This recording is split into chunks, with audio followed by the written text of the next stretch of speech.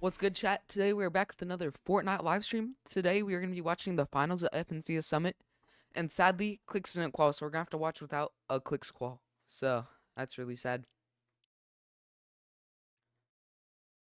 That's really sad. All right, chat. Let me get the Fortnite stream up.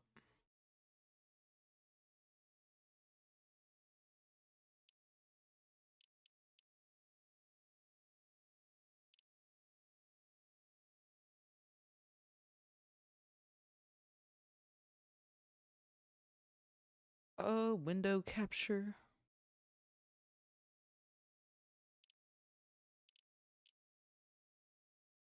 Hold on, let's do it on Legends Landing.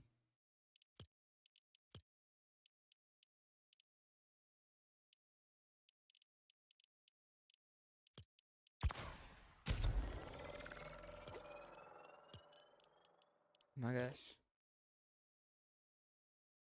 Bro, we're going for Peterbot and Cold and Rapid.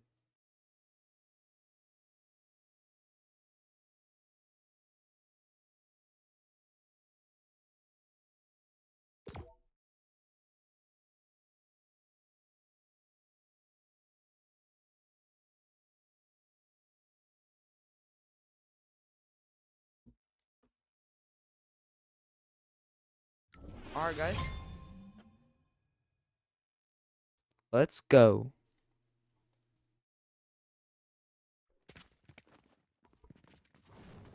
Those extra thousands of dollars mean nothing if any of these duos walk away without this trophy, Mini. Yeah, that's what they've all got their eyes on. It's right in the center of the stage. It's there glistening under all of those lights, and every single one of those players in those booths there will have their eyes on that to lift it at the end of the day. It's probably my favorite trophy that we've done for one of these events as well. It glistens, it shines, and even that crown comes off as well. We saw Zeke doing that at the beginning of the weekend. It's a beautiful trophy, and forget about prize money. To have that on your mantelpiece, what an award. And guys, of course, this is all great, but we also can't forget there's 15 spots for the Global Championship. So not only battling for a trophy, we're battling to secure an early seat on that battle bus. Oh my gosh, right. So many different regions here represented from all different walks of life, from all around the world. We've got a breakdown here lined up. Let's take a look. Obviously, EU coming in hot right now, but it's okay, right, Viv? We got this. Please, we've got this. I mean, no surprise, right? We know that Europe had a lot more opportunities just in terms of their pure size, but I really do like this breakdown because, you know, Europe and NA Central kind of get their fair my share gosh, of chat, the it is finals time. lobby here. But remember, everybody was kind of questioning all of the smaller regions because they did have to go through that gauntlet of the upper and lower bracket. Would they be able to perform? And as you can see by the representations there, 3 teams across the board there, with NA West picking up 2 teams as well. We've got a fair share of international competition here this weekend. Yeah, we've seen some really great performances in some of these smaller regions as well. You know, some of these performances, especially with the win format as well, that was amazing to watch. And of course, in terms of historically, we've seen some great performances across the course of FNCS as well. These are the best placements from some of our smaller region teams. Piachatin and Quitos in Brazil, 5th place. I think that was the 2022 Global Championships. That was the invitation, I should say. Really great performance from those guys. It just shows that these smaller regions, they can come out to play here. Yeah, I mean, historically speaking, Brazil has just been popping off, right? That's the kind of the smaller region that has shown up when it matters. But it kind of worries me because since 2022, the smaller regions have only gotten into the top 15. What was that, like 5 times? Yeah. So they've had years to kind of do it. And this weekend, it matters so much more. So I feel like the pressure is going to be on. It is, man. Look, I want to get right into it. I want to start talking about these duels. We have to set the stage here. We got to start with Shark and Teeny, right?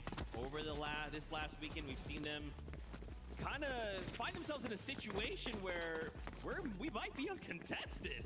Lights were bright over Shark and at Teeny. Wonky Land. Not only did Shark and Teeny have to go ahead and hope and pray that Clicks and Higgs were not going to make it to finals here today, they also had to hope and pray that Phaser and King were also not going to make it here today. Somehow, someway, both of those duos were not going to be seen here on Sunday, but Shark and Teeny, as soon as they kind of saw that happen, saw that pan out, I can imagine they were partying. They were so happy. Yeah, going to be really happy with an uncon Wonky Land. The storyline in EU so far has just sort of been that they've been conned all the time. Hutty and Fishy X are sort of causing them all sorts of problems. They did, of course, qualify through here to this this summit, of course, that they didn't. But I had word from Fax earlier on. I don't think he's even happy I'm saying this. They could be surprise No. contested. So again, I was really excited about this. I was like, yeah, Shark and Teeny finally uncontested Wonky Land. Let's see what they can finally do on the global stage. Huge opportunity for Shark to show what he can do in this situation as well.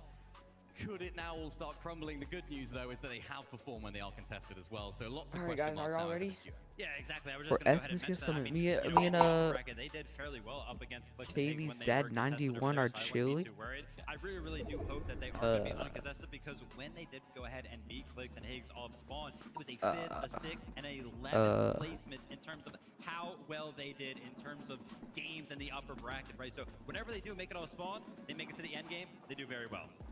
Okay, we'll have to see. I don't like hearing that, man. I don't like hearing be surprised contested. But let's keep the Yo, competition going. why is We gotta everyone talk so about Sky always and wanting to, Scroll. like- These guys are so incredibly consistent. Why is in everyone always wanting to EU, ruin and the now viewing here we experience, are in bro? an international competition. Absolutely. I mean, Sky and Scroll, I feel like there is a lot of eyes Like, on bro, this crush duo. down at least. Obviously, they won EU Major 1 finals so dominantly that it feels like the snowball effect coming into the summit, it must be carrying over with them. But I've been hearing many, right? Like Venno, we've talked to him about it. He's like, dude, I just don't like the fact that this duo, they seem to be just doing the same exact game plan and getting away with it. Yeah, we sort of spoke to Benno about that on day number 1. They sort of basing up on the side of that hill just outside of their drop spot. One of them stays inside bro. the POI and tries to sort of get some of that loot inside of Battlewood. And I think what they've been doing now guy since doing? the course of this weekend, they've actually been trying a few Don't different mess with the other strategies to kids. try and combat that potential lurk play from Benno that we've sort of seen him do and try and do over this weekend as well. They've actually both left the POI, tried to find tags together, not just worry too much about that sort of refarm, getting that loot inside the POI. So from what we've been looking back at some of their games from, of course, that upper bracket, they do have the potential to sort of counter that strat that Venom might try and do this week. Yeah, I feel like a lot of people, Zeke, are kind of looking towards Sky and Scroll and feeling like Curve and Venno are the duo that can kind of stop them from kind of climbing to the top. So we'll have to kind of keep a very close eye on how Sky and Scroll have prepared for that aggressive playstyle of Curve and Venno. Man, from one goat to another, Venno obviously here competing alongside Curve. These guys are titans, right? You know, I feel like for Venno, we kind of continue to underrate him. Oh, Venno, like, you know, he's not that good, whatever. Goes over to EU, wins, comes over to NA, wins. I mean, what is it going to take to be considered a GOAT? Honestly, a LAN win. Realistically, that's the one thing that he hasn't done seemingly in his entire repertoire of Fortnite achievements. A very experienced player, the perfect partner for someone like Curve, someone that needs that level of sort of level-headed and that level of leadership, I suppose you could say, in the duo. And Venno is the perfect candidate for that. We've seen their performances this weekend. And I'm really intrigued about Venno because he always seems to have something under wraps. You never quite know what he's going to do when it comes to the grand finals day. And we saw it in their upper bracket games. We saw them trying to lurk around. They lurked around the sort of teams down towards the south side. And we can have a look at some of these clips right now. They're sort of going down towards that south side. We were speaking about it to him on the telestrator. This is something that they can do. They have the ability to do. Doesn't always work out for them, Vivid, but it seems like a strat that they were cooking. Maybe they'll do something different today. Yeah, obviously, Venno learned early on in his first kind of attempt to lurk and pressure some of these duos here at the LAN that it might be a little bit harder than it was over on the NAC region, but they continue to do this, right? This is what they are comfortable with. This is what they feel the most confident in doing. Also, it's really cool because these strategies where they like to lurk on a lot of teams, it's actually revolves around staying in the swarm a lot of the times. And the reason they can do that so easily is because they know exactly where all of the vending machines are around the map, so they obviously can go over to these, pick up all of those heals. And then cool little things like this. I mean, jumping into the mist, using the overdrive, plus the vent that's on top of the building to go ahead and make sure that you can find your way towards the fight that you want to be taking. The little strats, man, they're so cool. Yeah, they're sort of conditioning that south side of the map. They're even going towards the west side as well. We saw it going over towards Thomas HD and Focus. These sneak plays, so valuable. They're really great for them right now. And they're able to try and find so much success in doing that. The big question mark now, though, is whether they're going to do it up towards Sky and Scroll in the north. Exactly, right? All these examples that me and Minnie kind of found for you guys, Sky and Scroll were not featured at all. Yeah. But we got an opportunity to go ahead and talk to Sky about that. He was like, listen, man, we felt good about how we played in the upper bracket, but it was kind of weird, right? Because it's like, Urban Venno didn't do what they said they were going to do, right? They said they were going to push us, and they didn't do it. Very Venno-esque. He's not going to show you everything that he wants to do, of course, in the upper bracket. He's going to save it for the finals. So I'm kind of guessing, Zeke, that we're going to be seeing Urban Venno push towards the way of Sky and Scroll, like what? Once, maybe twice over the course of the 8 games. Yeah, it's a sort of Venno thing, maybe to not do it in game one, to try and throw them off. Because I'm sure Sky and Scroll are thinking, right, we're going to have to pull out that strap. Maybe we both leave the POI and try and rotate up. So I feel like it's such a Venno thing. They might not do it game one, but game two, keep your eyes out. Oh, okay, I like it. Well, maybe Frankie can ask Venno this question, because they're standing by right now. Thank you so much, guys. I have to ask Venno a different question, if that's okay. I hope you don't mind, everyone on the desk. But Venno, we're hearing you might be contested. Can you fill me in, please? Yeah, I might be contested by the team that landed there in lower brackets, King BR.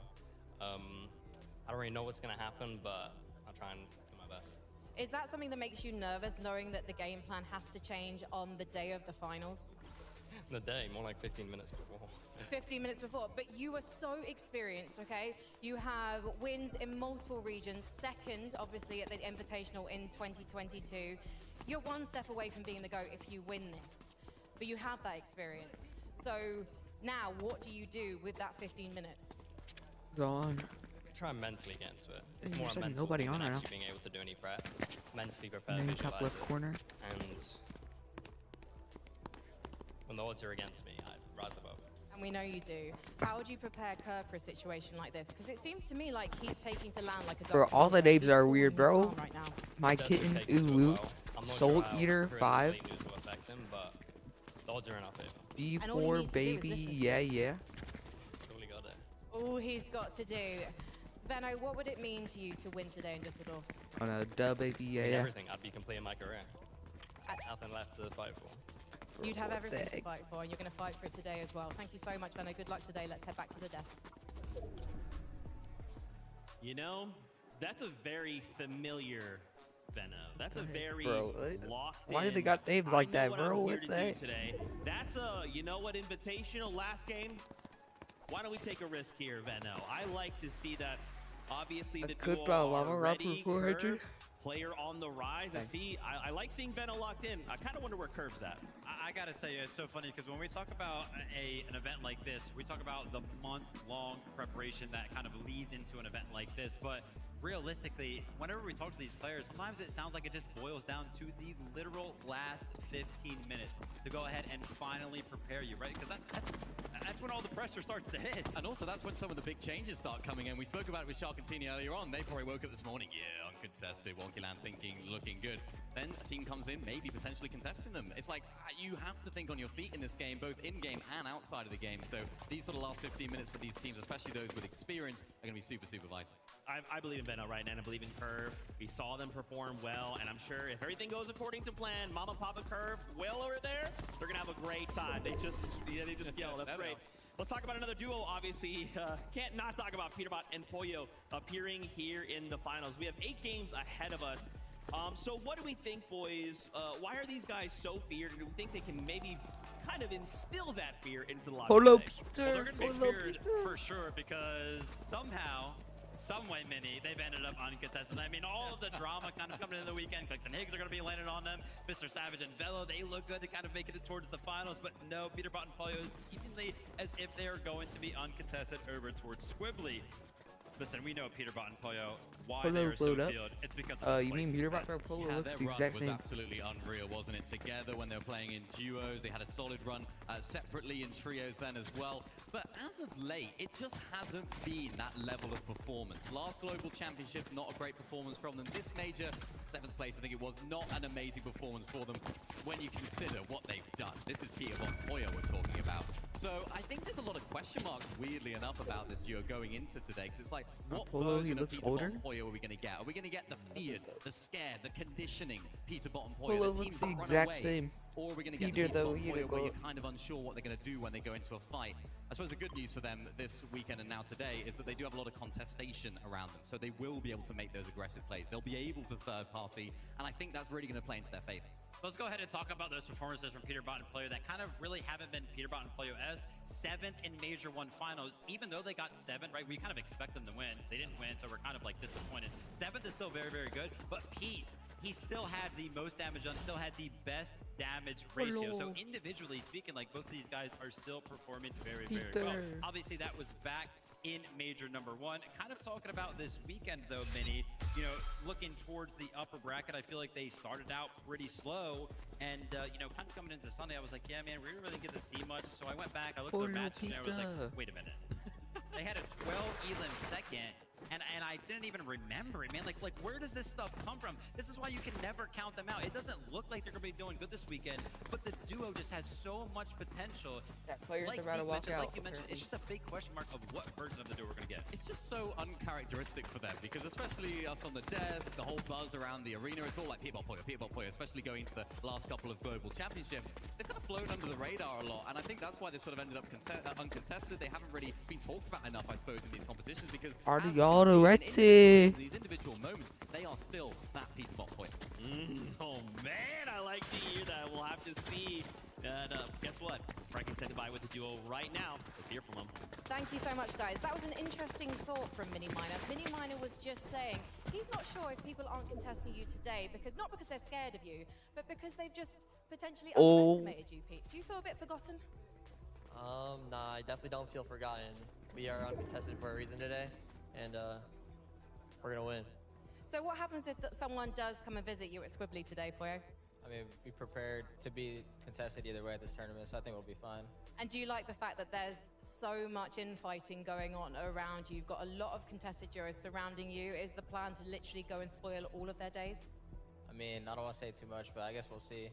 We'll definitely see. We've got 8 games to see you guys get the job done. Should be Jack. In terms Definitely of not. your duo right now, how close do you think you're being to being back as the Peter Bottom Poyo we know from 2024? I think this tournament will prove to everyone what we already know, that we're the best team in the world, so. But do you think you do have something to prove? Because 7th in the recent NA Major 1 finals, you came 15th on LAN at the Global Championships last year, which is uncharacteristic for you, Pete. Do you feel like you've been slightly humbled, or do you feel like you're 100% Pete right now? I'm 100% me right now. I'm definitely gonna win this tournament. Okay, well, it's committed to camera. He's saying it. These guys definitely Yo, win the why do tournament. these people always want to be next to me, bro? Frankie, Sit down. I'm down. Listen, I'm a Peter Bot Poyo fan. All right, I'm down, but like you guys called out that question mark, right? I feel like this is a very critical moment for the duo. They're either going to come out and they're going to, let's say, win. Let's say even See, be this the guy top crashing, 10, this guy's or they're okay. gonna fall. Because that's Maybe basically they sitting miss out. that top 15. Going to lose a ton of Typical aura, gamer, right? typical This is gamer. really If he critical does anything, I moment don't for really them. care. It's typical gamer. Man, Pete and Poyo outside of the top 15, I don't even know if that's within the realm of possibilities. I really do like the answer, though, right? Kind of the adversary that they were kind of facing coming into the weekend, but that made them prepared for so many different situations. I feel like they just look too good to place outside of top 15. I mean, what the heck? Yeah, I mean, I think they'll place top 15. I just like the way that they conducted themselves in that interview right there. It was just, you know, I think it's very easy in this game, in esports and sports and things like this, to let that outside noise affect you. They seem to be inside their own world. They seem to be inside their own bubble. They still believe that they are the best team in the world. They have good reason to believe that as well. In terms, on paper, in terms of, you know, fragging ability, they are that team, so they can prove it. Okay, dude, I want to see that. I'm down. I'm sure this crowd will be down for the 2. I wanted to pivot here, come back to EU. So I feel like a duo that's maybe flying. It's hard to kind of quantify this. Is it like a dark horse? Chat, Is where's it Booga? underrated? Are they overperforming? It's Where's starting to be Booga, this, chat? right? Where's Booga? It's weird that there is so many Man, duos clicks in that the we kind of ball. highlight or being talked about, but then it's like, hey, wait, hold on, these guys won quote-unquote upper bracket. So like, why are we not talking about them? Man, gear up. If you're not sure of this duo's history, gear up and get ready to hear this, because these guys kind of took the scene by storm. Just starting last year, they made their first FNCS finals, and where did they place Midi? Instantly coming right out of the gate, 5th place. They followed up with a 3rd place, a 17th. Then they got 6th place at a LAN event. Are you kidding me? Just like a couple months ago, you made it to your first FNCS finals, then you placed 6th place, and then started off major number 1 this year. They did go ahead and finish 7th place. So this duo has shown that they are just so consistent when it comes to these types of lobbies that I feel like we had to kind of talk about them as one of the favorites to place in the top 5. Yeah, and the main storyline for these guys going into EU was that they didn't have a drop spot. Every single time they went to different drop spots, they just, you know, they still did well. And I suppose that's the narrative about these guys, is that they switch drop spots a lot, and when you say that about a team, it's like, oh, they can't find a drop. You usually think, yeah, they've been performing bad, they haven't been doing good, so they're trying to find what fits. Every single time they go to different drop spots, they're still doing good. They're so adaptable. It's unbelievable. I don't know how they do it. Even in upper bracket, they switched over to the west side of the map towards that treetop terrace, or where that treetop terrace area used to be. And I was actually speaking to their coach, Sven, and interestingly enough, online, Dom has a lot of packet loss. Where he lives, his internet is not that great. So when he's playing in game, he's actually struggling to move around the map. So really interesting Chat, dynamic, listen up. really This guy's interesting very smart. expectation here, because Dom, I can hardly hear him. I don't know why. On land, 0 ping, and with the calmness that Deemish must have had, because I mean, I was speaking to Sven about it as well, that of course Dom struggling with that packet loss. Deemish has to keep his cool as well, because imagine your teammate can't move, you know, internet issues. Yep. He has to keep his cool as well. So now, Give him a cookie. that sort of problem out of the way on this 0 ping land server. I pass. Look out, these guys could be here to play. He doesn't deserve Darm Unchained, ready to strike at this lobby and kind of say, hey, you guys weren't talking about me this weekend. You made a mistake. Well, guess what? Frankie is, that's right, standing by with them. Thank you, guys. Dom, remind us what happened to your original drop spot, because we're talking about how in the major finals you didn't really have anywhere to go. So what happened? How did you end up in that situation? I mean, it literally got deleted 1 week before Grands, and we had just to improvise. We landed on 5 different spots, and we managed to do top 7. I think it's a really good placement. It's a great placement, given that you had to switch things up. So how did you find the right spot for you this weekend? Because you're uncontested right now. Bro. Well, we tried like almost every single spot on the map, and Deep Top was the best for us. Was it also the best for you because people didn't want to fight you for it? Yeah, I mean, we're pretty good, so there is no point to fight us. But you did come first in the upper I'm waiting for bracket a couple walkouts, of chat. days ago. But do you think that is because you weren't contested? Do you have yeah, to be but I in think person that if you do this FNCS? Yeah. Okay, because this is the thing. You have to qualify from On online, paper, and then you have to go guys to are Germany. the best. Winning the upper bracket, recently you qualified to the Reload Elite Series finals in first place. You came 6th at the Global Championships last year. This team has got everything going for it. So why aren't people talking about you as the favorites? Just underdogs, that's all I can say. I want to hear from you as well, Dom. You had thoughts on this. I mean, I think we're gonna prove that we are not underdogs anymore. I think you are. Polska Gurum. Let's head back to the desk. Right. Like, the thing is, we can't even really call them underdogs. Like, they're not underdogs if they're winning. It's such a weird spot to be in, but I really do have high hopes for the duo, and I hope that for themselves, they can show this lobby what is up. Now, obviously, coming into this weekend, really important, not only coming out of that major, but even being here in some of the practice games to kind of say, like, hey, look, you know who we are. We want to have and claim a POI or a spot on the map, because being uncon, especially now, is critical. Yeah, I mean, you can kind of hear it from them themselves. They kind of feel like they are the underdogs, but they are very, very willing and proud to go ahead and admit, like, hey, listen, we're going to prove everybody wrong. We're ready to be considered, you know, Chat, 30 favorites minutes. going into the rest of the year. I'm looking forward to it. They just haven't won. They just need that win, I think, just to sort of solidify their spot as not underdogs, because they're always going to be that team. They're always sort of thought of in the shadow of Cami and Seti being that Polish duo. This is the new sort of blood coming through in Poland, so really excited to see how they can do, and if they can win here this weekend, what a way to mark your spot. I love it. I love it. Okay, babe.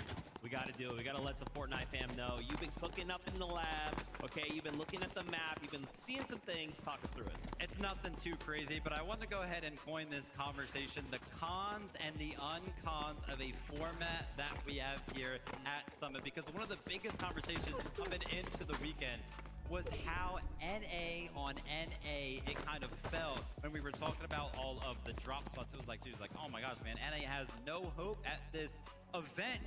And then, boom, all of a sudden we've got Acorn and Bolts uncontested. They were supposed to be contested by Yamzo and Josh, but they've gone ahead and switched Cold and Rapid. They had multiple teams kind of thinking about landing on them. Tyler and Chance, Basin and Gerald, they're not going to be landing over here anymore, so Cold and Rapid look good. Shadow and Virgo, a team that was kind of peeking over towards this drop spot. Garmin Damus, FK is an hero. They look like they're going to be uncon now, and then obviously we know the story of Peterbot and Pollo with Clicks and Higgs and Savage and Bello. So all of these kind of NA teams last second ended up being uncontested, and I was kind of walking around. I've been browsing socials, browsing the creator setups over there, and I feel like the predictions in terms of like top 10, who's going to win the event, have changed dramatically you know, if we take a look at the predictions, what they were looking like 3 days ago. Yeah, I feel like it's sort of less one-dimensional now. We've got so many more names you can throw into the hat because being uncontested, especially on this stage, is going to be so valuable for these teams in this current situation. And again, like we spoke about earlier, having those last-minute adaptations, those last-minute adjustments, even just to in your very favor, valuable is being going to make a difference uncontested. as well. Even if you thought you were going to be contested, now you're uncontested. You do have to play things a little bit differently. So although it seems like a clear path for them to win, it's like, yes, look at these guys, they're back in the mix. They still need to play it right. And that's where we're going to have to see them this weekend. Absolutely. All right, we've talked about the uncons of the event. Let's go ahead and talk about the cons of a format like this, right? Because all those teams that were contesting, those other teams had to go somewhere else, right? We talked about Yamzo and Josh potentially contesting Acre Boat, so where the heck did they go? Hari and Cammy, man, how good did they look in the upper bracket? But now that they're going to be contested, I'm not entirely sure. We still have a very similar situation, or the exact same situation that we kind of expected over at Sandy. I'm sure Kanata and Victor V. I was going to say they probably don't feel too good about that, but I feel like they played so well in the upper bracket. Maybe they are happy about it. Yeah, why are they could these be kids more so than happy about obsessed? that. They're sort of used to being this off-spawn situation. They're definitely more than comfortable being contested. And even down towards the south side as well, Akira Kurama against Phantom QNDX.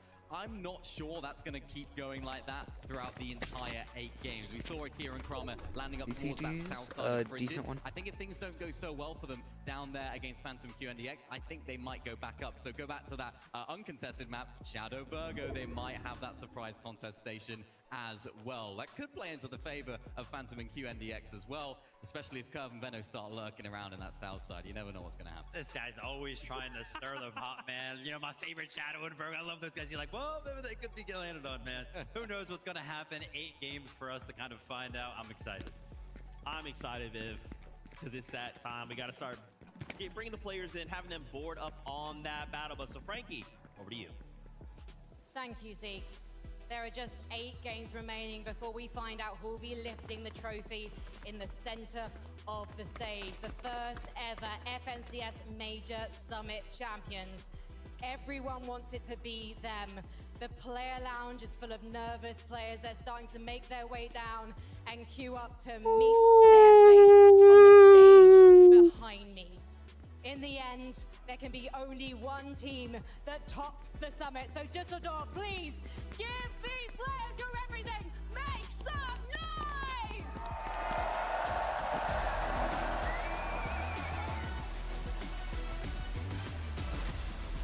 You can go big or you can go.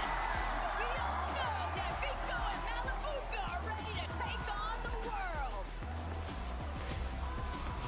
It's Candy and Damo. You might have counted them out, but look at them now. OCE, this is your chance. They rose from the depths and now Lewa and Romero are aiming Oh to surface my as goodness. champions. The elite duo, Yamzo and Josh. They dominated the second chance. They made it through. Yamzo, Josh Riley. Having already won a game on the big stage, Cribbed and Twine know exactly what it takes to come out on top.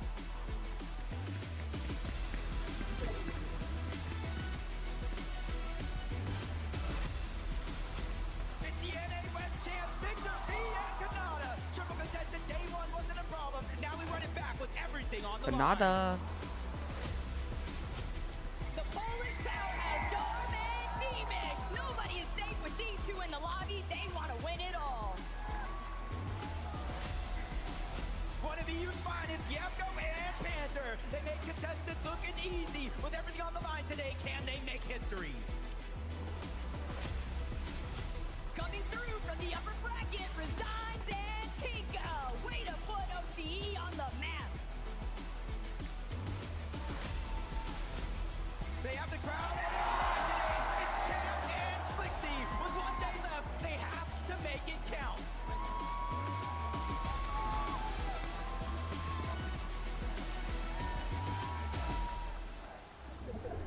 Now, got a bit of advice for all of you watching in Düsseldorf.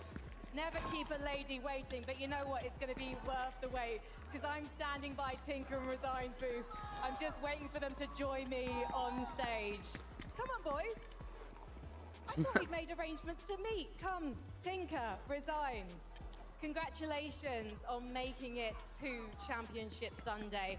Neither of you have placed inside a top 20 before on LAN. How do you feel about your chances today? Well, we're contested off spawn. If we win our off spawns, I think we could do really well today. So how much have you been practicing those off spawns? Oh, every single day, like we're botting, we're super locked in, like this is an easy 8-0. An easy 8-0. Oh, my they goodness, talking there must be smack. so many Oceania. Australian fans watching you at home saying, yeah, we're Aussie and we're gonna do this. Do you have any messages for your friends, your family, people watching around the world? Just thank you for supporting me and just... Oceania with the 8-0 possibly. I think you will. I think you already have, boys. Please take your seats, get ready, because we've got to head over to 11-2K with Victor V and Canada. Thank you very much, Frankie. Vic, I mean, day one, you came in, you told me you were feeling confident, you were feeling good. You had a different swagger about you. Are you feeling that again here today? Bro, obviously, I'm feeling more today, especially I know me and Kanata, we've been practicing this whole week. Kanata's got some strats cooked up, bro. I've been warming up in the practice room, bro, we're ready.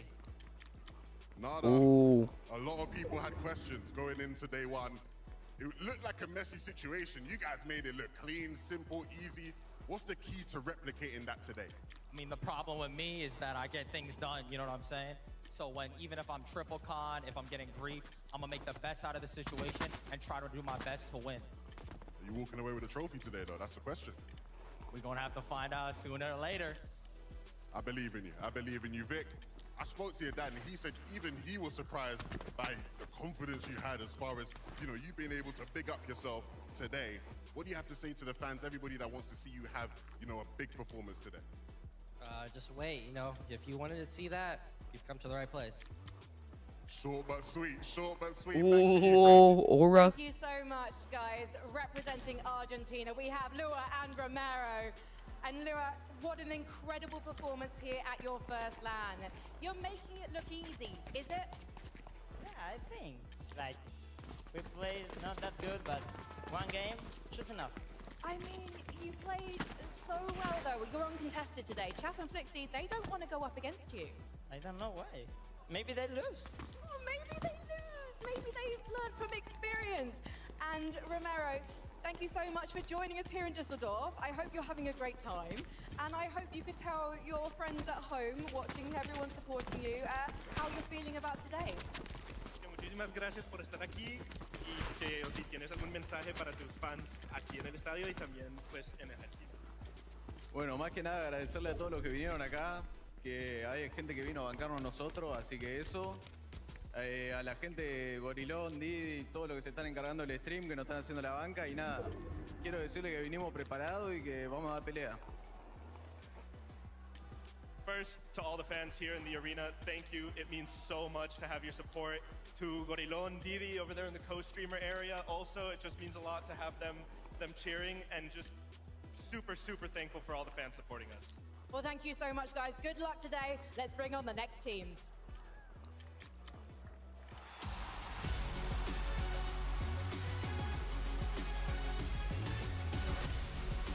They say the past can determine your future, but today, Thomas HD and Focus will control their own fate towards champions. Repping EU, it's Cringe and Mofo. With the top 7 and a win in day one, these guys are looking primed up. They have to make it count. Total underdogs, but their bark matches their bite. Liam and Jace, let's see how far you go. How did this guy qual? One of Asia's best, it's LB Works and Bond. Why is this Today so they delayed? look to make history and win it all for their region. Against all odds, they still How did he made it qual? back. What? It's Mini Bio and Fufu. Scrappy but calculated. It's time to take over. Crazy, I guess.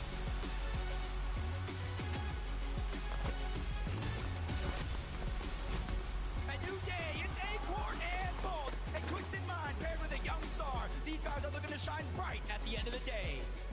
In a central, baby. The hardest fate is with Science and Scary tonight here in Germany. Give them a performance to remember.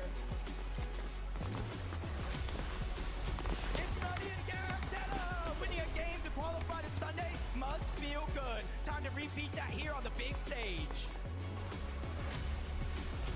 duo built in the final hour, but Kinuo and Warix have already proven they're capable of overcoming any obstacles.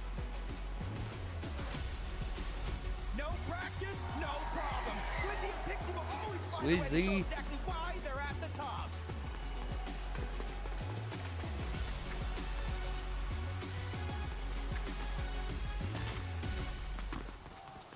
Kuduro and Warix are making their way over to me now. It's a long walk past the fans here in Germany. Warix representing France. He's got the Gentlemates fans. I hope they'll take him under their wing this weekend. And of course, Kuduro. He's representing himself and he's representing Germany today. This is the thing about Kuduro. Kuduro wasn't even meant to be playing. He was a backup player. He found himself drafted in at the last moment, and now we get to talk to him. Kuduro, what was your reaction to being asked to play in your home country at the last minute? Yo, how can he I was see? just happy. To be fair, I was playing a different game. Hair not in his eyes? When Varix DM'd me to play, I was like, yeah, I'd close a different game and I just started playing with him. Why did you want to choose Kuduro? Why I choose him? Like, I think he's really good. Like, he have good IGL. Like, he can do good things actually. And I'm here for real, like actually. So. But this is interesting because you don't even like IGLing that much. I call you the reluctant IGL, but you're so good at it. I mean, you just gotta do what you gotta do. I don't like it, but I have to. Well, you make it look easy, and I can't let you go without asking about this. What is this? I can take in English? Of course, bien sûr. Bon les gars, je suis là pour gagner, hein, vous le savez tous les frères. Faites-moi un maximum de bruit les frères s'il vous plaît les gars, allez hein. For the guys, we're gonna get the win. That's how I can sum it up in English for you guys watching at home. Let's head over to Levin. Thank you very much, Frankie. I'm That here is straight with up lie? Acorn and Bolt. Acorn, I'm not gonna lie. Every time we have seen you so far at this event, you just look so cool, calm, and collected. What do you know that we don't, man? Today's a big day. I'm ready. That's all you gotta know. I mean, Bolt, you told me on day one, Acorn is the best IGL, and from the way you play, you clearly believe that. What do you have to do today to show everybody that you are one of the best fraggers, if not the best fragger out there? I just gotta play off Acorn and hit my shots. Acorn, 4th place, day one. It feels like when people predict you guys in tournaments, they put a cap on you. You don't see too many people saying Acorn and Bolt are gonna come out and win things. How are you gonna prove them wrong, and how do you look to take the victory today? You know, we're gonna play our game, we're gonna work to our strengths, and we're gonna make it happen. Good luck today, boys. Sending it back to Frankie. Hello, Germany, or should that be Guten Tag? I found some German players. We had to talk to you guys because Cringe and Volko, the fact that you're here in the upper bracket, it must be so exciting. Yeah. It's your first land. Yeah, it's my first land. I'm really excited. The crowd is amazing. I mean, it's a lot of Germans, you know, it's home soil, so I'm having a lot of fun. And I think you're going to have a lot of fun today because you're uncontested. Does that mean that endgame is a guarantee? I think our game plan is really good. I think we will make 7 or 8 games today, so I'm pretty confident in our game plan, and we work on our end games as well, so I think it's gonna be good. And Volko, is there anything you'd like to say to this crowd? Ich war auf Deutsch. Danke an alle, ne? Alle Deutschen, die hier sind, und zu Hause, seid alle die Besten. Und ja, mal schauen, was wird, ne? Dankeschön, guys. I'm going to say choose to these guys because we're going to bring on more duos.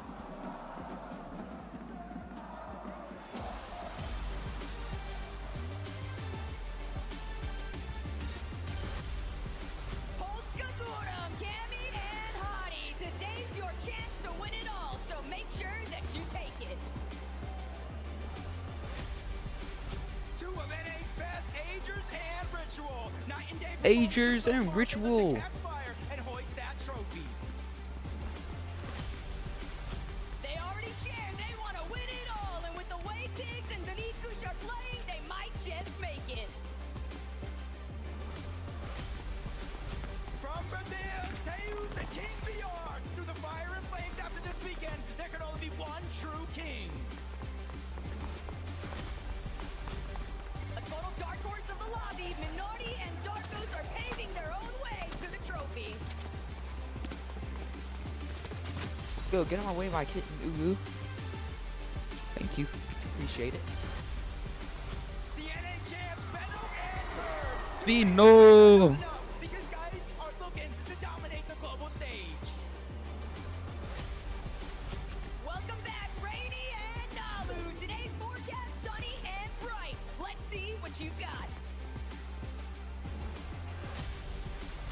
Sometimes all you need is a chance. And Tyler, you can never count these guys out because that's when they become dangerous. There's predictions and then there's guarantees. And one thing's for sure, Shadow and Virgo are ready to take the crown. Gentle, gentle, gentle. It's Akira and Kurama. They have the entire arena on their side today as they look to win it all.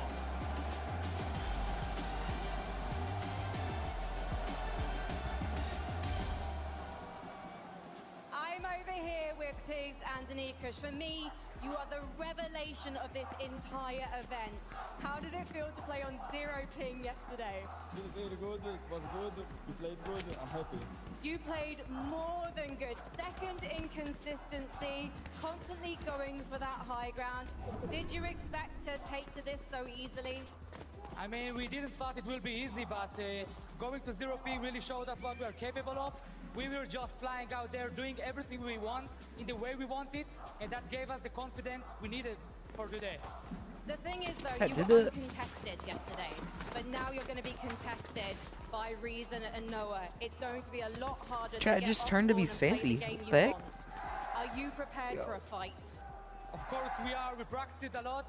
Not gonna lie, there's a lot of pressure playing out of here in the big stage, but the thing is, we love playing out the pressure, and the crowd turned here to be makes it Sandy, even that's better. kinda weird. So, you guys remember, Fortnite is a game, and today it's game time. It is game time, and you know who else it's game time for? Ages and Ritual. Yes, indeed. They are ready for game time. Richie, we have to talk about day one, because it didn't go how people were expecting it to go for you guys. What went wrong on that day that has to go right today? I just think our off spawn was a little messy, but you know, we watched it back, did good in lowers, and now we're here today. I mean, you did really good in lowers. Ages, you guys talked about how yesterday it felt like you could play your game, and it just felt completely different. What about that day just really made it feel that way, and how are you going to make sure you have that same feeling today?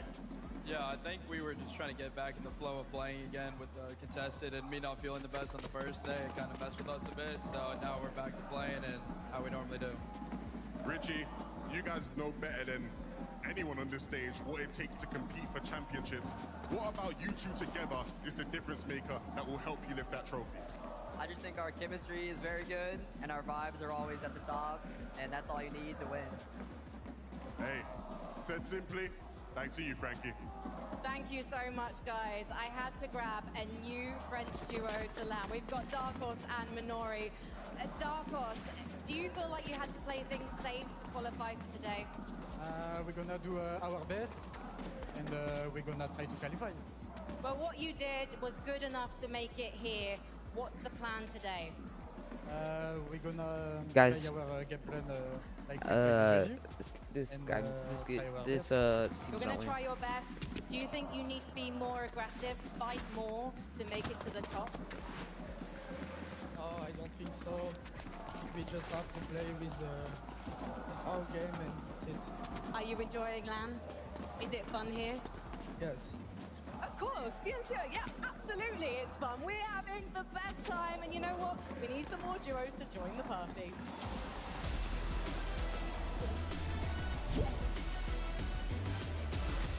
Let's see.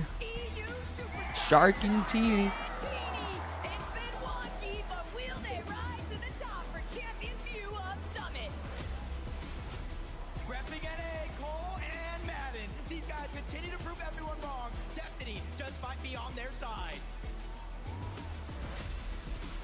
Primed to win any race, the Italian Stallions, Belusi and Zangi are charging straight for first place.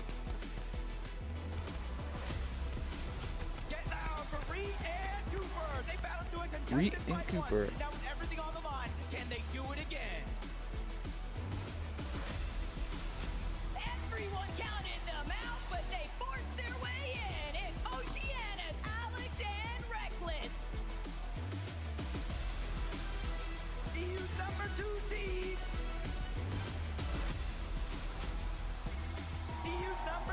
Tino, Pablo.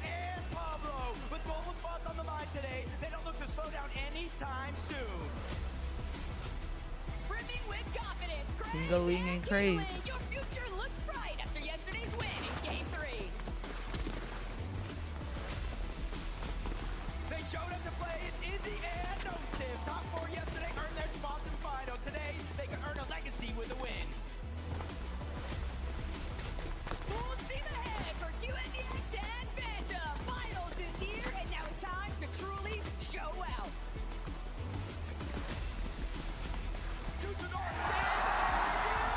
Oh my gosh. Heroes are here to claim their crown.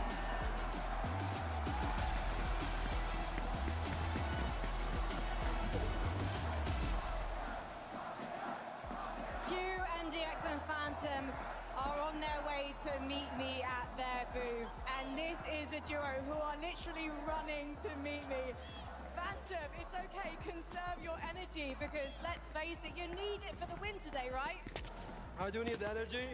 I mean, the crowd's amazing. I think we're gonna win at least 2 games today. So let's hope it works. This is your first LAN. What gives you so much confidence? I mean, I've been playing this game for 9 years now, competing for that long. It's the first time I can show the world how good I am. And I'm gonna show it today. I can't wait to see it. I've got to talk to your teammate. QNDX, this is not your first LAN. We first met a few years ago. But how does this LAN compare?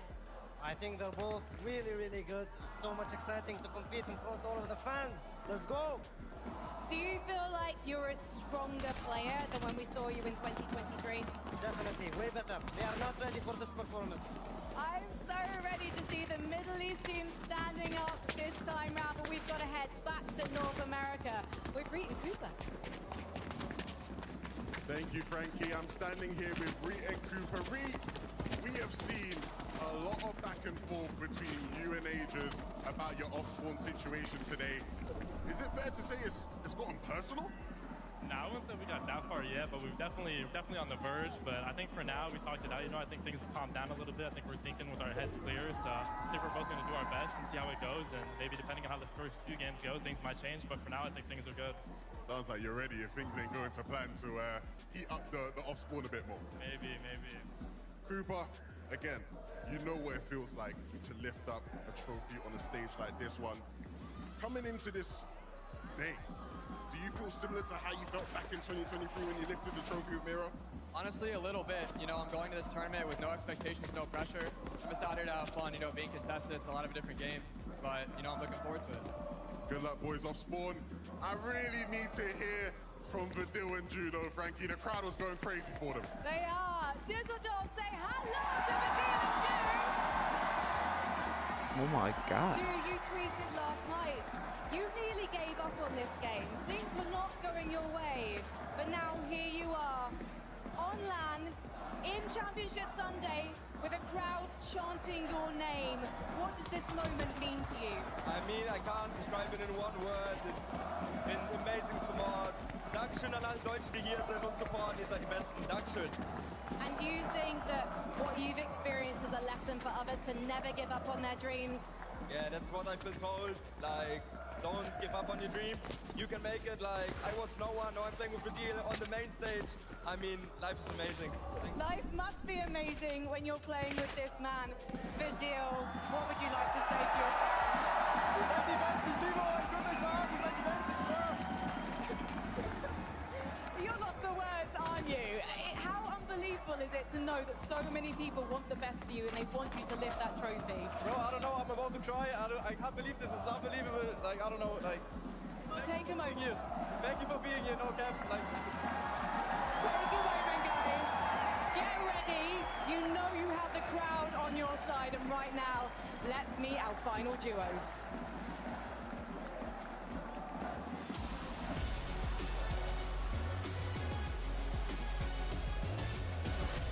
The sky's the limit, and Scroll's only been going one direction since the year started. Up. Give it up for Epic Rail and Pump. With 8 FNCS championships combined, this is a dangerous duo you can't count out. Yes, arena finished are looking to pop off from the start. Let's get it. Pressure burst pipes or makes diamonds, and for Picks and Ghosts, they're looking to shine bright today.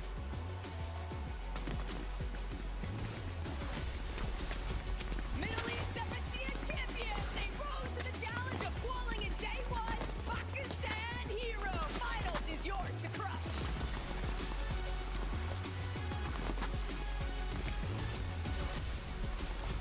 The brothers, Peter and Wario, they've already dominated global land once, and they Oh look to no! take over this one as well. Peter! They overcame the pressure for their seat in today's competition. Golden and Ozone, show us what you've got. Feel the breeze, it's cold and rapid. Winning a game in upper bracket today looked easy. For the lobby to stack, can they do it again? Cold. The final stretch is about to begin, and Sky Jump and Bomb Seed, they're aiming to bring the trophy back home. The crowd looks O'Reilly. It's not going to be easy, so they look to feed off the energy to win it all.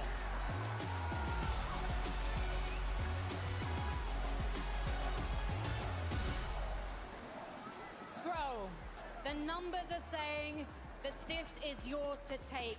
It's yours to lose right Alright, now chat. because you're the favorite It's time. in this competition. Do you feel like it's your time?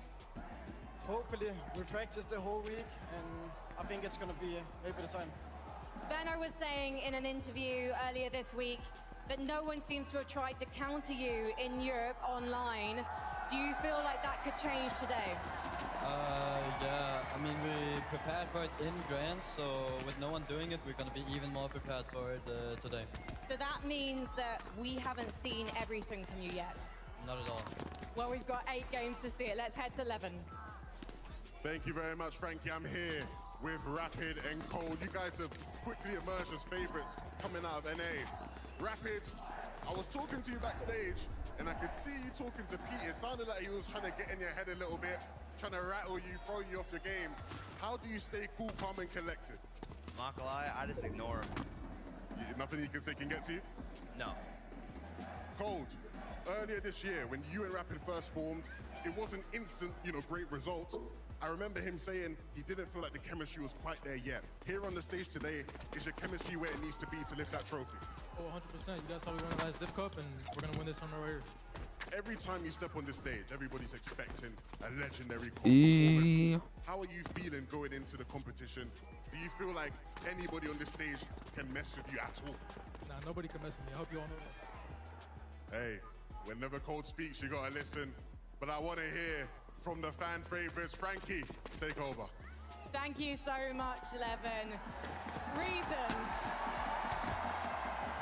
What was your reaction when you qualified through the upper bracket for today? I mean, in our opinion, it was pretty expected. We wanted to qual. We knew we had the preparation for it. We were putting in the work, and we just wanted to do it because it's the home stage, Are you prepared to be contested today, though?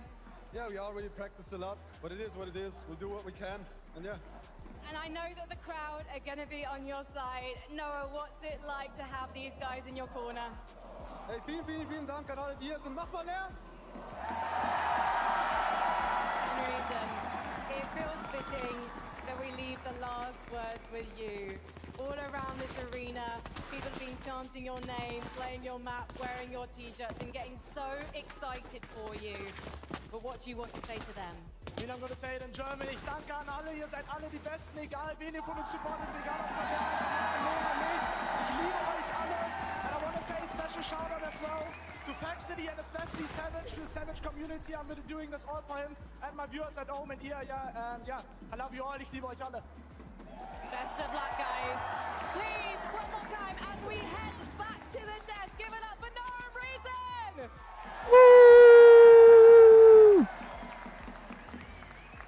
Oh man, it is going to be insane. I am so hyped, Vivid. I am so hyped. So many teams coming out here, And I love, too, that we kind of get to see a little bit of their personality, right, as they start to come out through these stage. Unfortunately, the camera missed it, my favorite one. As Pete kind of comes down up on the steps, starts rubbing his hands together, looks up, backs it, he gets up, starts swinging his shirt around, bro. I'm excited, dude. I'm excited. I mean, there is no question who Pete's the biggest fan in the stadium is. Look at that. He's over there. I see you back swinging that shirt once again. But it's cool to hear from all of the players. I think my favorite response there had to be Rapids, right? Levin kind of starting to pop a little bit, or at least trying to, hey, man, hey, Pete's trying to get into your head, you know, we have to. He's like, dude, I just don't even listen. Like, was he talking to me? I don't know. Yeah, same with Reed and Cooper as well, asking about the off spawn, how are things going to go, is it personal? They're putting all that aside. They're thinking, right, okay, this is the current situation. We're contested. If things don't go well, we'll go to plan B, we'll go to plan C. They're not letting all that outside noise affect them, which is very easy to do on a big stage like this. Yeah, I mean, I even think back to like the Vanille part, right? We got to talk with him and him getting emotional, hearing the fans kind of crazy. You know, now more than ever with 8 games, right? So we're kind of used to the more traditional 6. We now have 8 games. We have to try and do this all in one go. And like you said, we've got this crowd. We now have a ton of expectations. We have a bunch of pressure. We have a stacked lobby. How do we focus through that? It's really, really hard. Yeah. It is just super, super hard. Every single player is going to have their own Golden Rapid. Of kind of reset, right? Something that they kind of resort back to, a thought maybe, some sort of breathing technique. Monitor so close, a couple of our players were very, very persistent on the idea like, hey, listen, man, I need gum. I need to be chewing gum when I'm up there on the stage. Right? Just all of those little things. It's going to be different for every single one of these players, which is why we always talk about the importance of experience, because if you have been up on a stage like this before, you know what works for you.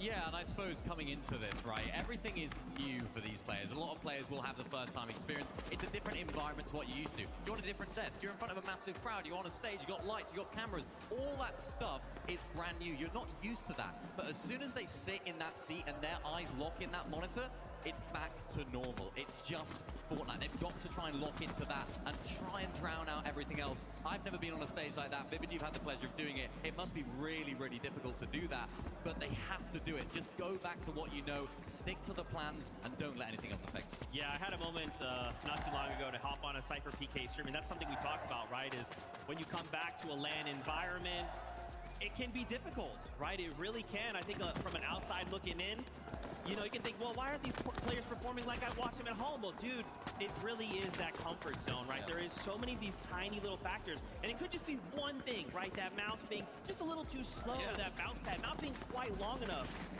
Guys, I would love to ask you, though, obviously, as we start getting ready to board this battle bus, let's talk about predictions. Viv, who do you think could walk away? What are your top 5?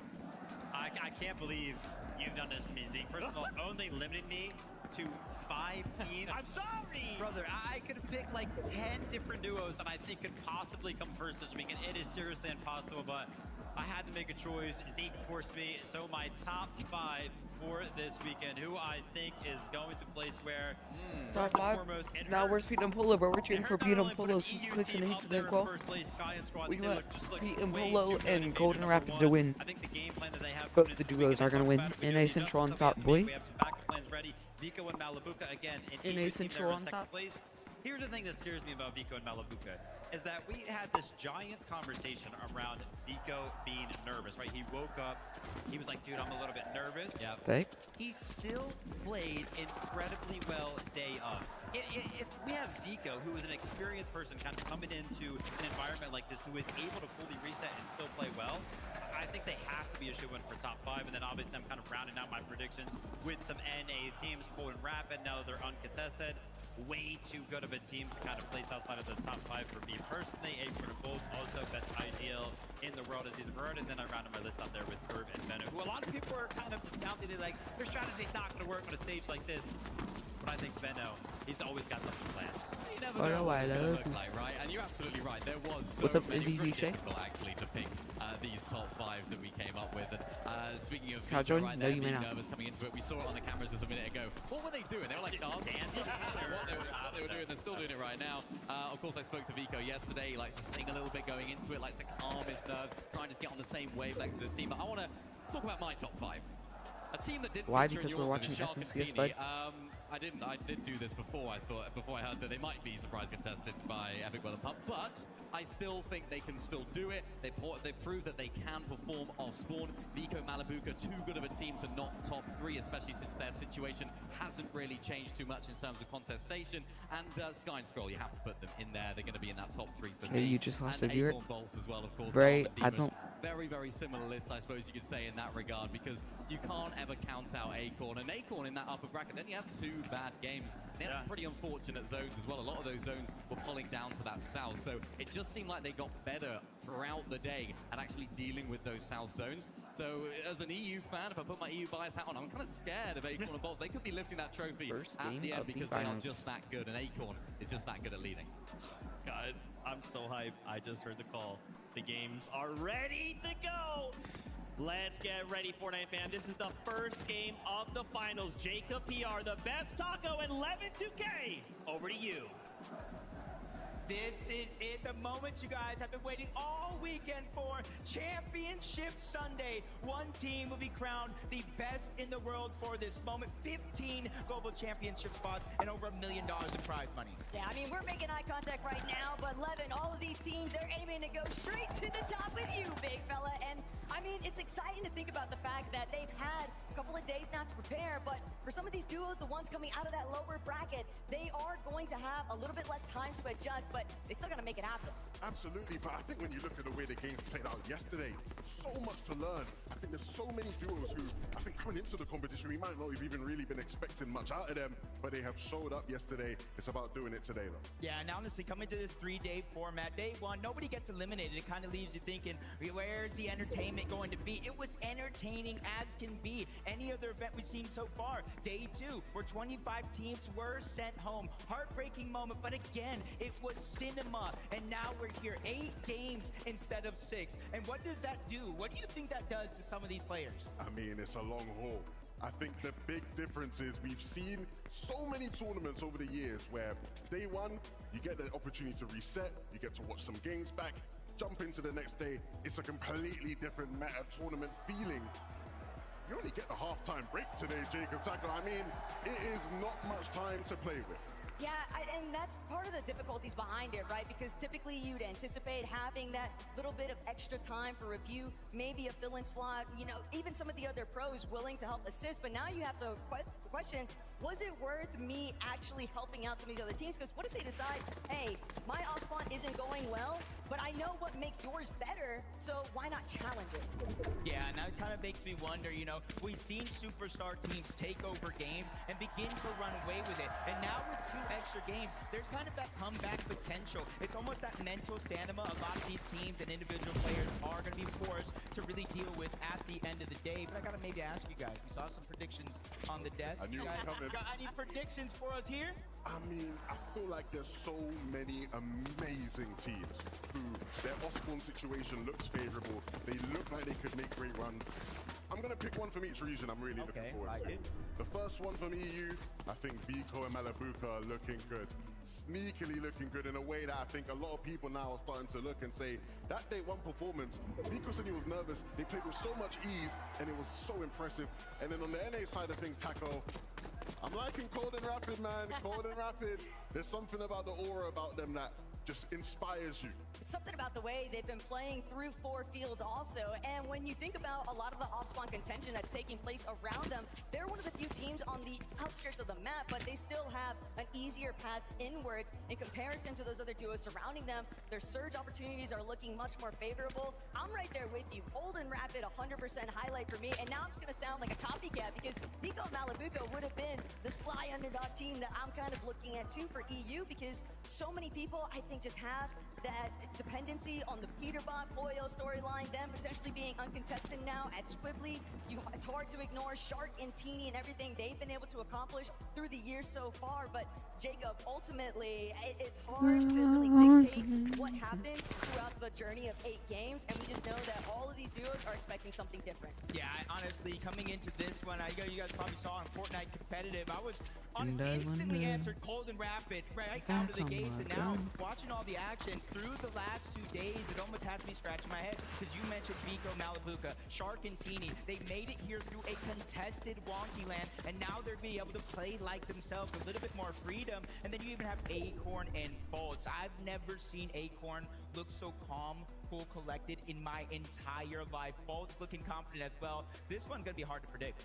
Yeah, I mean, Acorn and Bolts, I think the way that you put it, Levin, in that interview was really said best. Everybody seems to just cap these guys. It's always, yeah, they're going to be top 3, but it's going to be the 3rd place. Yeah, they're going to be top 5, but it's going to be the 4th or 5th place. It's never number 1. And all I can think about is reflecting back to even chapter 5. So many people have always counted Acorn out, but historically speaking, he delivers in the moments that he says that he's going to. And what a day and time it would be to really show the world that they are winners. No better stage to do it on than this one here. I think the interesting conversation when it comes to contested versus uncontested teams, though, is as much as we know historically you want to be uncontested, it gives you the best chance of success. We've seen some of the players on the stage have unbelievable performances while being contested. Shark and Teeny, talk about them. Are they going to get surprise contested? What's going to happen there? I think even if they are, we've seen what they can do to some of the best players in the world while being contested at one they're going to be the ones that ultimately establish their surge off rip, and then they can just pick their movements after the fact, and that's what we really saw out of Shark and Teeny in day 1. Sure, game number 1 didn't exactly go their favor, but they tried to play it through a different method. The moment that they actually got up close and personal, we saw what happened after. Yeah, and it kind of leads me to kind of like the next question about, we are talking so heavy about that first Alright guys, I'm place. gonna make it stay on OBS. There's the audio thing. I'm gonna make it stay right before yellow. Boom. Championship spots. So if you find yourself in game 7, game 8, probably out of distance for that first place, you still have something to fight for. The interesting thing about us having 8 games That's for Aura the right first there. time is we always, in a 6-game format, have this understanding of when do we start to panic? When do we have to really turn things around? When are the games really and truly running out for us here?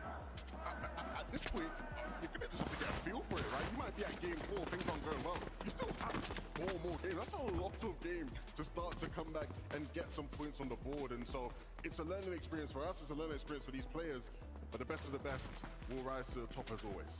And we know the margin of error when it came even just the top 25 throughout the past 2 days of competition. Guys, I wish that we You're went to Germany. looking at maybe 1-2 lobbies. That's all I'm that's literally sitting on them right now. necessary Look at to him. fill that void and close Sitting the on a gap. banana But peel right now. here in an 8-game format, top 15, the margin of error is that much slimmer. And we've already seen just how quickly paranoia can kind of ensue when you're suddenly realizing, hey, game 1, not for me. Games 2 and 3, all of a sudden, oh no, I'm at game 4 and I'm still not off spawn.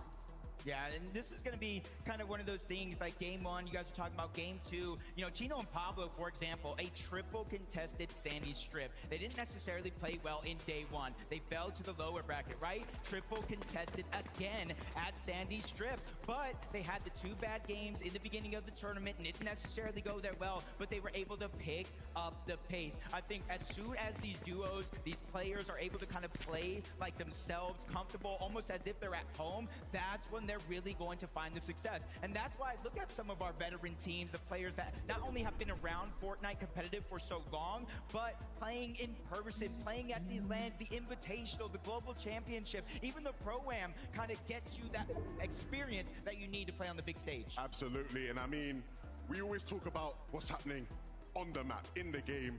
For a lot of these players, this crowd, their energy is going to be vital to success. They're going to need every single person in this building to be as loud as possible. So just to remind our players, people, Dusseldorf, make some noise! I know you guys wanted more than, how are you going to let Levin be louder than all of you? Dusseldorf, make some noise! Let's go alive.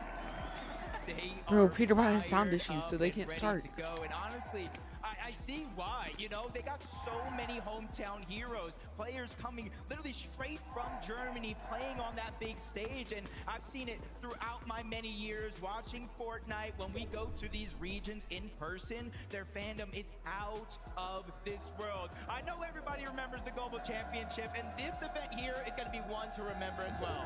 Absolutely. I mean, for so many of these players, game after game, it is just an otherworldly experience, being able to compete against the best. You look to your left, you look to your right, you look across the stage, and you see so many top players looking to do the exact same thing as you. I spoke to some of the players who are sitting at the top of the stage right next to the trophy. Some of them are saying, look, Levin, I mean, if we do well, it's not a long walk to go and pick it up.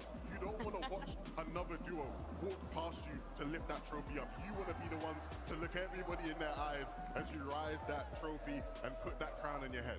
The first one is always so special, and granted, we have numerous Major 1 champions in the building participating in this competition here tonight, but everybody wants that moment of pride, the ultimate celebration, because you're not only confirming the trophy, but you're also establishing your seat for the Global Championship. Yep, and I know we're still getting ready to go. You see the players on the stage, the stands. I even see a mark on the co-stream, just letting everybody feel that energy, and that's why I like these in-person events, because everybody can go ahead and type who their favorite player is. You can go ahead and be in those chats, but when you're in here in person, these players hear you screaming their name. They hear you being a part of it all. They hear you showing your passion and giving that energy. And this is that moment you guys have all been waiting for. This is Championship Sunday. 8 games of full Fortnite competitive action where only one team will be able to plant their flag at the top of that summit and call themselves one of the best teams in the world. Let's get into the game.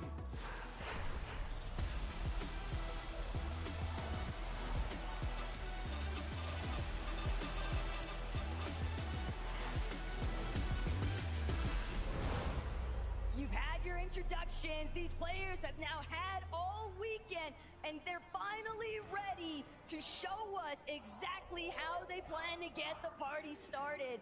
So many off-spawns being considered around the map, but which ones are actually going to build and which ones are going to depart in an instant, we'll get to find out. We're already seeing Riptides. We knew it was going to be uncontested, Focus, and Thomas.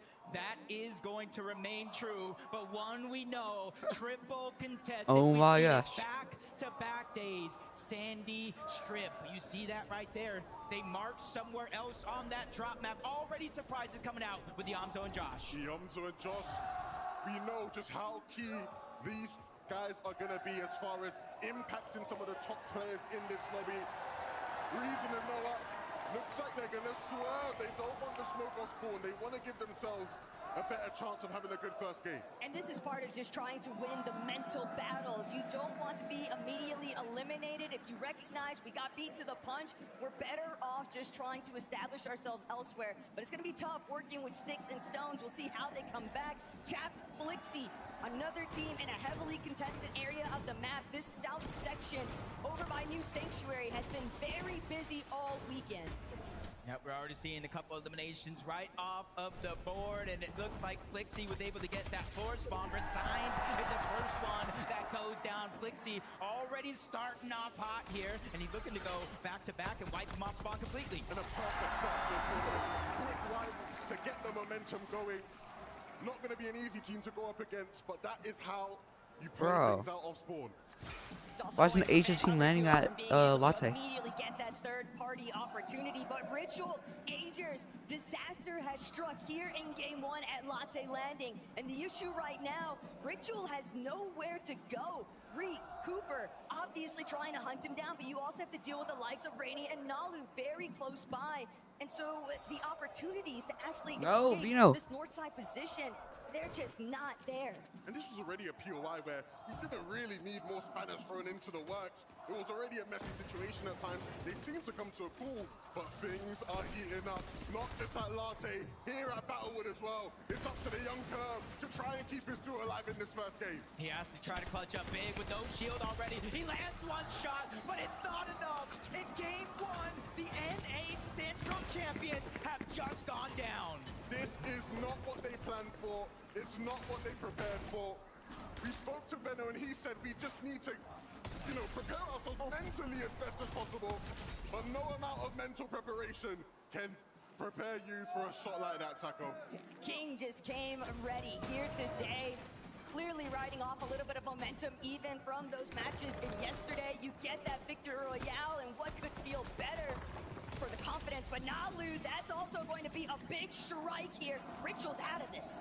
First and second place in the NA Central Finals this season are down and out in game one. And here comes the third party coming in, Reed and Cooper. This is the team. Oh, yes, sir. Part of all these exchanges, a surprise third party from Nalu and Rainy, but they're going to do a lot of the heavy lifting for Reed and Cooper. And I think they know that he's a solo, at least for now. So they're trying to put the pressure down. They're trying to at least get closer and closer to this elimination. It's not just about the points, it's about the Storm Surge as well.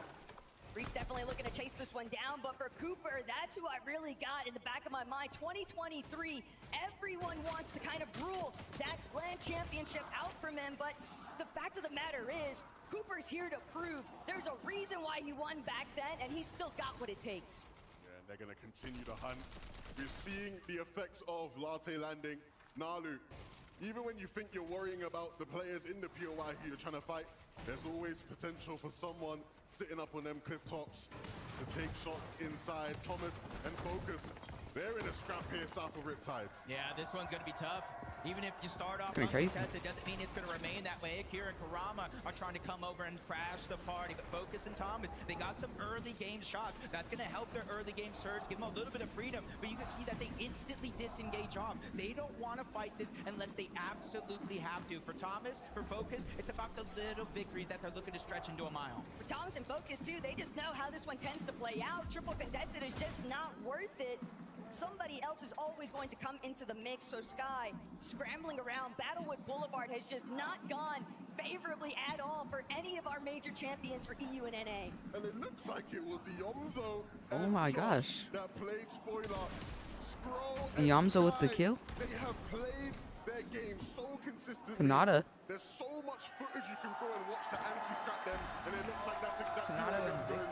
Kanata and Victor V. It seems like they're pulling out an old playbook strategy, kind of a teeny strat, dropping everywhere along the map, but Gino and Pablo seems to have left Sandy, but for right reason. It looks like they've taken down both Kanata and Victor V, being one of the only teams standing at Sandy Strip. You can see they already have that elimination onto Victor V, putting Kanata in such a pickle. They slide in, they take him out and send him right back to the lobby. One of those moments where you really want to make sure you don't overheat if you are in Victor V and Kanata's position, but we'll see just how that changes up in game two. Pollo and Peterbot rather take their time going fishing over at Squibbly Shores. It's been a bit more calm. We've seen so much action kind of hopping around the map, but Pete and Pollo, all they're really after is trying to see what else they can build. Peterbot. And it's going to be a very pivotal game to see where Peterbot's mentality is at. We saw on day one, game one, he jumped into a fight too eagerly, got rattled a bit. It was the same story back last year in Leon at the Global Championships. Will he learn his lesson on Bro. the stage here today? Yo, why is it actually being so interesting? Look like it's gonna work. It's actually being so interesting, bro. Mini Pio and Fakun, they're gonna go ahead and take advantage and take control of all the pieces from underneath, forcing them further and further back into those tunnels, cutting off one of the only exits towards the top side of the map. And that's gonna make them make a decision here. Do we want to continue to fight for the spot inside, or do you want to try to travel through one of those tunnels? Camping out the teleporter or the porta potty can lead to some positive eliminations for any other players that might be struggling, looking for an escape from contention elsewhere. But it's still a difficult situation because when you're in the tunnels, other teams are going to know it, and they're going to wait for the moments that you start to leave.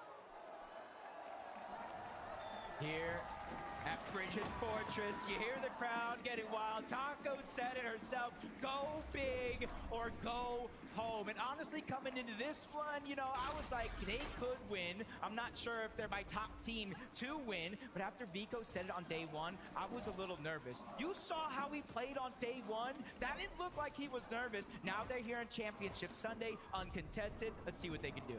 The key with this duo is we know individually they will have great solo performances. If they can piece things together and bring that synergy, it's going to be a scary sight for the lobby. Well, Kira and Karama, they didn't get what they were after.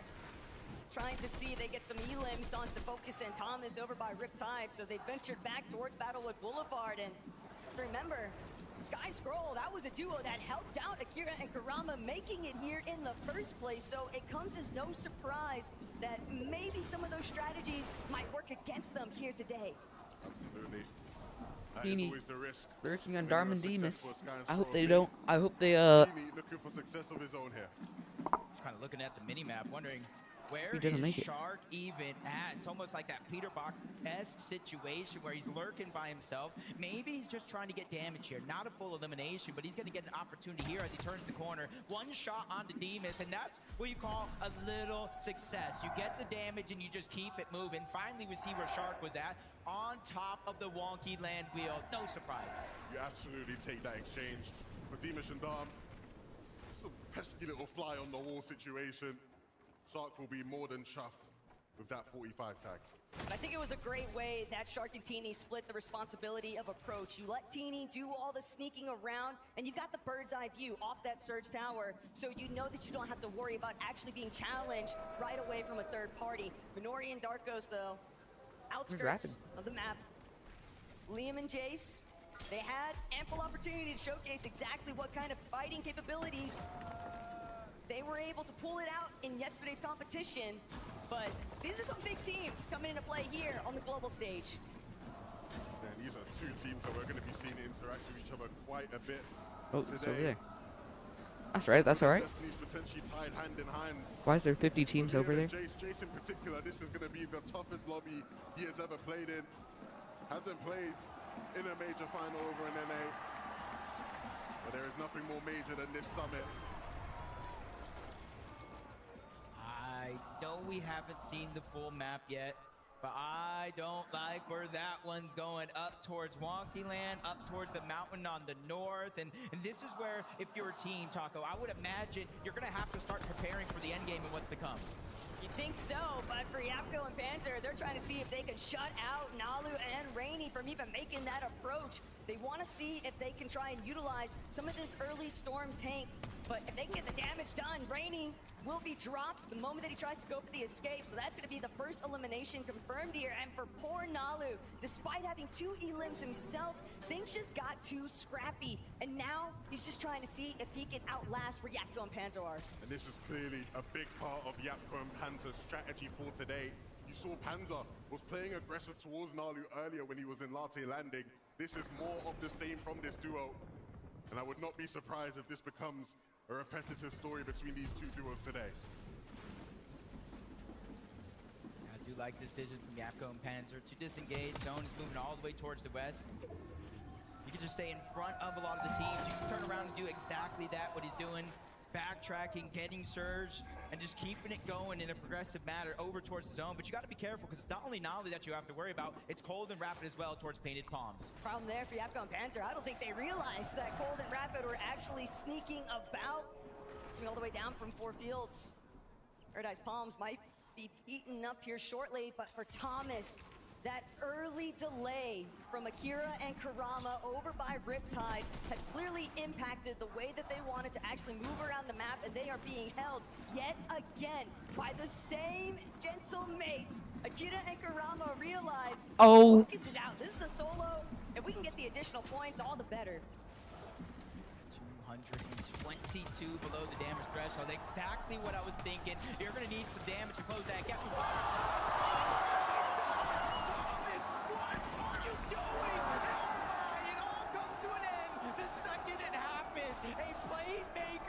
Thomas, but Karama shuts it down.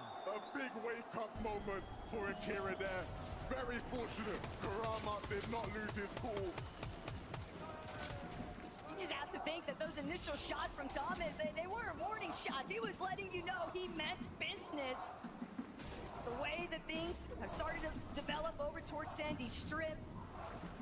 A little bit of a slower move. Minori and Darkos are not trying to rattle the hornet's nest here. Chino and Pablo.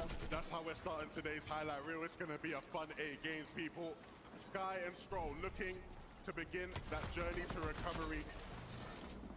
Both players back in the game, both players looking to put themselves in the type of spot we've seen them in so often. Up on Surge, good when it comes to their loot, trying to get some heals back, and a late rotation into the safe zone when needed.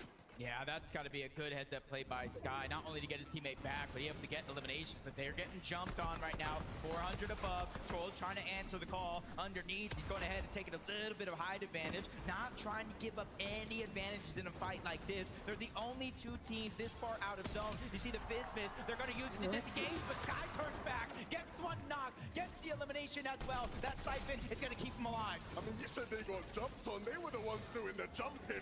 Quickly regained control of that fight, and now sitting in another dominant position. That was all just about the recovery point. We knew that they were going to need some form of a comeback after starting off shaky, and now you get the reboot, you get eliminations to go with it, a pure refresh that's going to allow them to make this dead side rotation later into the zone.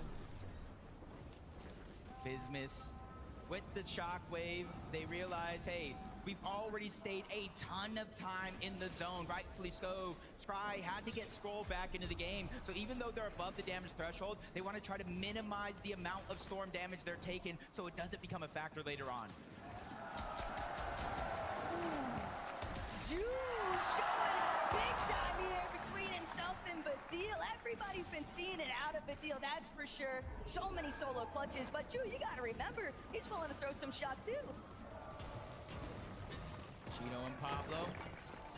Last we saw them, they were chasing down Kanata and Victor V, the NA West champs. Now we see them 500 above the damage threshold, positioned well inside of the zone. But now Scroll finds himself in a tough spot. Sky is down. He has to try to return the favor, and he's able to take down LB Works. But the pressure is not slowing down. Multiple teams and players firing off in this direction. But the blessing is here, Taco. Scroll drops the slap pizza, and he's healing up inside of the zone. I thought they'd have a chance to do a deeper west side wraparound, but it seems like they try to just cut straight to the center of that next zone. Too much congestion has now led to more problems. And he'll stay alive, Taco, but at what cost? He's lost his teammate, he's lost most of his builds, and he's not working with much as far as the heals go.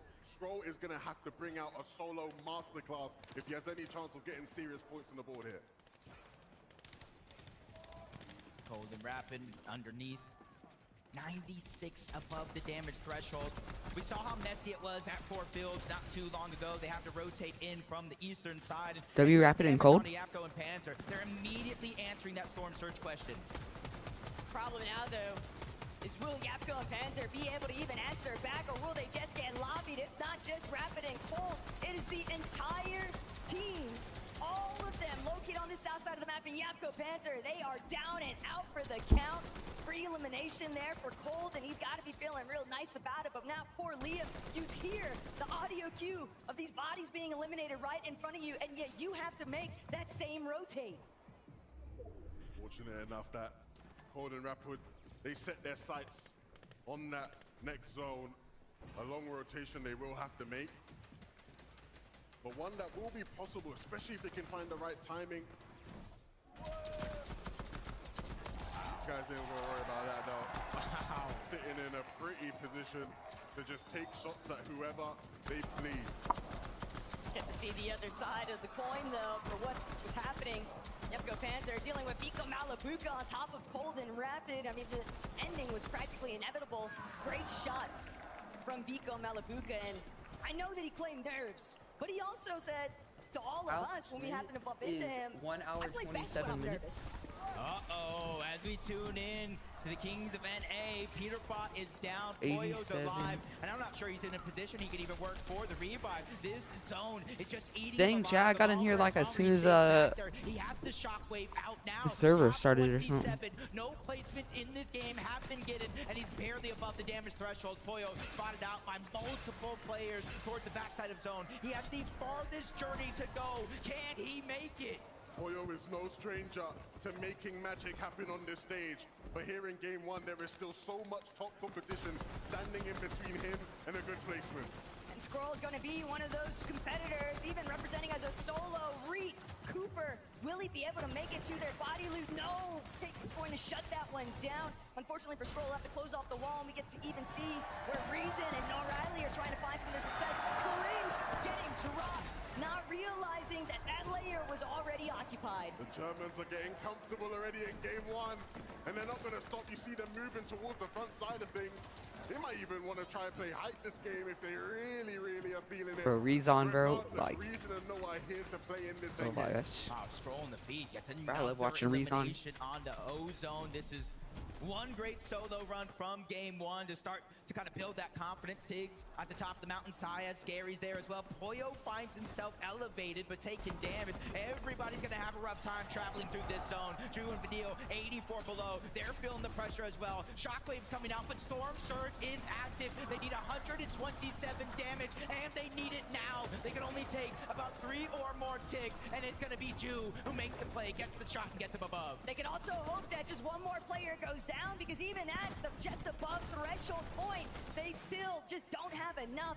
These monumental moments where they need to show exactly how far they can take it. But Rapid, Cold, doing a great job controlling a little bit of a less occupied layer, and they're always looking to punish the backside of zone. Yeah, it's going to be interesting to see what approach do Rapid and Cold have to today's games. We saw a surprise hype play from them day one, game one, and now a surprise hype play from Poyo here as a solo.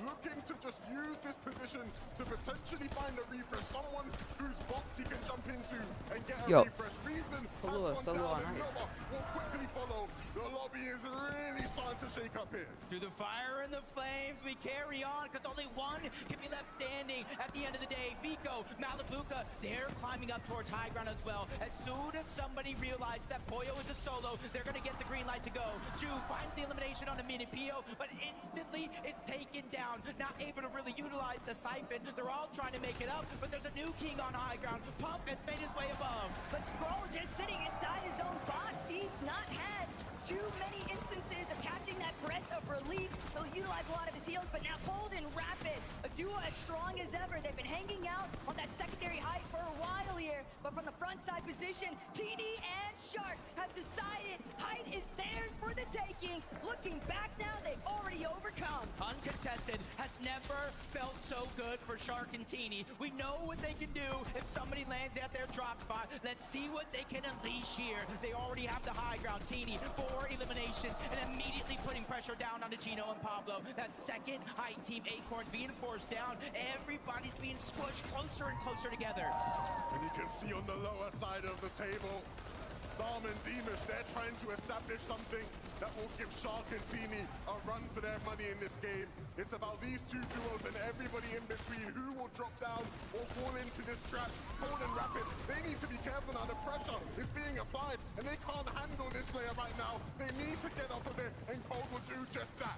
No other options but to forfeit on Hyde and Cold. It cost them everything. They're out of here. Skrull still has a Oh my gosh, Skrull is going crazy.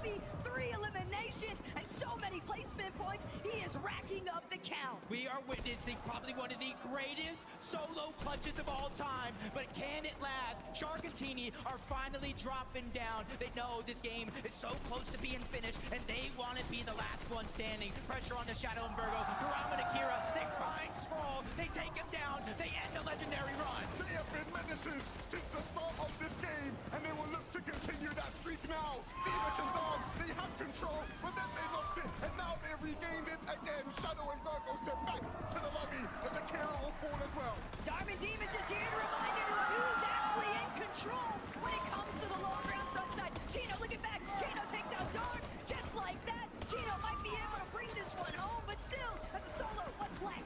Wasn't able to get any of the match, so he gets taken down from it. Shark, Teeny, the future is here. Shark and Teeny with the first win. So surprising.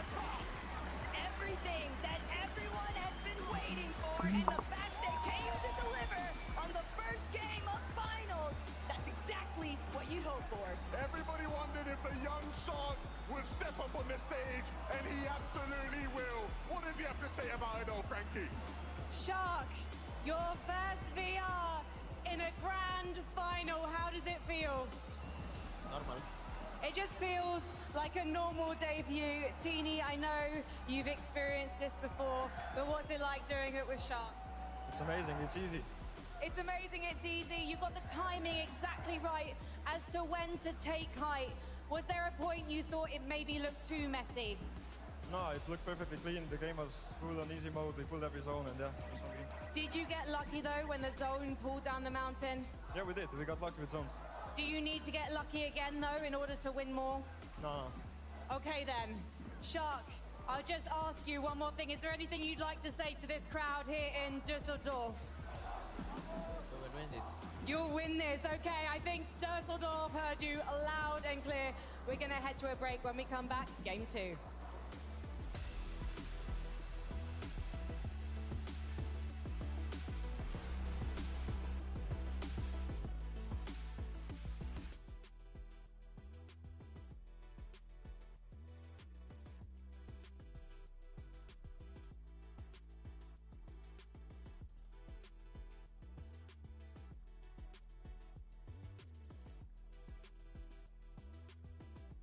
Is that 5%?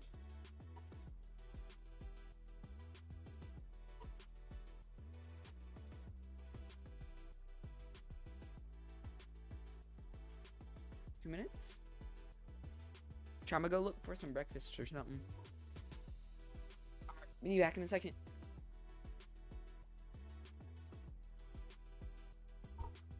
I'll be back.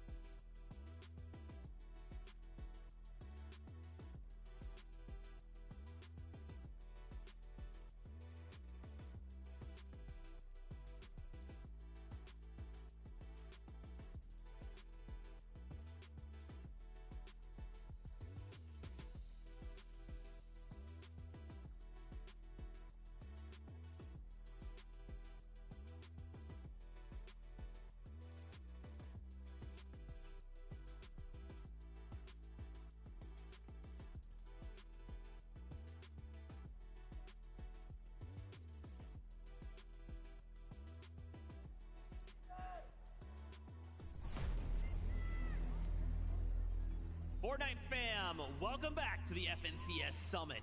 Day 1 of finals, game 1. And I feel like I'm watching a boop stream. Shark and Teeny come out and get a victory royale in game number 1. This is not a drill. This is really bad. Of course, it's really good for them, but man, what a way to kick off game number 1.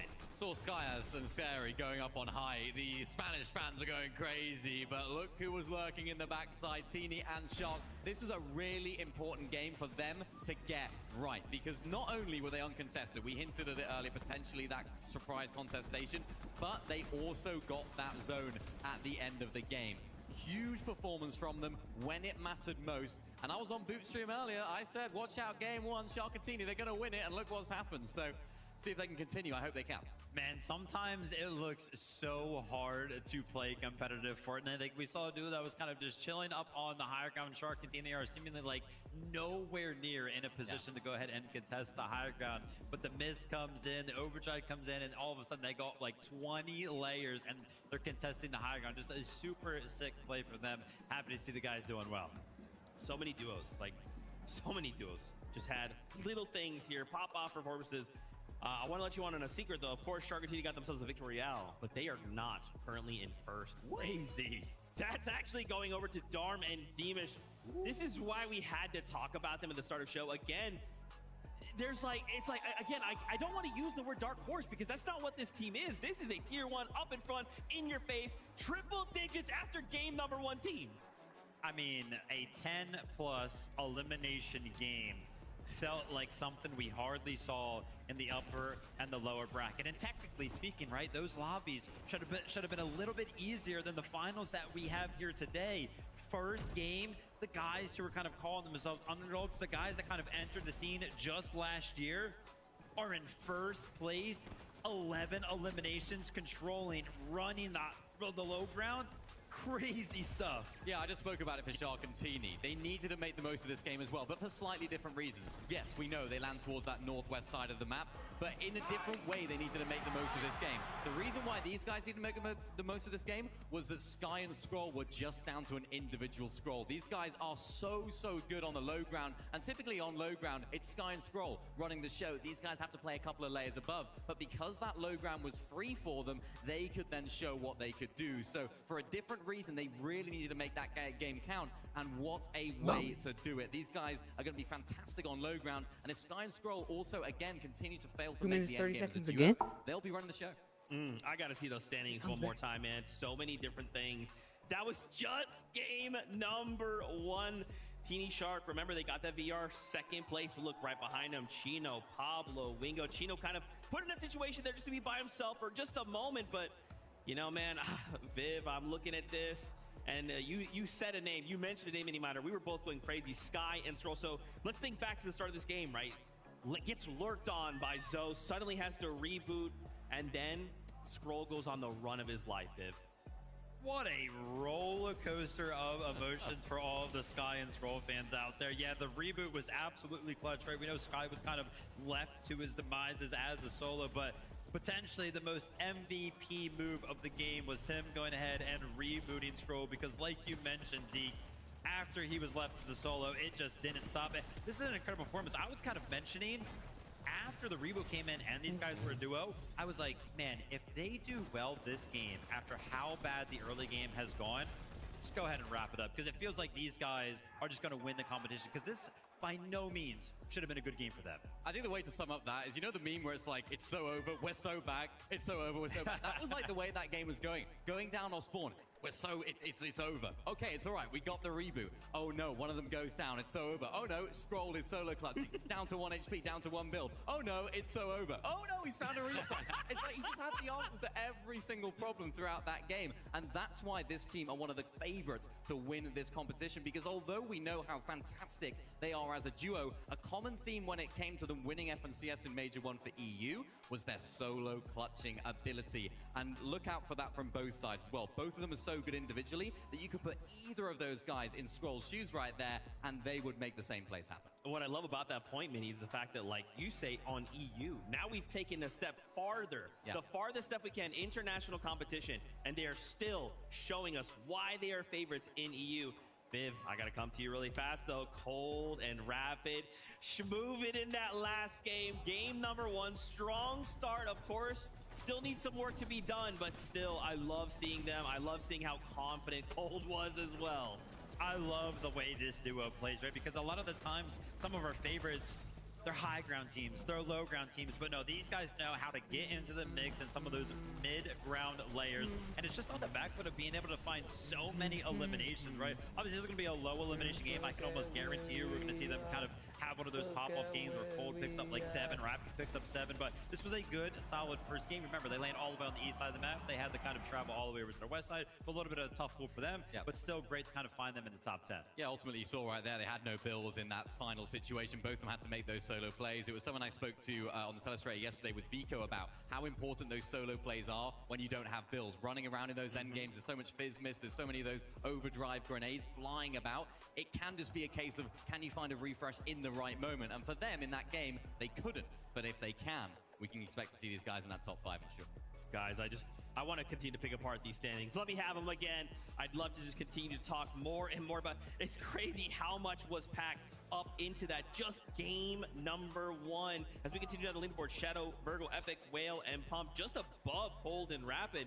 Dude, we even saw for a moment in that last game, Pump was like, hey, hold on, maybe I should go for that high ground. Yeah, this was good from these guys, and I think it's going to play into Sharkantini's favor as well. The Epic, Well, and Pump actually had a good game. Remember, the whispers were sort of like, maybe they might get contested. So if Epic, Well, and Pump didn't have so good of a game, Sharkantini might then have been contested. So it's good news for them. Good news for Epic and Pump as well. They're a team that can pop off, that have experience on LAN, and it's nice to see it all come to fruition.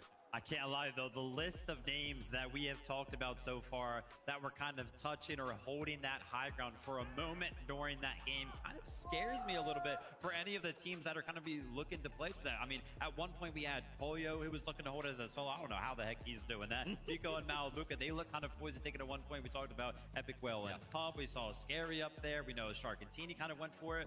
And, you know, I feel like we kind of came into this weekend after watching Sky and Troll dominate from the low ground over on the regional FNCS. We were like, oh, I think that a lot of the focus for some of these teams is going to be on the low ground. It kind of feels like we're going back to that chaotic high ground meta that we know and love. It could just be a game 1 thing, though, right? A lot of those teams out there, we don't have like a defined height team. This is our team that we're going to see on height. A lot of those teams are probably thinking, why can't that be us? This could be something that we do, right? So that first game, they might be trying to stake their claim upon that high ground. Of course, we saw Sharkantini. We have seen them doing that as well over on EU, so they're no strangers to that position. It's just a showcase of how many teams are capable of going for it and holding it, so it's going to be very interesting. I love to see as well Fukun and Mini Pollo in 9th place representing Asia. We're sitting in the top 10. Let's keep bringing that heat right now. Also, Vico, Malabuka, a little bit of a slower start, right? Currently in 12th place, but again, I don't want to get too crazy, right? That's just game number 1. Obviously, 8 games is the first time we kind of had like a format like this, but it's a little bit of a slower start than maybe we're used to, Mini. Maybe we're used to seeing this. What do you think? Yeah, it's a difficult one for these guys. Again, you know, they probably would have liked to have made the most of this game, considering it was the northern pole. So it's like, yeah, they were looking pretty good. They had a good storm surge going into this end game. They were picking up a lot of those eliminations. They crucially couldn't pick up those refreshes. Look at those eliminations so far away. And ultimately, this is what we were talking about earlier and yesterday with Vico. No builds. You have to try and make these plays happen. And if it doesn't go in your favor, Vivid, that's when things can start to crumble.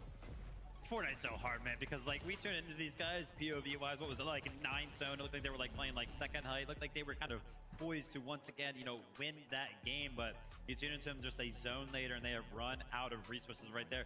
Remember, top 15 is what is going to qualify you to global championship. And I cannot believe I'm saying this because we kind of brought up the point that some of these smaller regional teams struggle to break into the top 15. We talked about top 10.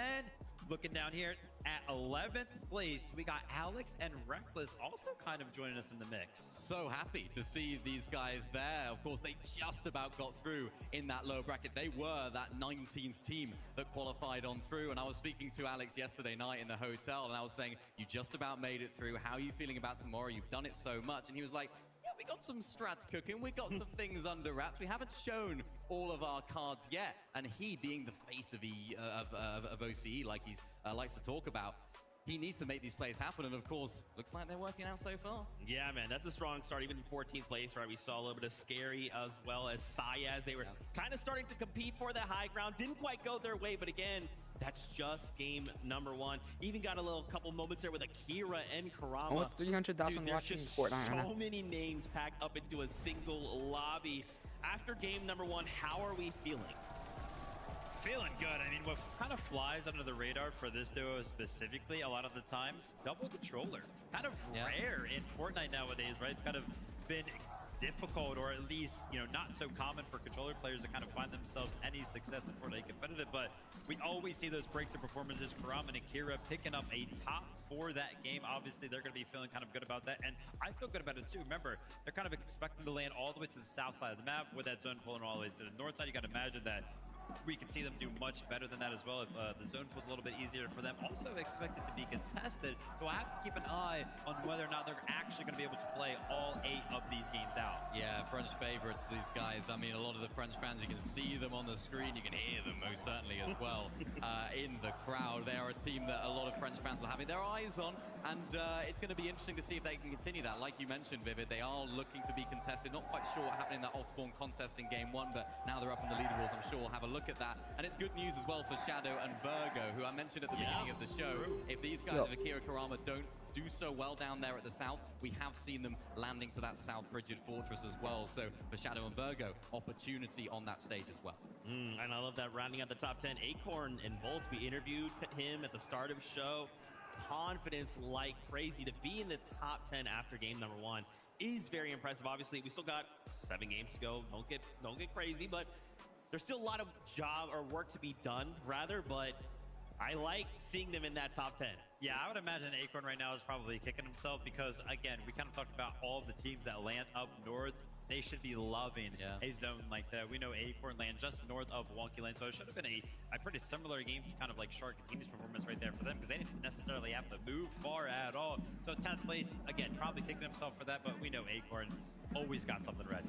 Yeah, especially in Major 1 as well. We've sort of seen historically with Acorn winning Major 1. This Major 3rd place in Major 1 over in NAC, so maybe it's sort of like a little bit of an asterisk. Yeah, we won Major 1 Summit instead. Maybe they were saving it for the Summit, so really great start from those guys. I'm not too concerned if they do get some south zones as well. They have that massive launch pad that's at their drop spot as well, so I'm sure they would have been looking back at how they could use that in the VODs, but this is a team we expect to see in plenty of these episodes. I love that. Can we just double back for a moment? This 8-game format, obviously being in a situation where the first time in possibly a while, possibly ever, we're seeing 8 games. So many players are used to like the 6 games, you know, and even with the 6 games, it's difficult, right? You drop a game, you're like, oh, that much harder to kind of climb up and reach those points.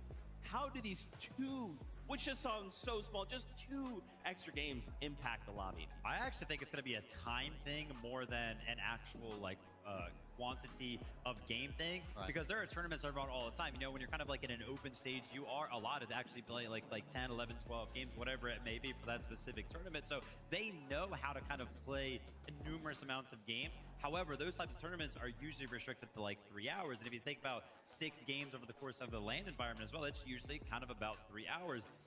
I think just the time, right? It's going to be a long time up there on the stage. I actually saw when we were kind of walking back out here to the stage, there were a lot of players already kind of taking quick little breaks as well. So after the first game, man, these guys aren't really feeling too comfortable. They've got to get their minds right. Well, my mind is right, and it's ready for game number 2. So casters, take it away. Thank you so much, Zeke. And honestly, if game 1 was any indication of a type of tournament we are going to see, we are in for a treat. I can already picture the booth watch party getting absolutely ballistic. That guy's just going nonstop. Anywhere, international teams. Because all he can think about is EU right now. You should have seen my reaction when I saw that whole top 5 was EU. I mean, Game 2 chat. Now that we have even more action on the way with game number 2.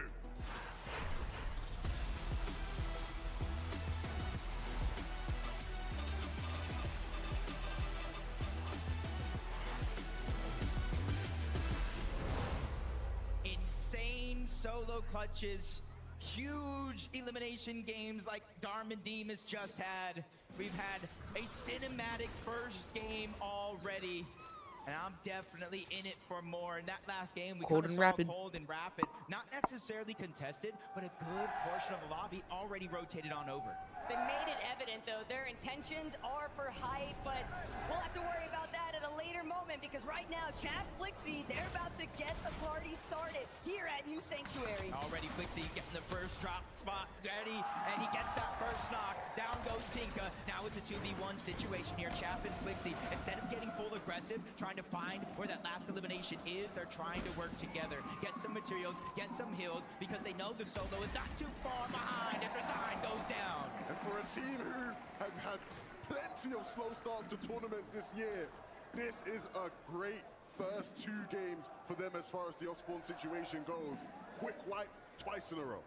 It's going to leave a lot to wonder for game 3, but now Pump, Epic Whale trying to have similar success, and they find it 2 quick eliminations to kick things off. Now opens the door to see what they do next, because they're definitely going to be looking to try and apply some pressure over towards other parts of the map, thinking Wonky Land, but maybe even lurking elsewhere, pushing further north. Yep, contested drop.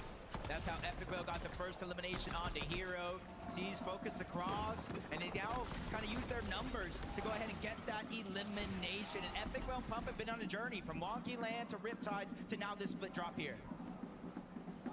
And as we tune into Cooper and Reek, you will notice 2 eliminations between them. They took down the Asian duo. Rainy, Nalu landed on them, and we'll be regretting that as they will watch the rest of this game on that stage. Uh-oh, we tune in again. Razan and Noah Riley, not even the best loadout here, looking like they were trying to take the fight. A contested drop means you're not going to get everything right out of the gate. Surviving with 9 HP. He is blessed here with a second chance at life. But you see, there's 2 teams directly nearby. We know 2 teams are north towards Latte, and with so many more towards the west. I'm not sure where Noah and Reason are going to get their loot from. He can't afford to even take another tick of damage, and Danikush, Diggs, they were bound to see those white tags being applied, so more pressure definitely still to come as Kazi, Nemo, trying to see whether or not they'll have a better story here over by Riptides. Cammy and Hottie jumping into the mix very early on. A little bit of a spoiler even. Their intentions were clearly to mess up Focus and Thomas. Yeah, I mean, it's interesting to see, of course. We've seen these guys fighting in this area all season long. We've seen Focus and Thomas make lurk plays like this all season long, and this might just be a successful one as the fight ensues, as Focus and Thomas come hooking in. They're ready to take control of the fight. Hari not prepared for the damage above. And it might just be Focus and Thomas's fight to win. Hari no match. Cammy will go down. A great start to the game for Focus and Thomas. That's exactly what Focus and Thomas needed to, but the message had already been sent. The rest of the lobby now, they have it read, because Thomas is just finding so many crucial moments very early on. He's got that rhythm going strong. That's one thing you kind of learn over time. Don't poke the bear, you'll awaken the beast. I think Thomas and Focus knows they Come on, need a Peterbot. decent game here to go ahead and place towards the top leaderboard. Poyo is down. Peterbot left by himself. 1v2. We've seen the exact opposite in the last game. Poyo was able to kind of clutch up decent placement. 28 points. Peterbot now with the pressure on. One of the greatest of all time. Has to prove why he still is one of the best. But he's getting pressure from all around. 2v1 situation. Dropped down to 65 HP. Even with a full chug and some splashes, he's still outnumbered. And now we will learn which version of Peterbot are we going to see in this competition today. He's already in 17th place after that first game. Not where anybody thought one of the uncontested teams in this game would end up landing. But no, Sif and Izzy, they're going to let the dust settle. They're going to let Peterbot possibly get away as a solo. But how do you give Peterbot this much grace? You have him isolated as a solo. You are strong with your duo, and yet they just don't feel like the juice is worth the squeeze, because they recognize Darm and Deemish already on the move. And we always talk in EU about how there seems to be a lack of respect between people, but even here, Izzy and Nosif respecting Peterbot. They know what he can do when you give him enough time and space. Back on over to Battlewood. Kind of saw the ending portions of this fight in game 1. Venom and Curve were sent back to the lobby early. Akira and Karama, they used that as a confidence boost to propel themselves for the rest of the game. And I don't think Venom and Curve will get lurked on and make that same mistake too many times. We heard it live from Venom himself just the other day, though. Most of what he intends to do in a finals lobby, he hasn't brought to light yet. Could this be another one of those methods? Only time will tell, but for right now, Curve, Benno, they've had so many of their plans kind of ruined just having to constantly engage with these teams south of the map. A team who doesn't need to do much as far as adaptation goes. They've been successful all season long, playing their game how they want to play it. All right, chat. And with Scrolls, 32 Set points, up. 52-point solo clutch, I should say. In that first game, it will give them the much-needed boost and momentum they need to continue. Hopefully, as a duo, Jacob, but if needed, we know they can do it alone. Yeah, that's going to be the big thing is a lot of players will probably find themselves in a situation where things didn't necessarily go their way, and it's really about how you answer the call, cold and rapid. This time around, unlike last time, Taco, they get the zone pulled on over, which means they have more time to work with. You would think so, but another duo that I wouldn't be surprised to see make their way on over towards this Four Fields direction, Chino and Pablo. How has that triple contest at Sandy Strip actually broken out? And that's why we see Cold in this Surge Tower, honestly on the lookout, because he's fully aware of the fact that Kanata's not dead yet, so that's good. Over by Sandy, he can see Chino Surge base in the distance. And the great thing is, they won't have to move for much of this game. The zone continues to pull to the east.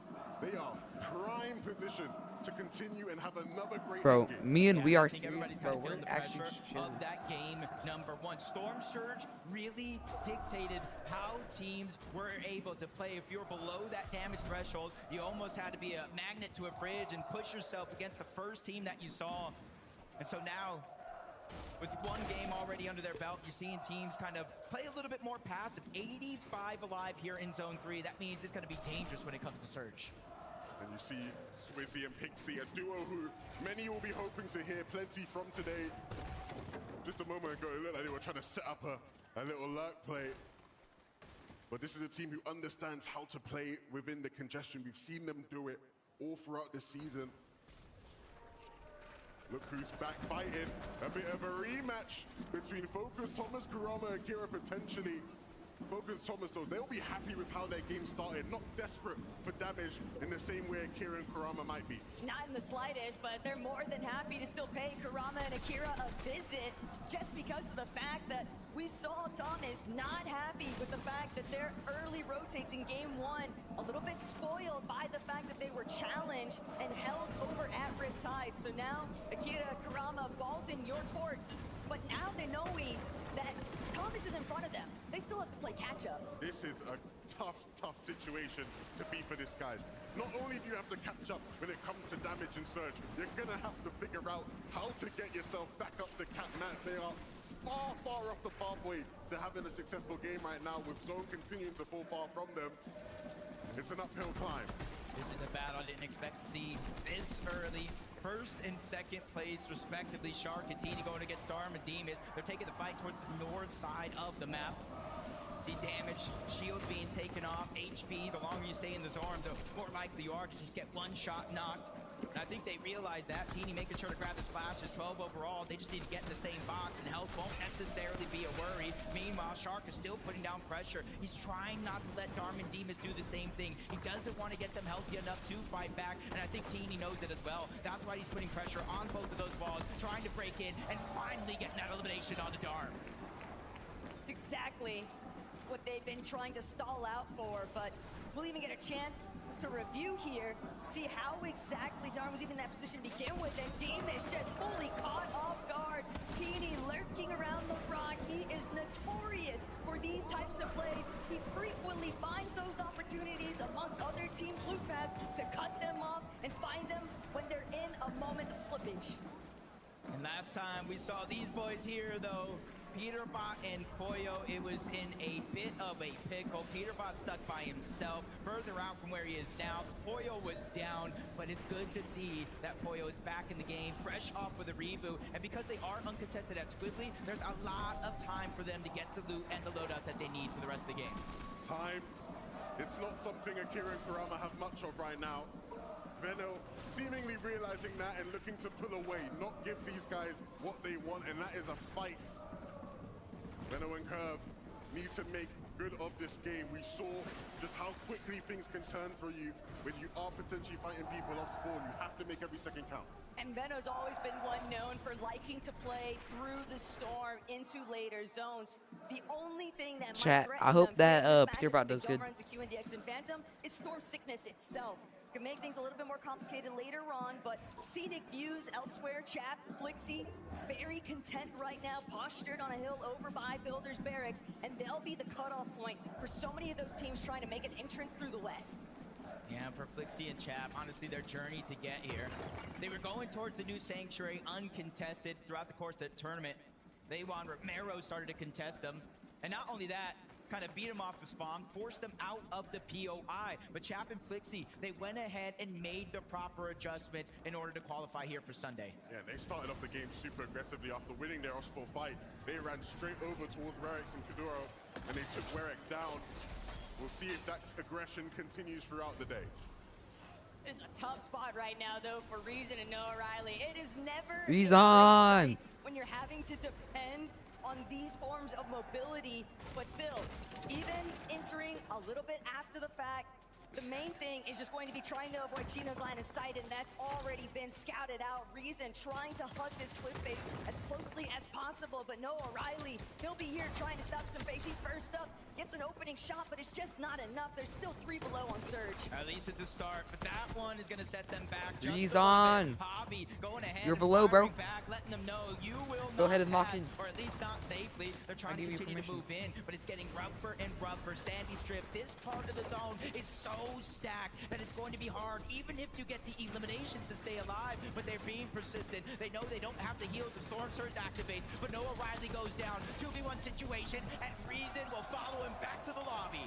Tried to do his best to hold things out, but it was a grim situation to begin with. Still, Ju looking to turn the tides here. Kinuo eliminated, and now Vidil and Ju have a little bit of an opening here. It'll likely be intentions of white lining straight from 4 fields inwards, but more importantly still, as the partial zones begin to develop, Ju and Vidil, they are stacked right now with the loadout. Yeah, and they're in a great position to enter the zone without much resistance. Ju has been on fire so far this weekend, and that streak will continue. Gets one, gets the other, and he's feeling it right now. Vidil was bigging him up, and rightfully so.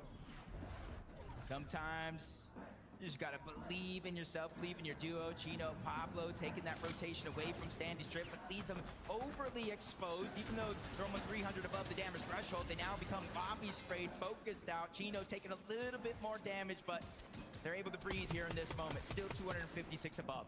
But look at what's surrounding them. Swizzy, Pixie, Victor V, Kanata, Malabuka, and Vico. There is nowhere safe currently. Every single edit that's made, Bro, this is very uncomfortable sitting at my desk like this. You might receive in return.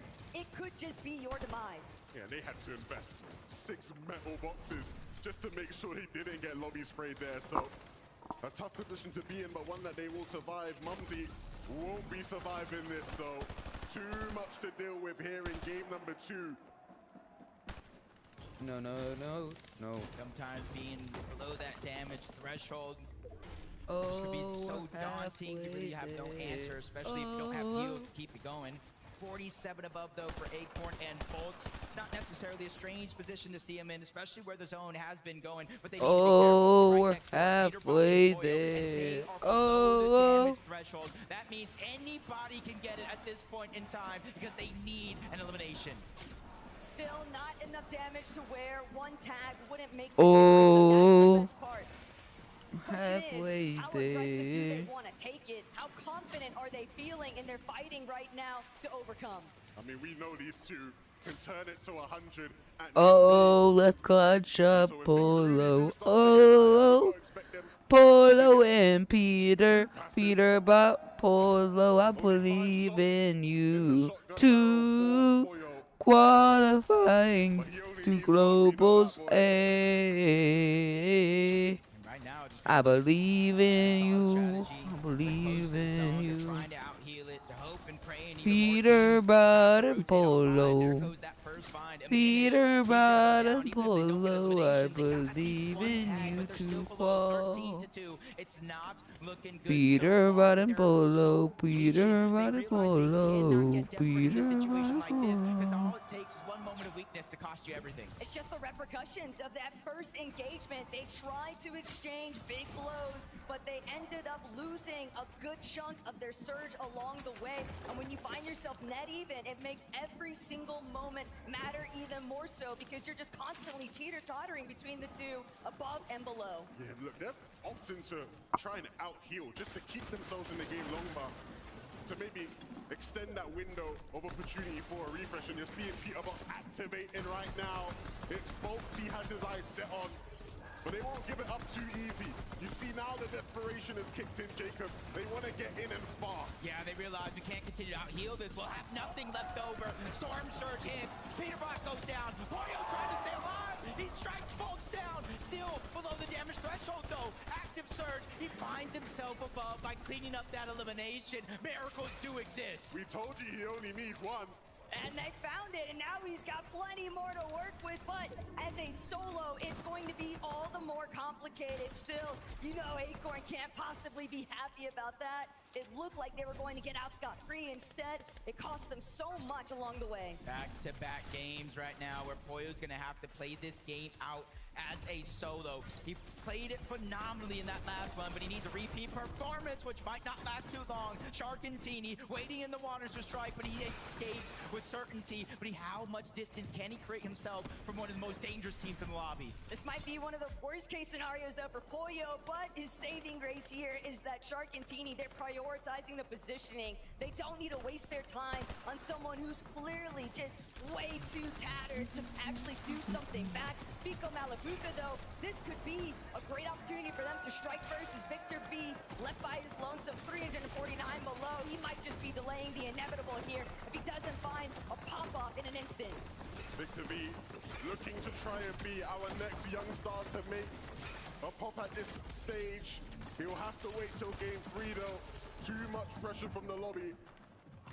And Jude, we bigged him up earlier this game, but can he back it up with just 9 builds remaining in a very, very steep surge situation?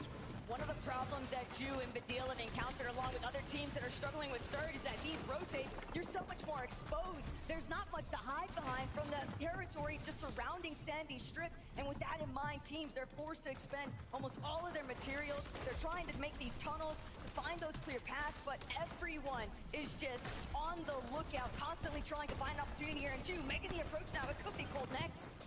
Chance is going to go down, Cold the Rapid, immediately steamroll that one elimination. They backtrack, trying to get seconds, but it's Tyler who actually steals that one away. You can see the entire lobby coming online here. Even high ground, you got Belusi, you got Zangi, Javi, Aminis trying to make a claim for it. Even Agers and Ritual, they saw what went down in game 1, and they want to be a part of the mix. But this is a sight right now. We're seeing Scroll and Sky paired together. And now, 426 above, the world is their oyster. They're ready to make a move. They've got the mobility off the overdrive grenade. What's next? Trying to move forward, using the gauntlets to try to move past, but you see Chino, Pablo, they go down. Belusi and Zangi, they go ahead and exclusively be one of the only teams up above. It's Vico and Malabuca take down Karama, and this is one of the most dangerous parts of the game if you're not ready. But high ground has to be careful. Agers and Ritual, they're towards the backside of zone. They could pop off at any moment with just one shockwave. Zangi and Belusi, they have a tough task on their hand holding on to this one. They have to be eagle-eyed as Vico and Malabuca look to potentially make a play in the back. They will just move towards the front side, maybe just waiting for that next zone, that next opportunity. They certainly have the resources to deal with it, and the chop will come out. But all the while, on the lower tier, Shark and Teeny are starting to really find some momentum from here. Vico, Malabuka from secondary height, making sure to continue tarping directly below where Velusi and Zangi are at, but they're on the move here and now, straight up towards that front side of zone. They have so many materials, but it's Alex and Reckless that actually look up and try to contest the high ground. They at least get the knock onto Zangi. Velusi has to give it up with only a few materials left, and being a solo, it's his only hope to try to get more points. Oceana came to play today. Alex and Reckless are just causing so much noise here up top, but they're forced to drop. The chop is good to go. Ritual and Agers now with a surprise come up here on height. Jacob called them out. They were waiting in the wings, waiting for that opportunity. And as soon as they sensed some weakness, they went up and took it. But now it's about delivering and closing this game out, as there are still so many duels left in this one, trying to fight for the win. You got Thomas trying to move forward, reunite with Focus, which is a necessity because he has 0 builds left. Even with 7 eliminations, they're falling short in terms of materials in the end game, and eventually they're getting closer and closer to Sky and Scroll. But it's Shark who goes down. Sky and Scroll will not be denied. And they're just taking everything from everyone, but Scroll yet again left as a solo, beaming Ritual up on height, but now he's made his presence known, forced to drop, but he has the builds. He's ready to make a move. Ritual Agers, though, they denied any team from coming up once. They're going to try to look to do it again. 5 eliminations from Agers. Spoke too soon. 6 eliminations for Agers by himself. But down below, you have to be careful. Vico and Malabuka, they are the ones that are running the low. They're so content. They're just chilling with their pizza. Everyone else is having to duke it out. But these two, they're ready to try and bring down Ritual and Agers. Vico loses Malabuka, though. They might have 7 eliminations, but can Vico get some more? Yeah, with Malabuka going down, that leaves Agers and Ritual, the only duo left in this game, but you have to watch out. Scroll, dangerous. Vico, we know he can clutch up, but up above, they're pressuring both of the solo players, forcing Sky and Scroll together. Agers drops down. He gets the elimination. 2v1 situation. Agers and Ritual seal the deal by taking down Vico. All they needed was just to get the ball rolling. They make it out of Latte landing, and they immediately convert it into a victory royale here in Game 2. They've got to be feeling so good about it. Your layer is never too safe if Ritual and Agers are in that end game. Frankie, what do they have to say about that one? Guys, that end game was sheer perfection. What do you think was the reason you were able to get to such a great end game?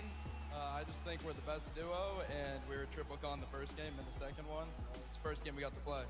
So now you know how to get off spawn. Ritual, it was interesting seeing you manage to take height cleanly. When we spoke the other day, you said you were more comfortable mid to low ground. Why did height feel right today? Sometimes you got to get outside your comfort zone, and I think that's what we did, and it was the easiest game ever. So the comfort zone is now height? It's everything now. It is everything now. So, you had a problem game 1, triple contested, game 2, flawless. What's game 3 gonna look like now you have a target on your back? We know what to do now. We weren't expecting the triple con because we were practicing against Reed the whole time, so we're ready. All right then. Dusseldorf, please give it up for Agers and Ritual! We'll take a short break when we come back. Game 3.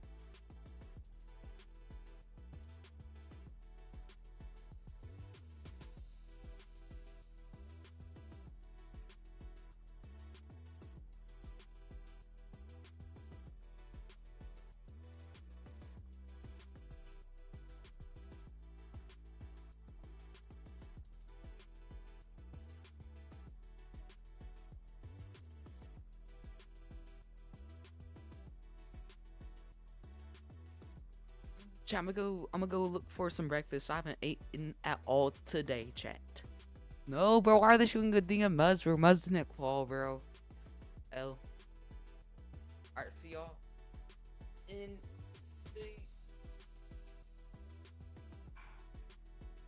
a second.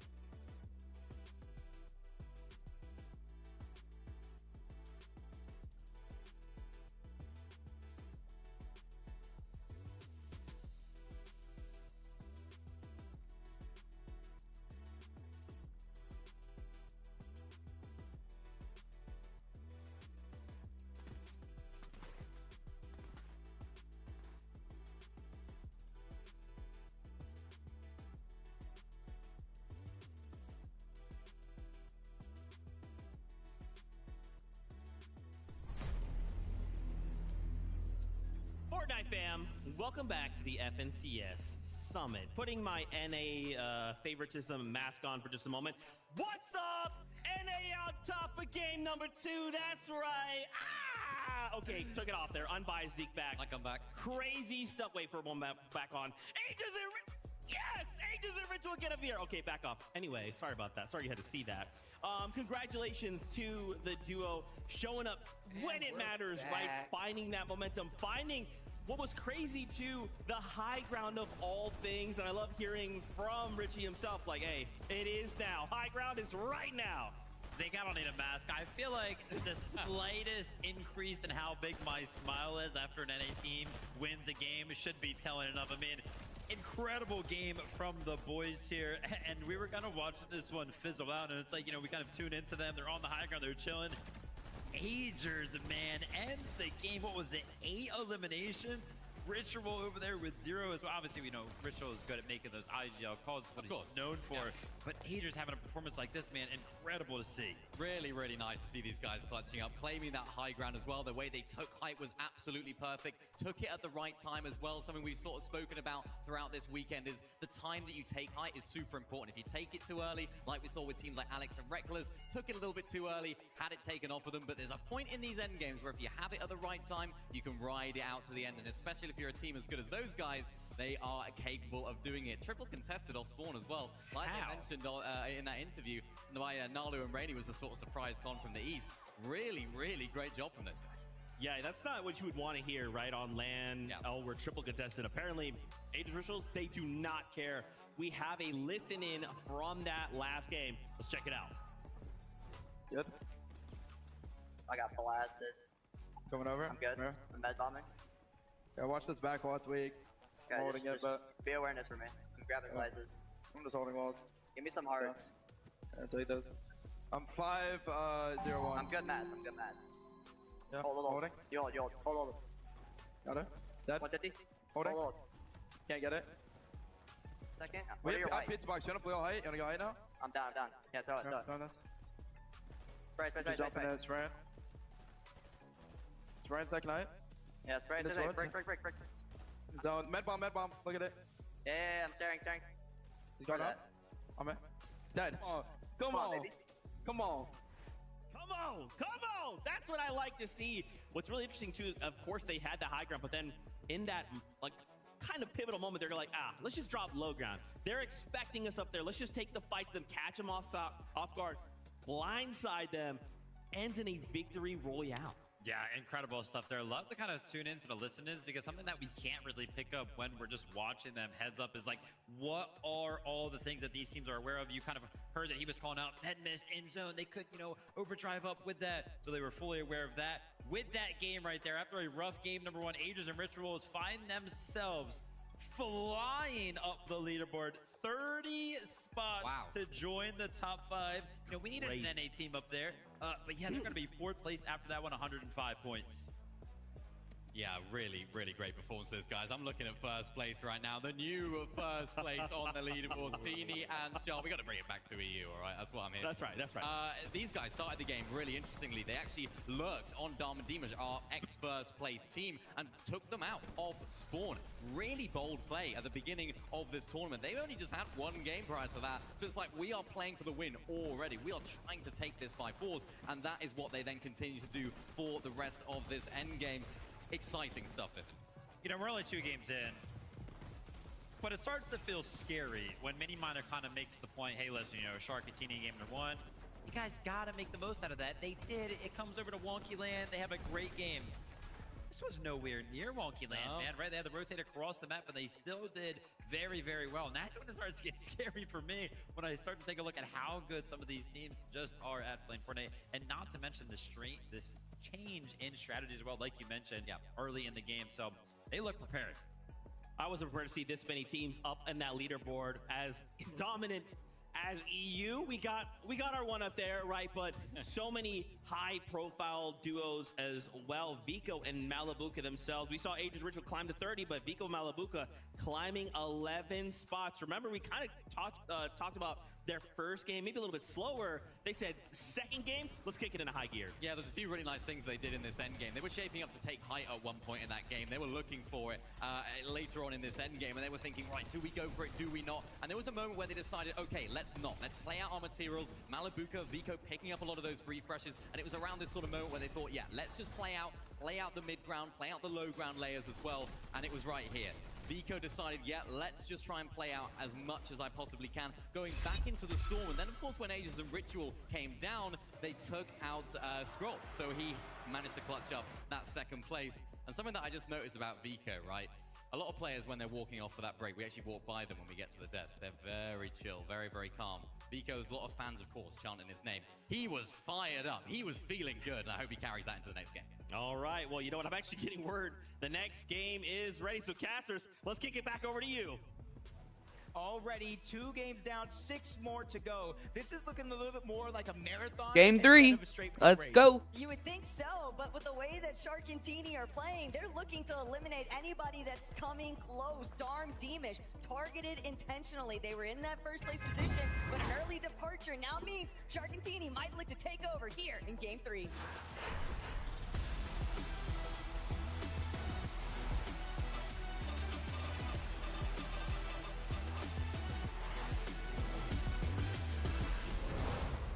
We're still in the beginning stretch of the entire tournament.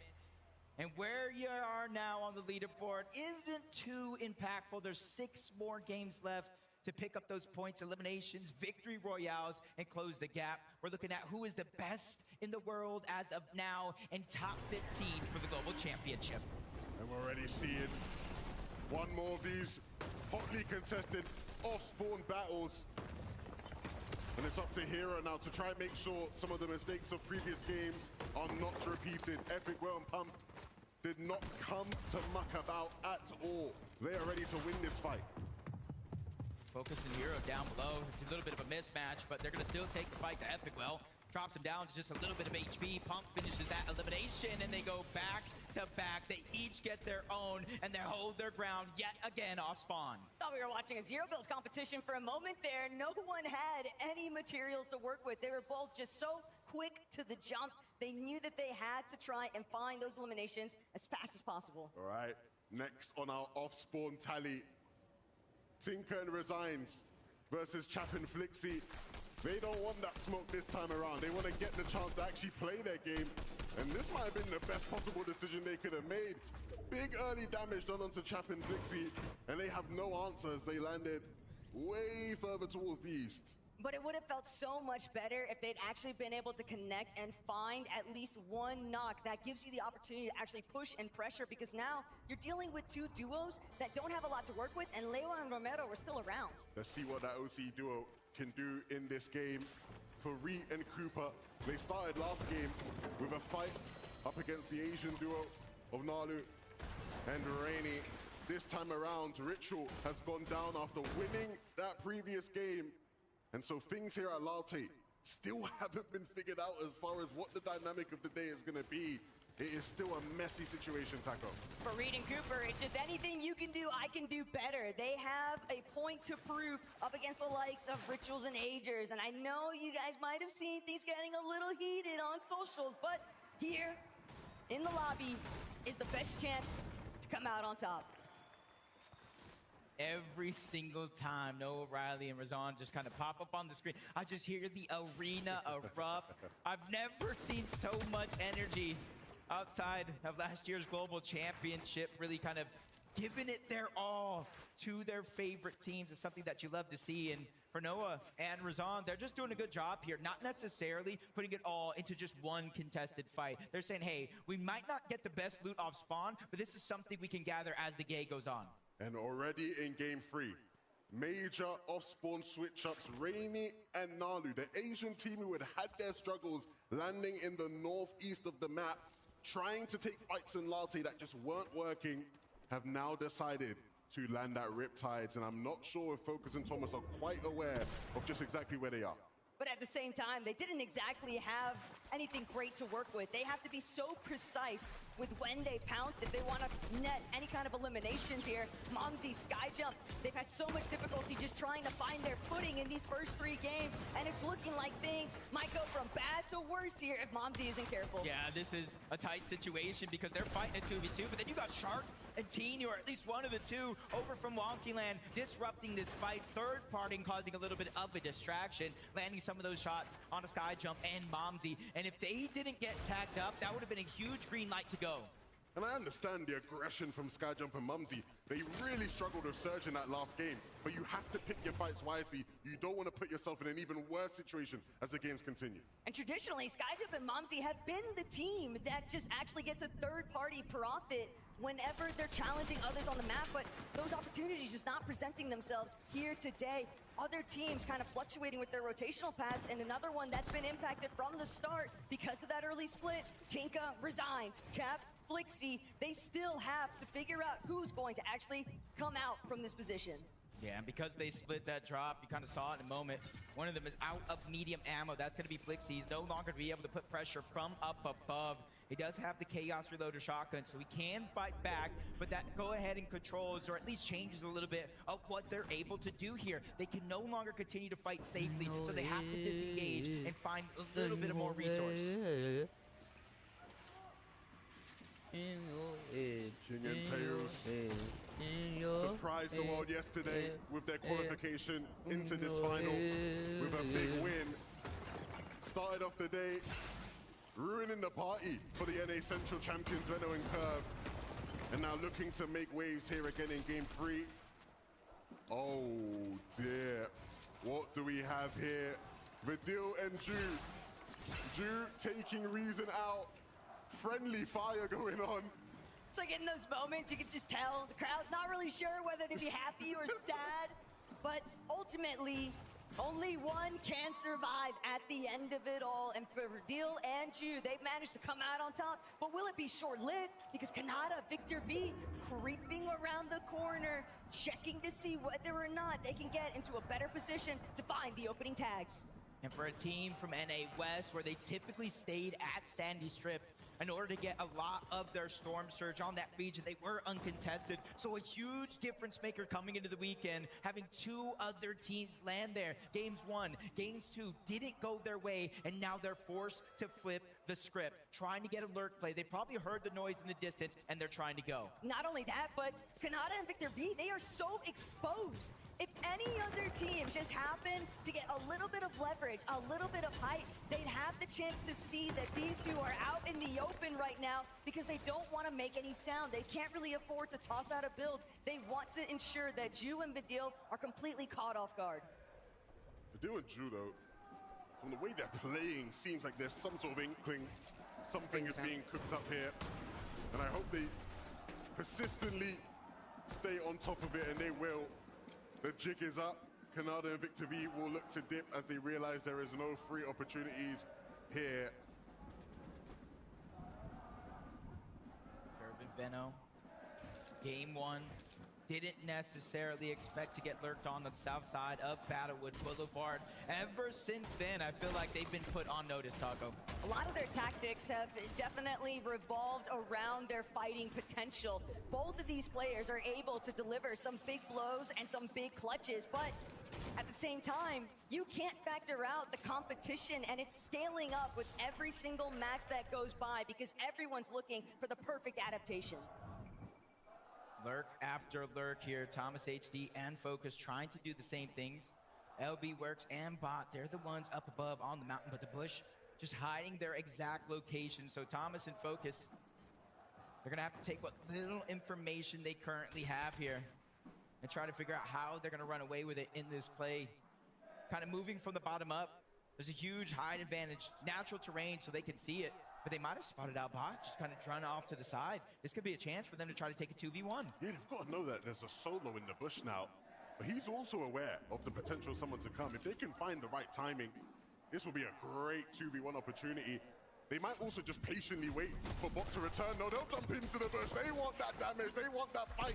They saw Bot leave the hill and decided it was their time to strike. Yeah, at least Bot came back, trying to draw back a little bit of that pressure. They did land some damage, though, so that's the confidence building for Thomas and Focus. Good shots connecting yet again, but the distracting third party bringing everything to a halt in this moment.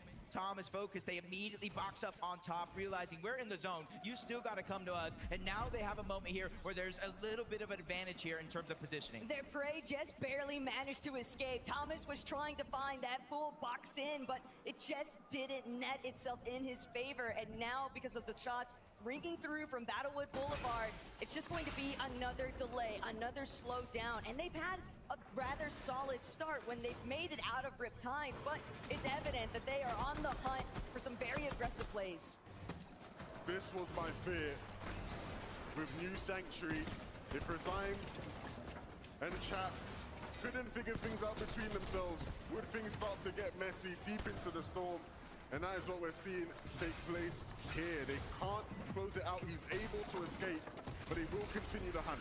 Yeah, and it puts you just in a tough situation. Whether you win these fights or lose these fights, they're so drawn out. You're trading damage. Even if you get the eliminations, Taco, you're not necessarily going to be above that damage threshold. And with the zone pulling far away, it's going to be hard to get it back. They've just spent so much time fighting and dealing with each other that they've left both of themselves in just worse positions, because even for Resigns, even if he makes it for the reboot opportunity, Chap Flixie, they're also still left in a world of hurt because so many other teams are going to look to try and hold them captive inside the storm, not giving them the proper opportunity to rotate through the edge of zone.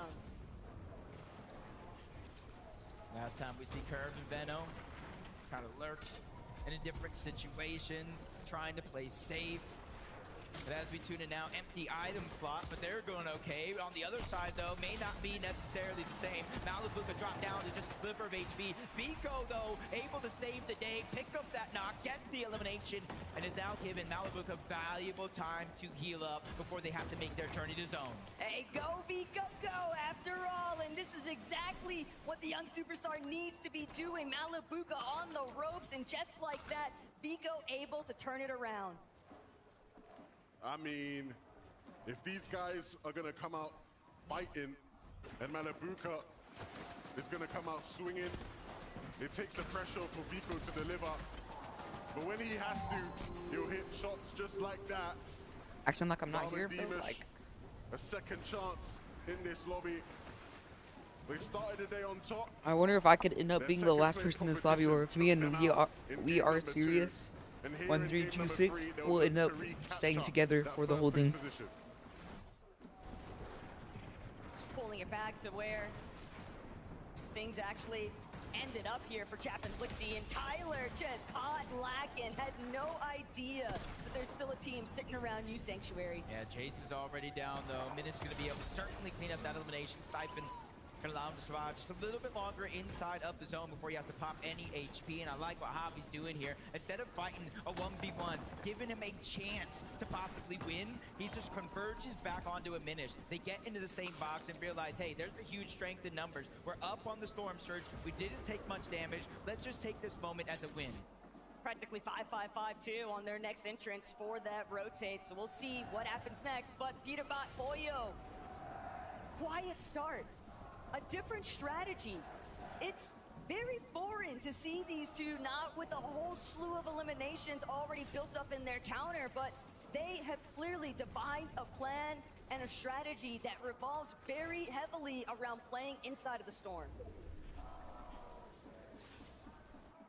Zone pulls far, and they're waiting. You can see Pete is in the base, waiting for players to rotate past, but unfortunately for Pete, those players aren't going to come in, so there is a good chance we see another game where these guys are down and out of 0 luck point, when it 0 comes point, to Surge, Victor V. desperate to try and jump into somebody's box.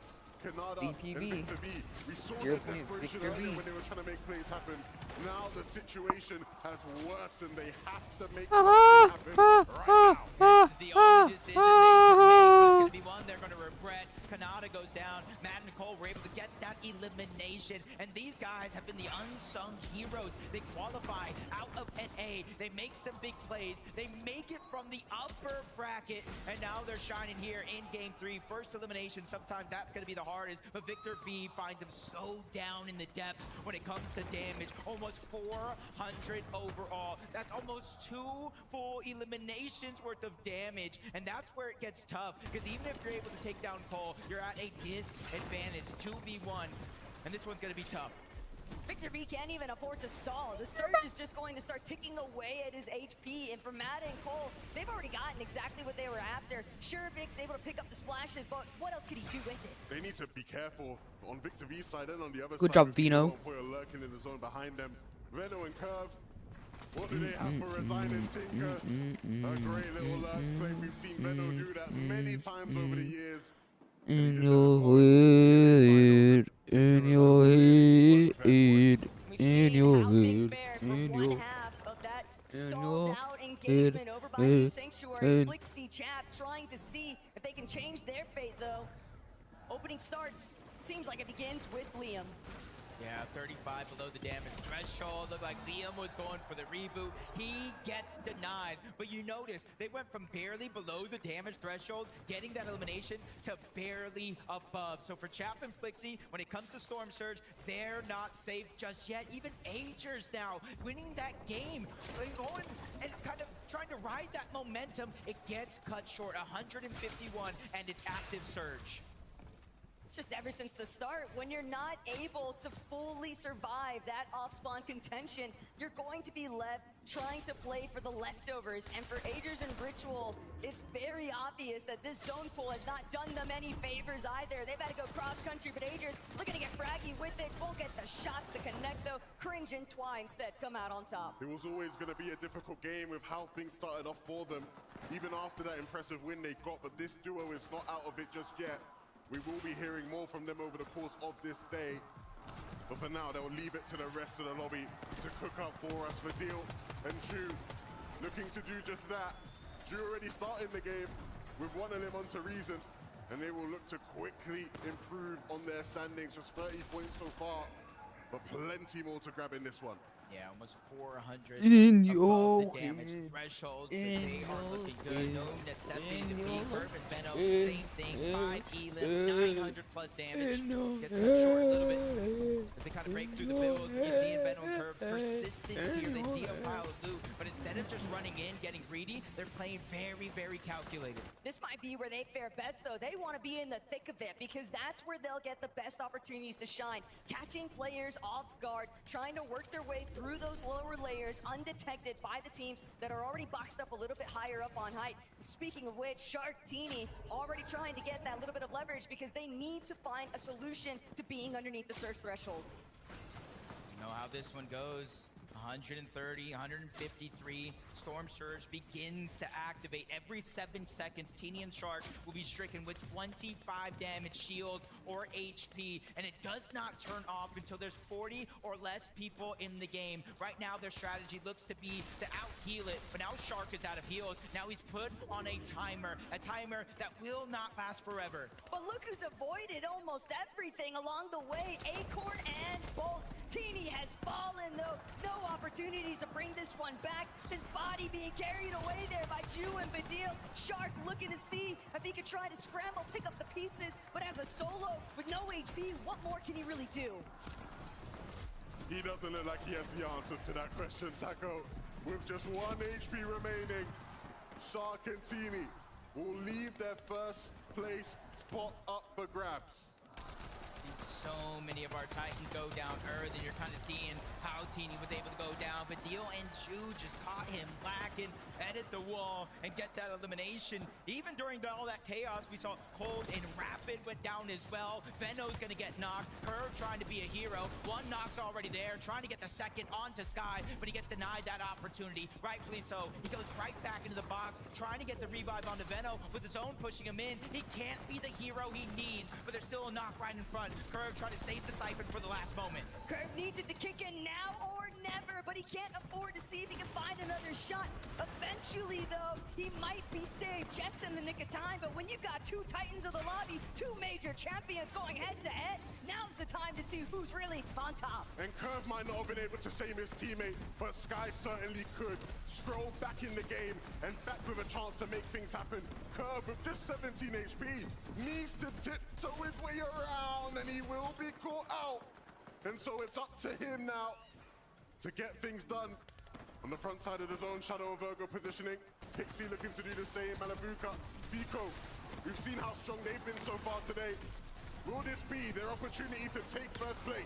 They're trying to get that whole side of the zone, but they get cut short, cut off, kind of tagged up all at the same time. Vico's gonna go down. A lot of pressure has just been put on Malabuka's shoulders. 132 points. They're so close to the top of the leaderboard, they can taste it as he tries to steal another one away, but that one's gonna go to Momsy. The flank comes in. He doesn't hear it. Swizzy and Pixie take him down. Swizzy and Pixie are primed and ready. They are just looking back, spraying down every single one of these teams. All of the players that are just a little bit too late to the punch, and now Pixie, Let's go. Swizzy, with the damage having Pizza been done, box. they're ready to see whether or not they can make their move towards frontside. If these guys can rise to the occasion today, it would be exactly the type of story you expect out of Swizzy and Pixie. Peterbot playing the storm now as all this madness ensues.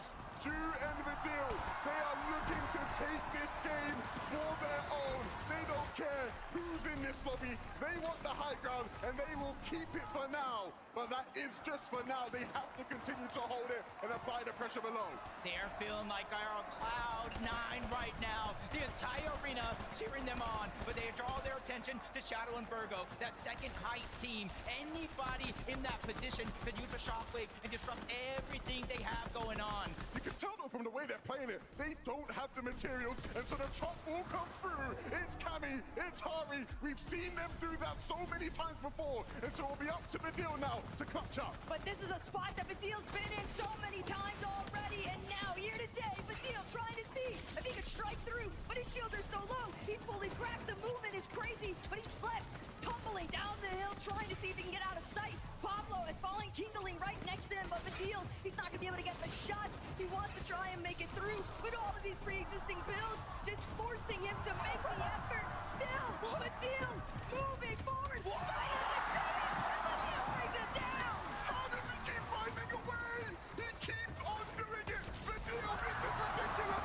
One game from him. Scroll will finally put an end to it, but Cammy and Hari, after chopping height, will look to finally make a play for it for themselves. Shadow and Virgo hold on, but not for long. They get wiped clean, and Scroll down below has a tough Polish duo up, trying to take this game. In fact, they're the only duo actually up in this game. Scroll, solo, Pixie, solo. Scroll's being the focus right now from up above, trying to expand, but he's running out of material, and he's running out of material fast. Hari, Cammy, they realize he's building out a Wook. That's a sign of weakness, and they want to take over. They can't let this opportunity slip from their fingers from one team to the next. Pixie gains their attention. Scroll goes up!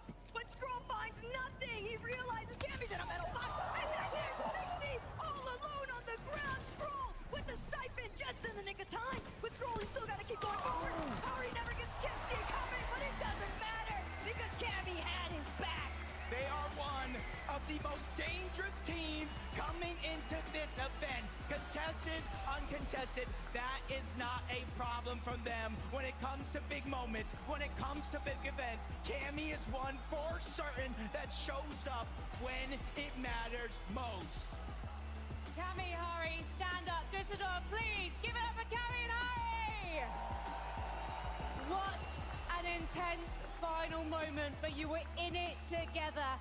How were the communications as you tried to take solo scroll down? I mean, it was the perfect game. We just chopped high like 3 times, killed like 4 people because of that. And it was an easy game. That's what everyone is saying so far, but everyone online has been looking at the lobby list and saying this might be the most stacked FNCS LAN ever. Do you agree, Hari? Yeah, it's so stacked. So when you look at the lobby list, who do you think is your biggest competition right now? Darm and Dimash. Darm and Dimash, and is that because you're sat right next to them and they're also your friends from Poland? Yeah. And so if it could be you or them, I'm guessing it's got to be you who wins this now. Of course. So, Cammy, you know what it's like to be under pressure. You know what it's like to be on day 2 and in contention for the top. But do you have to change things up so you don't get snaked out there? I mean, we can't. So like, we just need to focus on that. Need to focus on winning off spawns and try to get some more good games. Well, we're going to take a short break while these guys focus up. Please, Düsseldorf, give it up for Cammy and Hari!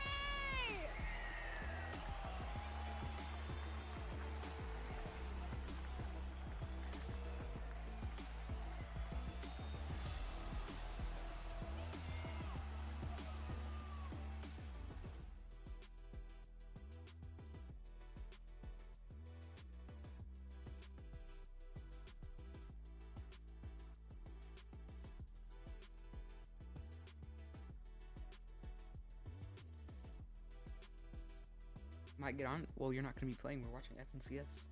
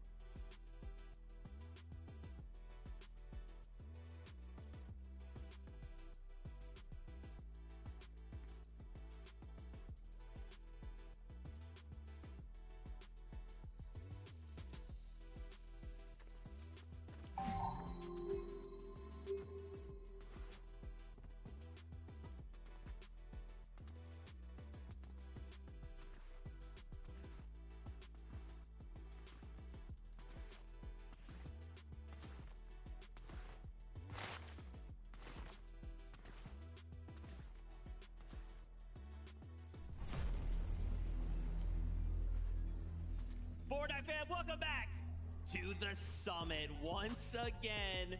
We get another victory royale out of game 3, and if I could put my EU bias mask on for one, say, yeah, my boy, EU that's right, Tokata. Oh, Tokata. I heard you repping NA, what, 1 match ago? Literally last match? You think you can just switch up that quickly, Z? Yes, I can. Oh, sorry, I left the EU bias mask on there for a second. Listen, I'm going to be biased on whoever wins. I just want everybody to have a great time. Shout-outs to Cammy and Shari, rather. What an incredible game. Packed with eliminations, packed with high ground, packed with pushing other duos who are trying to take high from them out of the way. Classic Cammy high take right here. Looking back, chopping it on out, sneaking in the backside of this zone as well. All of that LAN experience that Cammy has paying dividends for him right now. The scroll high take was almost crazy, but they held him off to Carter. And what they did really well here was they took high at, again, the right time at the right way. I love seeing this from Cammy and Hari. Now bumped up that leaderboard, but if I think to specifically how this duo plays, you can go back to the 2022 Invitational where Cammy and Seti ended up winning. Issue is they weren't known for playing very well mechanically, for getting those eliminations, but now Cammy paired up with Hari. I'm seeing much more confidence. I'm seeing them pushing. I'm seeing them play for height, get those eliminations, and you know, it's working incredibly well. I don't know if you saw what I saw. Sky and Scroll have suddenly broken into the 200-point threshold. Oh, wow. Finding that second place against, obviously, a solo situation against Cammy and Shari, rather. Wow. This team continues to do it. I don't know how they do it, but Scroll, if we're going to put Scroll in solo clutch situations, I'm down. I'm down. Look, I'm down to put either of them in solo clutch situations. Scroll, game 1, got 52 points as a solo, once again clutching it out. But the best part is, Sky is just as capable at solo clutching.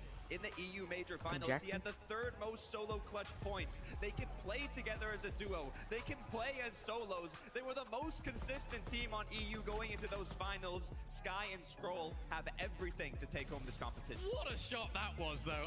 Do you think it's winning this game? The game's over, man. As well, where Sky was down and Scroll waited. He almost used Sky's replay. Down body as Or highlights, not a replay, but highlights. To take them out and continue that through. So that combination of not only next game is, I don't know when. Calmness in those endgame situations, probably like 3 minutes until the next one. The thoughts, thinking, Peterbout's winning the next one. Out of this endgame in our current situation. There's a reason why these guys are favorites going into this weekend, and it's looking very, very good for the Sky and Scroll lovers out there. What's crazy, too, using the body as bait, that was actually against the deal, right? The deal. The deal running through as a solo. We could hear the crowd going crazy. Even the deal coming in and finding these eliminations, against such high-profile duos like Sky and Scroll is crazy. Yeah, and it's what Vidil's been doing all season long. He's had this sort of like solo clutching prowess, this sort of second wind, if you like, when it comes to solo clutching, because seemingly in every single tournament that he's playing in, he's having these amazing solo clutches. And on a stage like this, in this sort of format, getting those extra few placement points, getting those extra eliminations to Carter is going to be super valuable for him. 100%. They're bumping themselves up the leaderboards. Remember, Vidil back in 2024, he was the best performing duo, German duo alongside Reason, now paired up with Ju. They have been looking incredibly strong on home turf. I'm excited to see if they can continue that momentum forward in the later matches today. Teeny Sharks, second place, but Chino and Pablo Wingo up 4 places. Mini Minor, this second place. I mean, honestly, Sky and Scroll aren't that far away, but they are trying to make a statement, right? They're like, hey, you're doing good. We're going to stay very close by, though. Yeah, it's where Chino Pablo operate. This is exactly where you want to have them. These endgame situations, hip to hip. If you looked at the drop map going into today, you'd almost write them off. That sort of triple contestation and standing strip. But when they make this endgame situation, when they're in these low to mid ground layers, they are just almost so in sync together. They're playing off each other so well.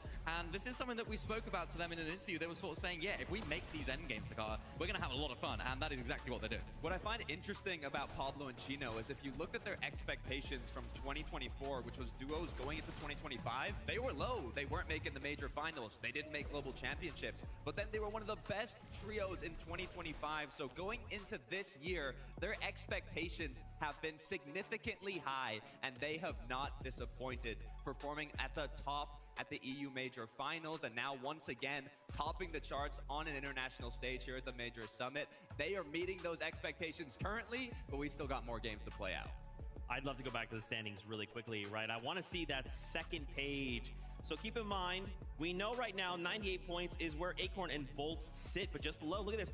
Cammy, Shari up 32 place is a single game difference. And look, just right behind Focus, Thomas HD, Akira Kurama, so many names. Guys, this competition is still very much alive. Obviously, we've had a few games, but it'll just take a single game to change everything. Oh, absolutely. And when Shari and Cammy actually switched up their drop spot towards more of the northeast side of where they're originally landing, I had a few questions. I was like, is this actually going to be the right move? Is this going to be the play that they want to make, particularly with all that contestation going on around them? And the first two games, yeah, it wasn't great, really. They weren't able to show us what we know they can do, particularly Cammy, known as the land goat. This is the area in which he is known to operate very well. And for those guys, moving up in the standings after that one game is absolutely crucial. But in an 8-game format, Takasper, it becomes very difficult because you have to continue then to do that throughout the day. Yeah, Cammy on EU has been a player that's kind of been known to stay ahead and adapt incredibly quickly when there's a new season, when there's new strats, new metas. Cammy is going to be on top of that.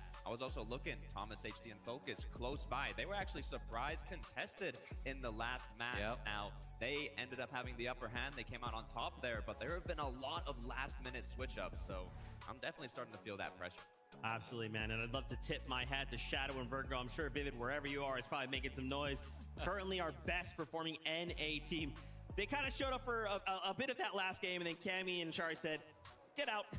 But still, I love seeing this duel, right? They had that crazy call yesterday. Hey, yeah, we'll go ahead and win this next game, and then went on to do so. So I'm excited to see what else they can bring, right? Like, just look down to the second to fourth. The points are still pretty dang close. I feel like once we get into that 8th game, man, it's going to be really, really close.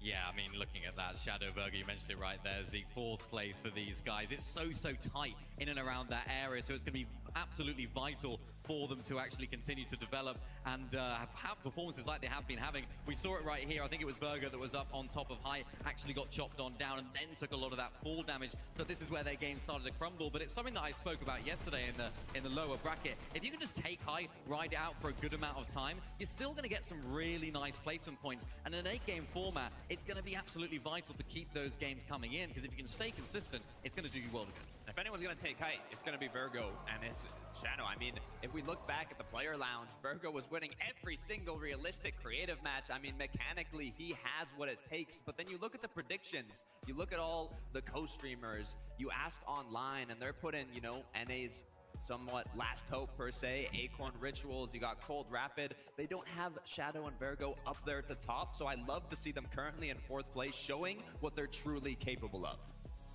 Dude, and I gotta say, Swizzy, I see you, all right, global champion. I see you sneaking your way just outside that top 5. Pixie right there as well. We are really starting to heat up, right? So many duos are starting to come online. I think they're all thinking the same thing. That trophy, we have to fight for this title.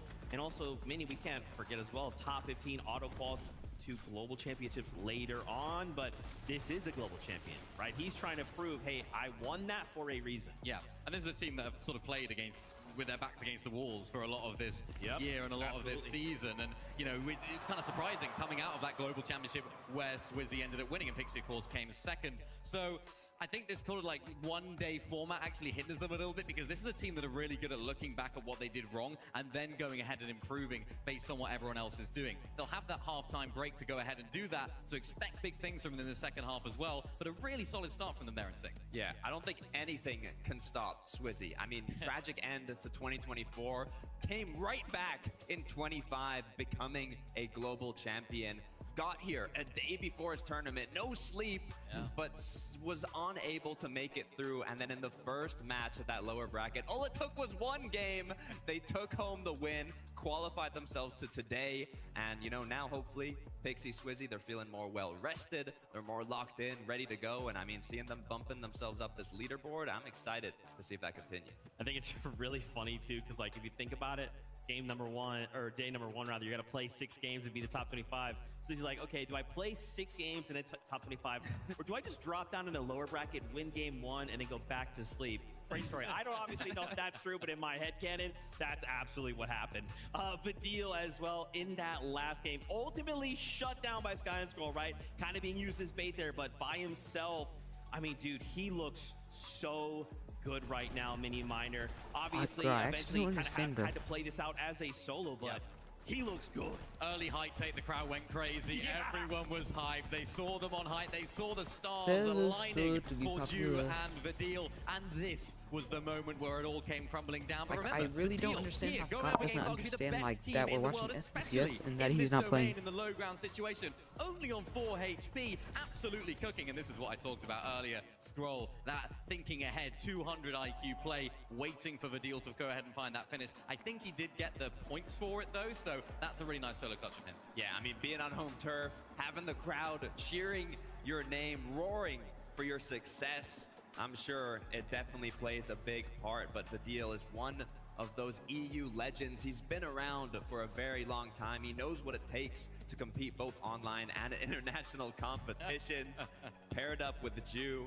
I'm excited to see them close out today. Oh, Vidil do it as well. Where's the finger guns? Go on. There we go, there we go. Was he about to dab? He was about to dab. It's Thinking about way it. back many years ago. But you saw him there for a minute, locked in, right? He's like, hey, the job's not done. I have to keep pushing on forward. But friends, I'm getting the call right now. Casters are ready. The next game is ready. So casters, over to you. You know, I like the way Zeke just said that. Job's not done. And for Sky and Scroll, they might have about a 70-point lead, but it's exactly that. 5 games left, job's not done. Yeah, but when it's Sky and Scroll and you start looking at the point differential that's already taking place, all I can think about right now, Levin, is what happened in Major 1 Grand Finals. But first up, let's see what actually takes place here in Game 4. Let's go, Clicks. I mean, Peter Bot.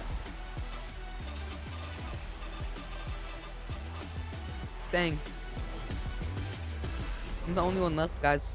Game 4, the last game before halftime. And if you guys I'm are Mr. no strangers to Fortnite Lonely. competitive, where you're at on the leaderboard I got means so much. nobody. If you're going after first, you Body. might have to have a big game here. Lonely. If you're settling for that top 15, you just need to remain Mr. consistent. Lonely. Thomas, focused. They know they got lurked on at the start of that last game, and they're just I got being a little bit more aware. nobody. No surprises this time around, or for now at least. We have to see what On takes my place own. elsewhere. Looks like these guys might get a game uncontested. Epic Well and Pump. Ooh. And it looks like the Middle Eastern duo has decided. Oh, well. They don't get landed on, but they do get shot out of the sky, and there will be more shooting out of the sky here as these two duos run it back. That's just the nature of the game when it comes to these drop spots. Sometimes you have to glide in, and Flixie's just trying to go for the chest, gets the Thunder Burst, but not the elimination. 2v1, Tinka and resigns, the strength in numbers, and that was a little bit of a mismatch. Chap went underneath. He left his teammate alone by himself, and sometimes that's the only second you need. Sometimes you just have to give up the sacrifice, though. Flixie fully understanding that they just weren't going to be able to pull this one back. It's better to just have Chap try and play things through. He can look for the reboot later on, but for Hero and Bacchus, they've got to be feeling great about the fact that they might actually get to experience a game. They've been dealing with Epic Whale and Pump, and we can go back to see where things really started to take off for them. Surprise conning Virgo. That's a bad news Bears moment, but Hero not finished with it. Hero getting both of those eliminations, and honestly, sometimes it takes one switch up of a drop spot to get things rolling in your favor. And already we'll see how they rise up the leaderboards after this one. Triple contested still over towards Sandy's trip. It's Chino and Pablo that find themselves in a close quarters combat situation here. Victor V and Kanata on the west side of Sandy. So right now, it's gonna be Fakun by himself, just having to clutch up or just stay alive until he can get his teammate back. This is a dispute that has been taking place since Friday. Pablo and Chino have non-stop been looking to bring down Fukun and Minifio. They nearly succeeded in yesterday's competition, but it just wasn't enough. This time, though, they've settled everything once and for all. So game 4, they'll just have to deal with Victor V and Kanata at Sandy. And that is a balance that I think they are willing to live with, one that I think they can find success with. And so if there's anybody that can give Sky and Scroll a run for their money at the top of the leaderboard, we know it is Pablo and Chino. We also know what Thomas is made of, especially when it comes to international tournaments. 92 points so far. Not necessarily the start that they have wanted, but still plenty of time to kind of pick up the pace. Kazzy trying to disengage underneath, focus on the chase, shot after shot connecting until he finally gets that first stock. The elimination is there, and while on the other side, Focus cleans up one. Thomas now trying to stall out this fight, waiting for his teammate to come back, using their numbers to their advantage, and just firing off on all cylinders. Damo by himself, but not for long, as he gets sent back to the lobby with Kazzy. It's just obvious that that Oshi duo was running on fumes here. Unfortunately for them, Thomas and Focus do take full advantage of them being pushed so early. But Pollo, Peterbot, this is unfamiliar territory now. NA fans, look away. This is not what you want to be watching. Pollo, who's been the more reliable, it feels like today, as far as staying alive in the duo, goes down at the hands of the Frenchies, and so that leaves Pete to fend for himself and keep this duo fighting in this tournament. Yeah, and that's something when you kind of look at the stats of Peterbot and Pollo on day one, you know, kind of leading in damage right there with eliminations, but where they placed on the leaderboard is not where you would think a team like Peterbot and Pollo would place. So it's not necessarily the actual fights and mechanics, it's the overall game plan. So far a tournament to forget for them, but still plenty more to play. Chat has been able to keep himself in the game with a nice little lurk onto King. That's exactly why Plixie knew he could trust his duo when he left off on a solo adventure here. Yapko and Panzer, though, profiting from what's taking place over by Latte, and they've got Cooper directly in their sights. Yep, they were able to kind of angle out Reap by himself, and now they land a big shot onto Cooper. 2v1, they're continuously trying to push in. Cooper's time is definitely limited here, the way Yapko and Panzer have been playing. They need the points. They have to try to catch up and move up that leaderboard if they want at least top 15, but Cooper's keeping them on the chase up until now, where Cooper finally falls. And just like Taco said there, that decision to split with Ages of Ritual not working out. And we have seen Yapko and Panzer are not afraid to fight anybody in this quadrant of the map. If they spot a weakness, they will strike and they will hit hard. It really feels like they've been playing a lookout to see who's going to be the duo that gets pushed further north from Latte landing off the initial off-spawn contention. And every single time, whether that's been Ritual and Agers or whether that's been Reet and Cooper, you'll see Yapko and Panzer throwing their names into the mix.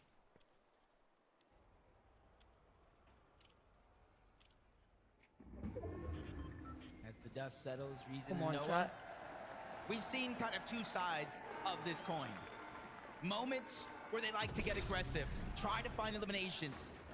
And then moments where they play passive, just like this, lurking. We know these teleporters, a lot of teams like to traverse through, avoid all the chaos that goes above and on the island, but sometimes it ends up being one of those plays where you run into nobody throughout the course of hiding down there.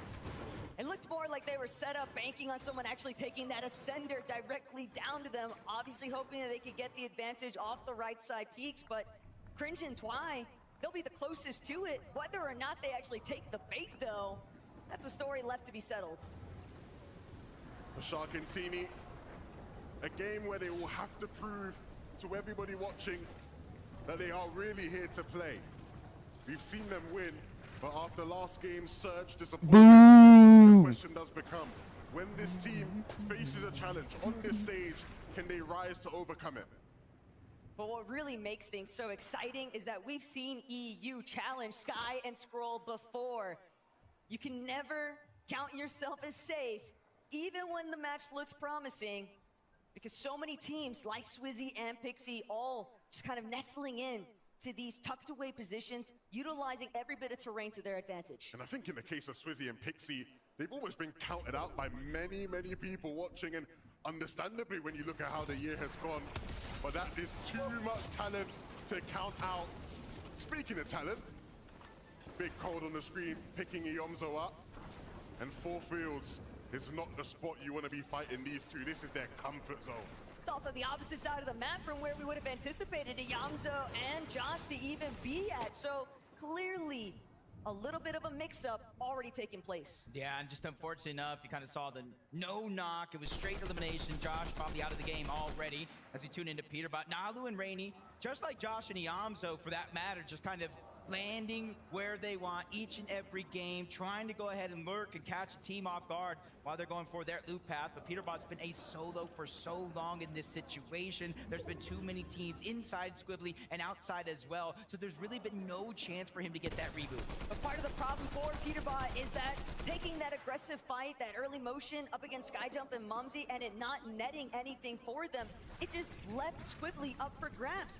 And the moment that Team see real estate, they're going to start moving in. That's exactly what Rainy and Nalu have done. So Peterbot, he'll have his work cut out for him in terms of getting the reboot for Poyo in the first place and making it out of Squibbly Shores.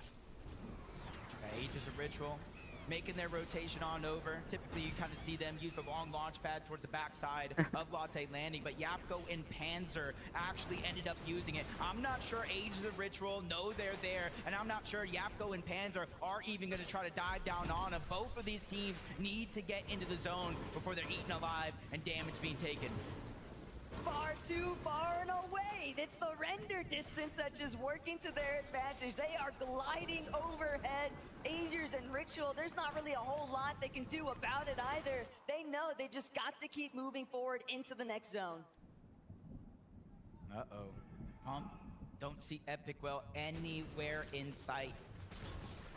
And this is a situation that might make you a little nervous if you're Epic Well and Pump. You've been performing decently well throughout the course of the day. Almost in contention of one of those global championship spots. Then you run into Vico and Malabuka, and in the distance, there's a shark in the water. Him and Teeny lurking like we know they can. They go ahead and let at least one of those teams escape. So I'm wondering, do they know Pump is here, or are they just trying to eye that duo? But Vico, Malabuka, they're returning back. They want to fight. They know this is a chance that it could be Shark and Teeny. This is a 2v2 we all want to see, and it's one that will be interfered with. Pump takes Malabuka down, and that just helps Sharkantini, and it gives him a bit more breathing room to stay in this game as well. Not only that, but Pump absolutely stacked right now. The problem is, he is just a solo. And for Sharkantini, there's always a bigger fish, and they're willing to make sure that they take out Pump entirely. The ultimate refresh, it's not even... Guys, there's a really big announcement today. But they'll steal it anyway. All of that loot that once belonged to Malabuka now straight in Sharkantini's inventory. 2 is better than 1, especially when it's Sharkantini. Yeah, but these fights right now just continuing all around the map. Cold and Rapid looking to get aggressive. Probably just going ahead and being okay with just getting damaged. Shield gone from Boko, shield gone from Cringe. Some shots did connect, but instead of getting greedy for Cold and Rapid, the game plan for them is simple. They don't need big game eliminations. They're just trying to get Surge, climb up that leaderboard, and then move into the zone. They don't want to get caught in all the chaos. They don't want to get caught below the damage threshold and control over their game. Take it away. They might not have a choice though, based off where we last saw Chino and Pablo. They might be able to get some decent tags into Cold and Rapid along the way.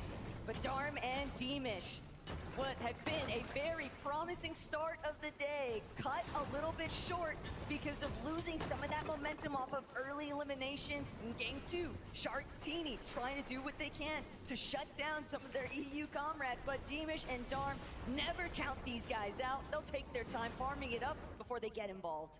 We're already seeing a couple mythics in play as well. Thomas, the Iron Pump, you saw the Chaos Reloader there. There's Drew and Vidil from their drop spot. Kind of see them instantly edging towards the zone. 418 above. Even without elimination here, you can see they're being consistent when it comes to that damage.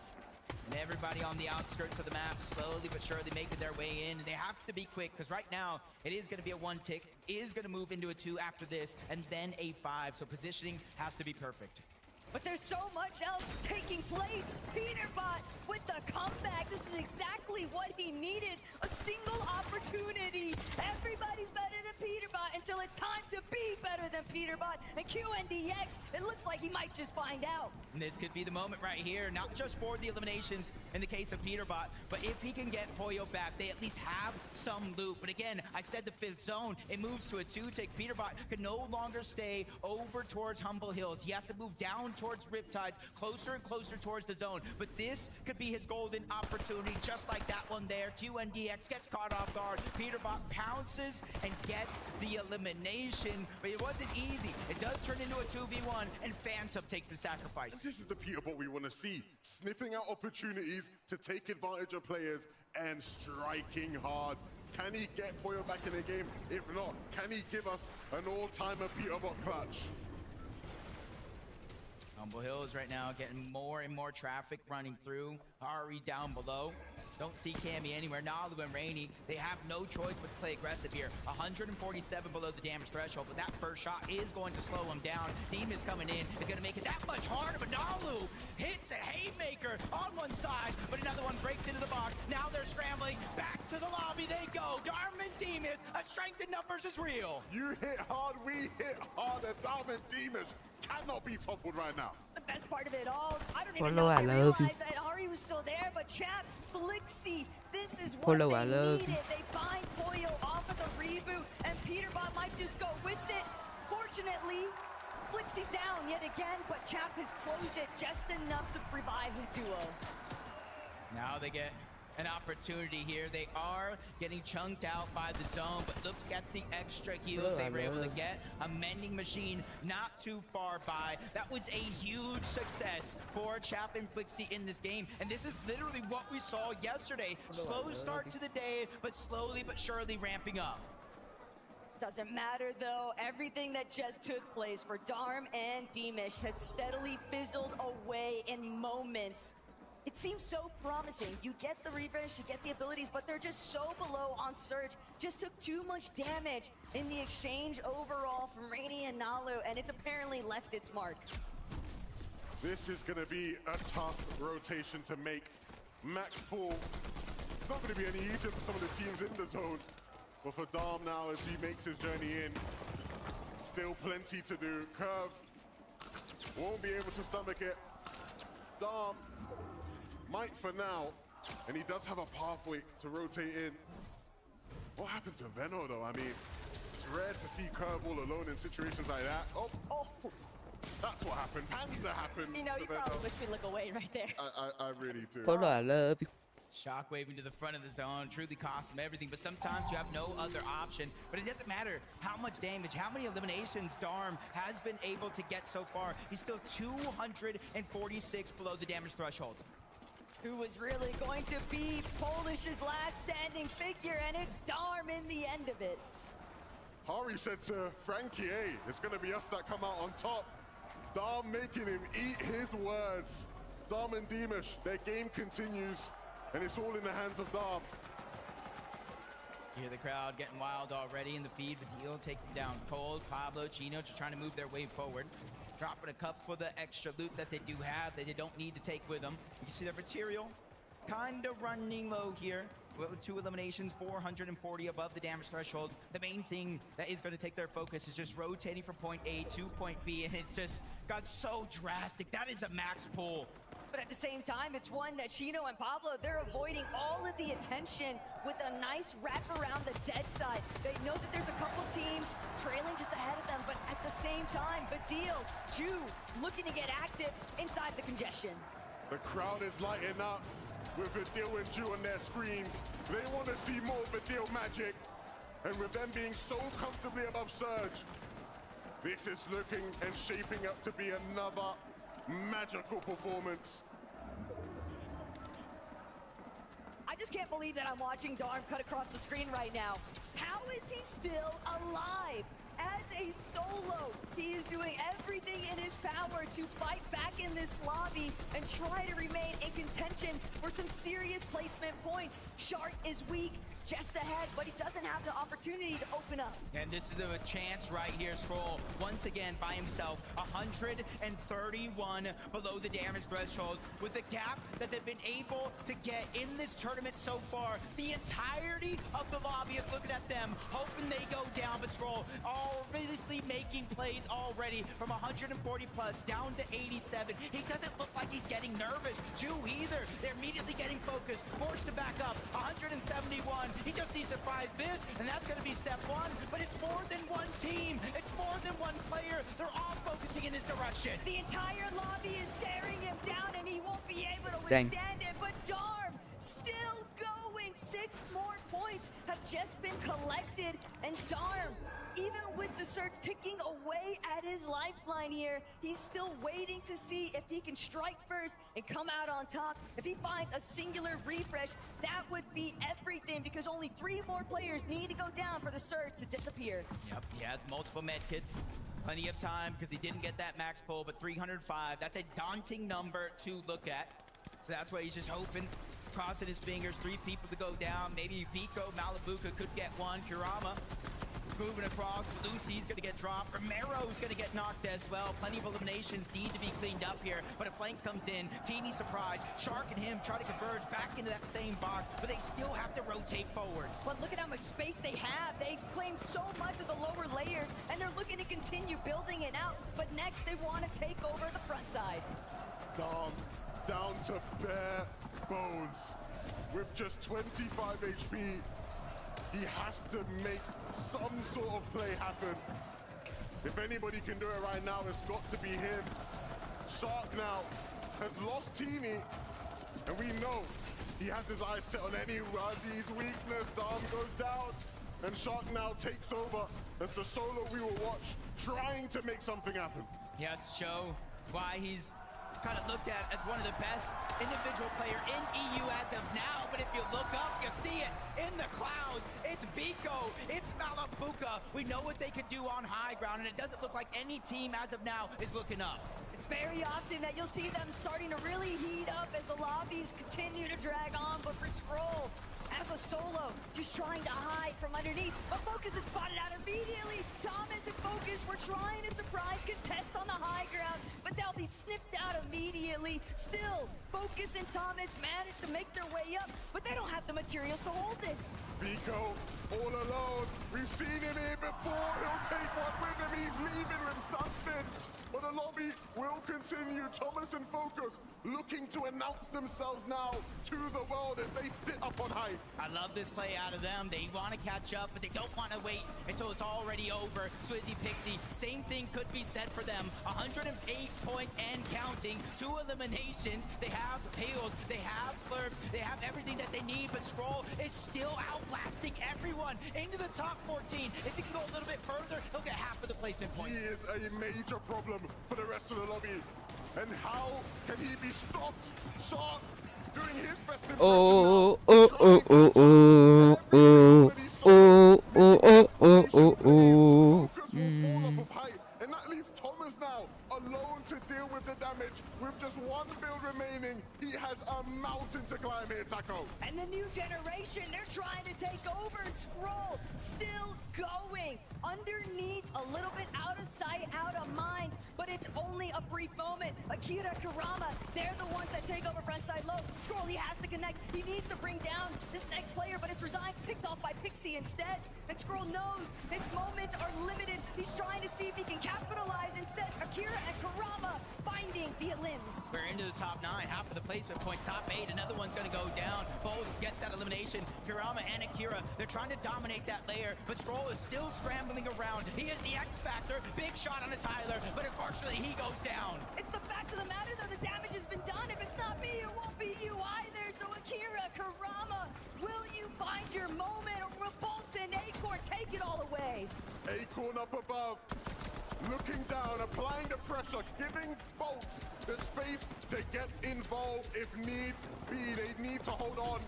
As the rest of the lobby scurries around below, they will take Darkos down. Minori left, fending for scraps, holding on for dear life.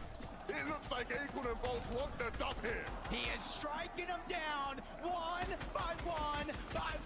Acorn and Bolts are in the driver's seat. Minori down below, just a sliver of HP, and it's not gonna last long. Acorn and Bolts and A's home are on top. And Acorn and was just that Bolts. singular moment of these two holding down height.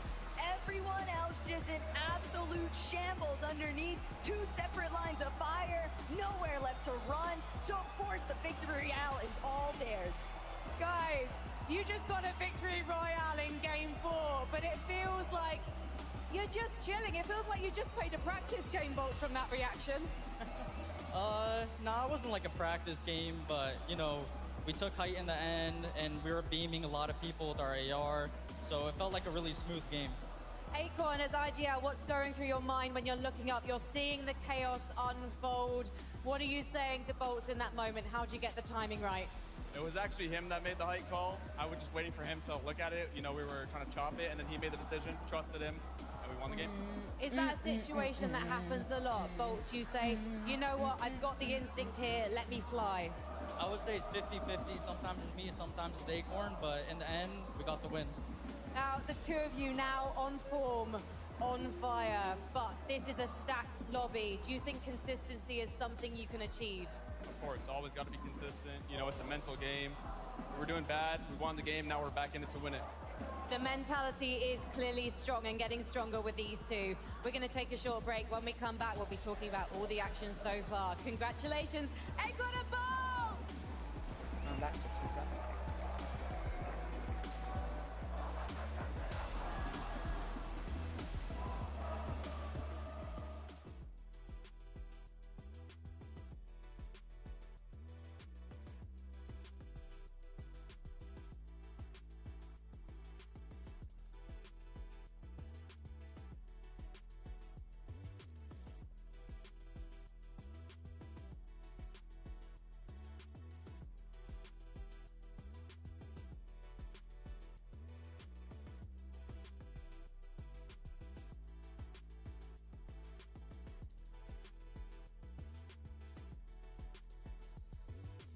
Alright, guys. Wait, 2 minutes? Dang.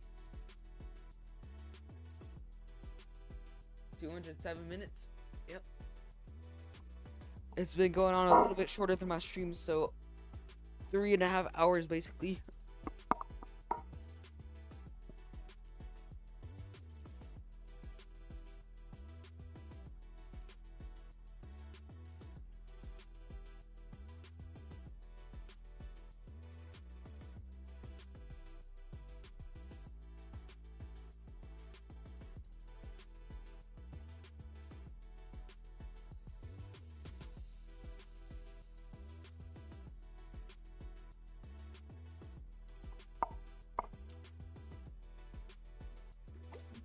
One minute? Yeah, we got time. We got time. I can get a kill. I can get a kill in 1 minute. I can get a kill in 1 minute.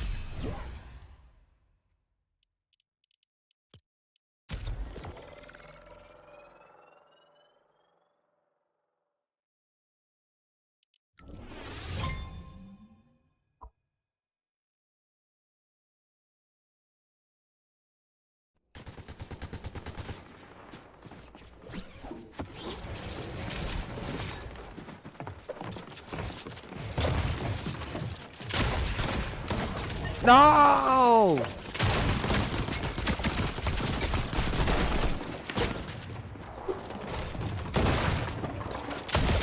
I'm lobby, bro.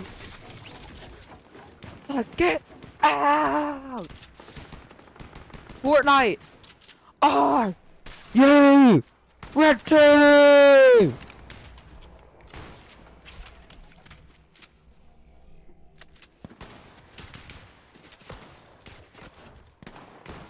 Fortnite.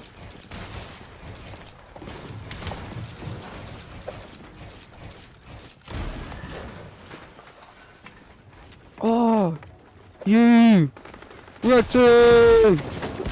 100? You're scared. You're scared. You're scared, kid. Oh my gosh, that was an absolute masterclass.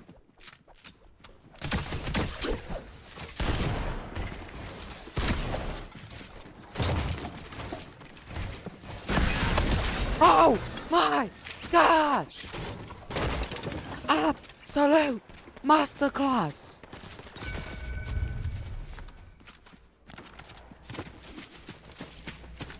No, Scott, we're watching Evans. Yes, bro. How much times do I have to tell you? Oh.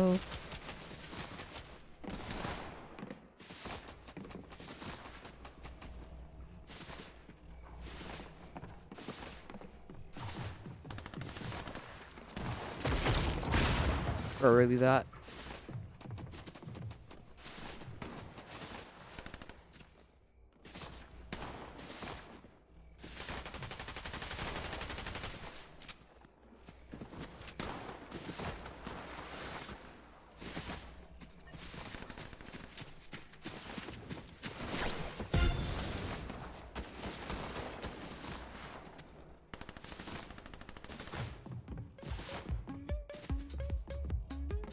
Yes, sir.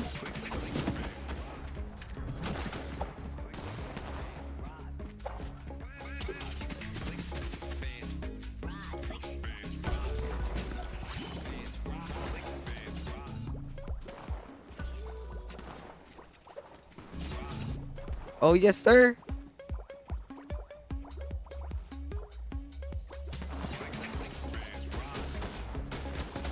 Yes, sir.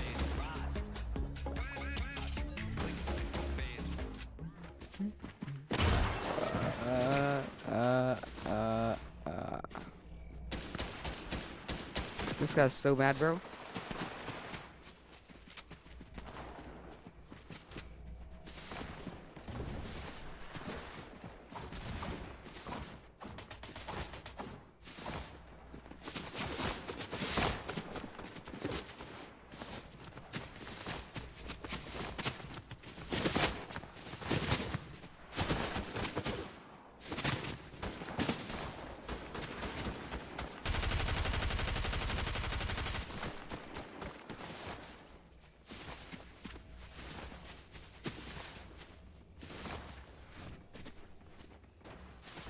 Chat, how much? I got like infinite like stamina.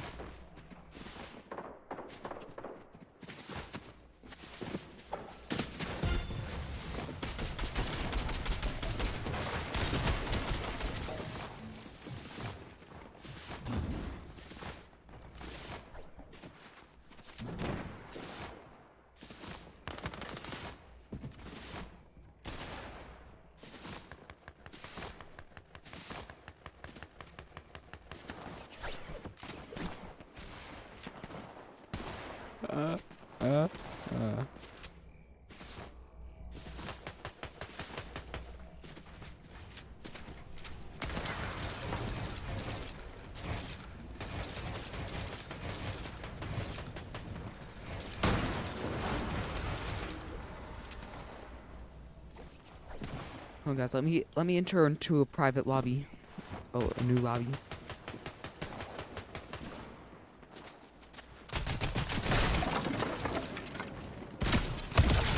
I'm crazy.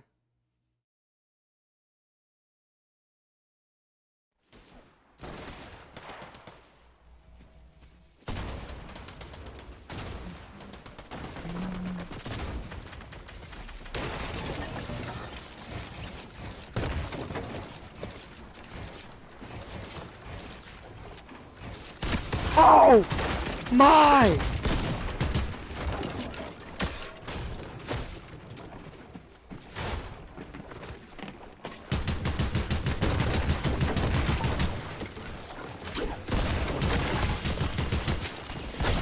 Oh my gosh! Oh my gosh! Oh my gosh! Hey, ba, hey, ba, hey, hey, ba, hey, ba, hey, ba.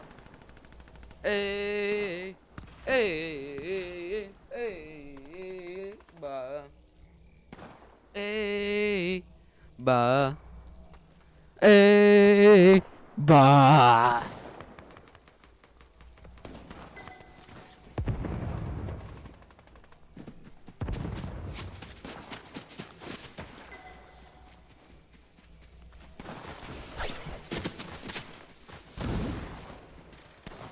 There we go, there we go.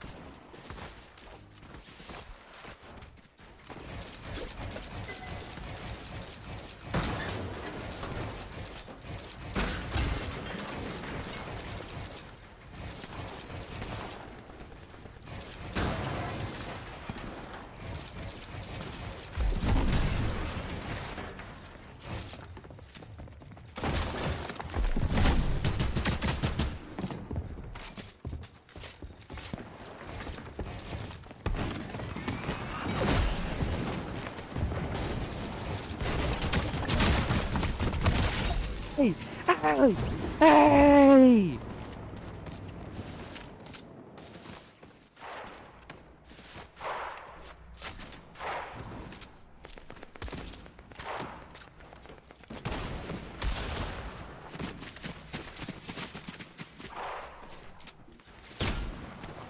Oh my gosh, bro, just be annoying, bro.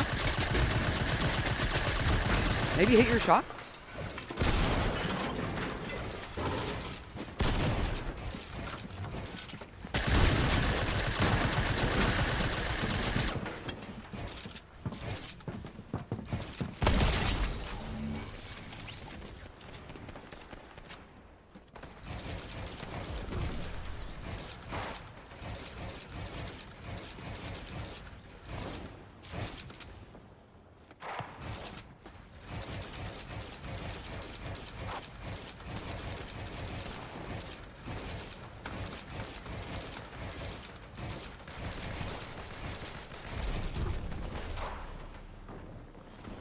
Watch this, chat.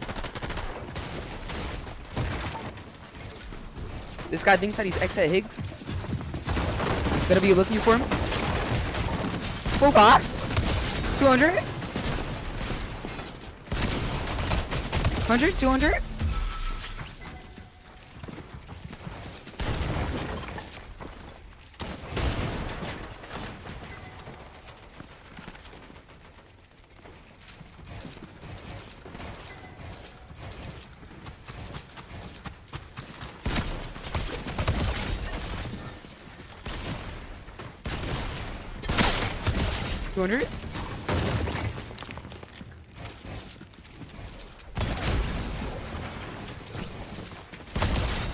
Oh my gosh!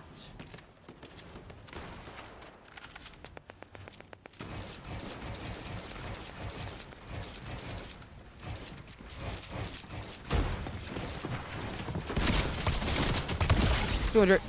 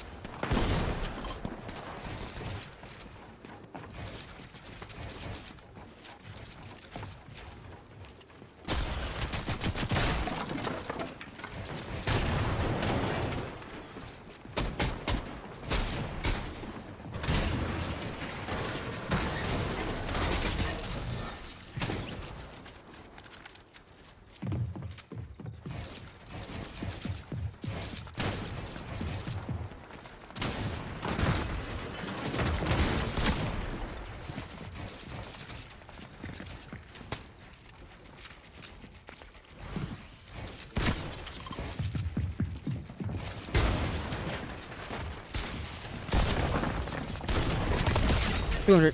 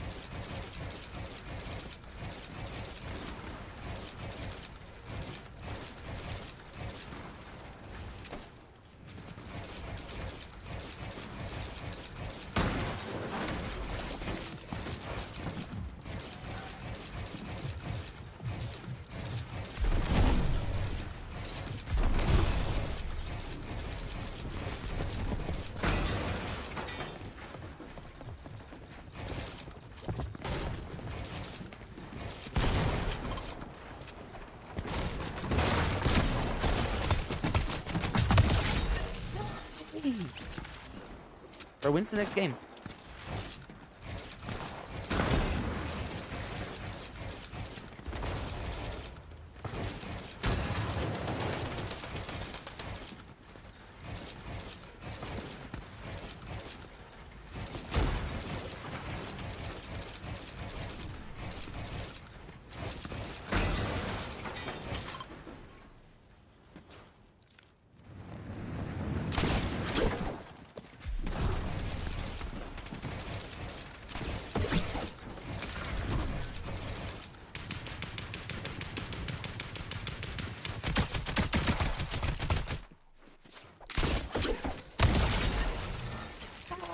way!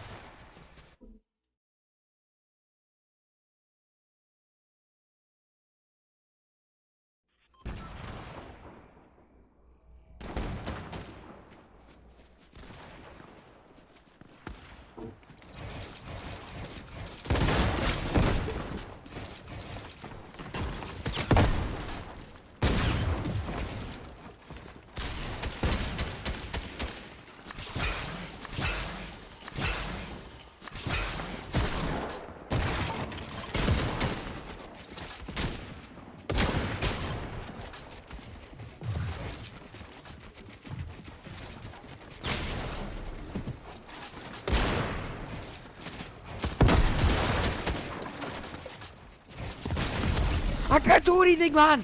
I can't do anything! 200! I can do everything with my mindset to it. Bow. Bow. Bow.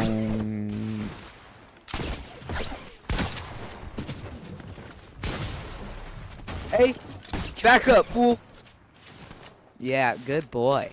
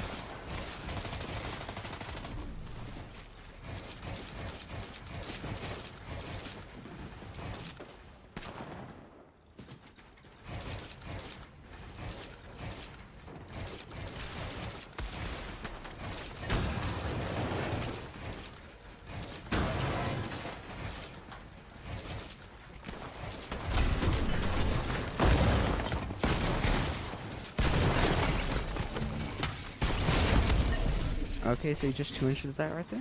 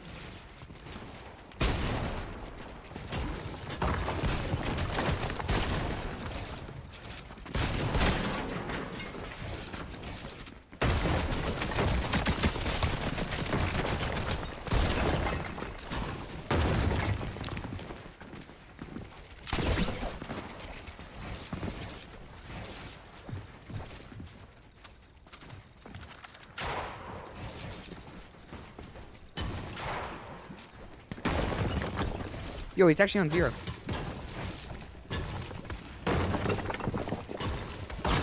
He's on straight 0, bro.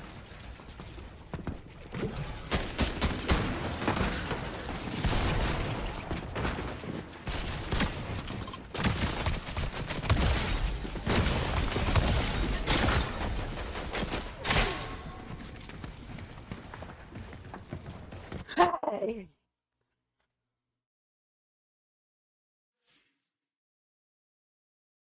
I'll be back.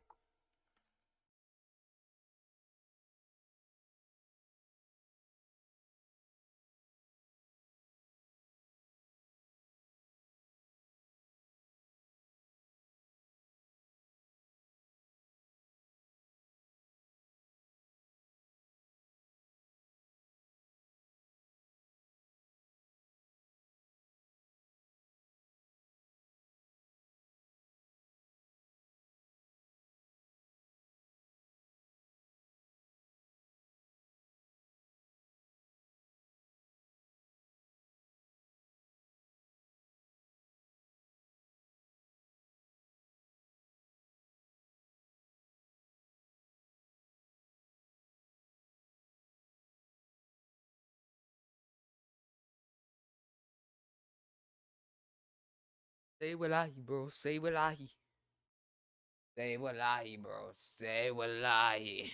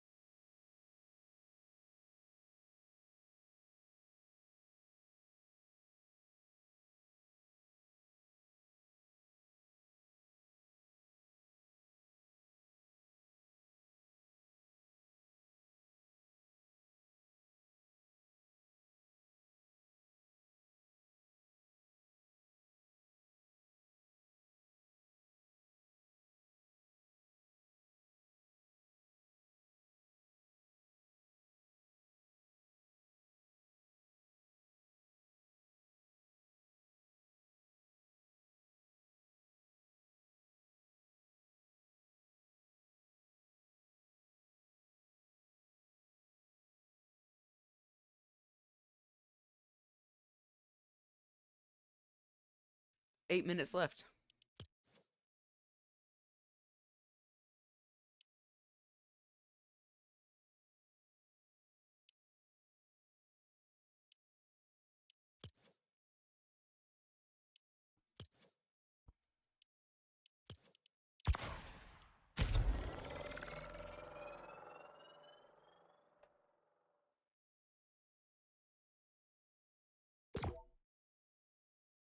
Chat, this is about to be a 7.5 hour stream, bro.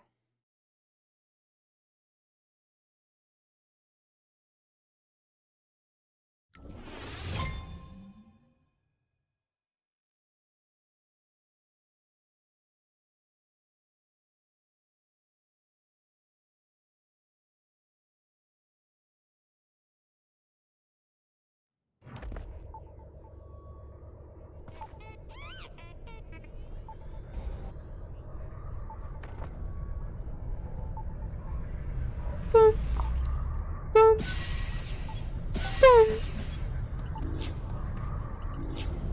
Boom. Bum.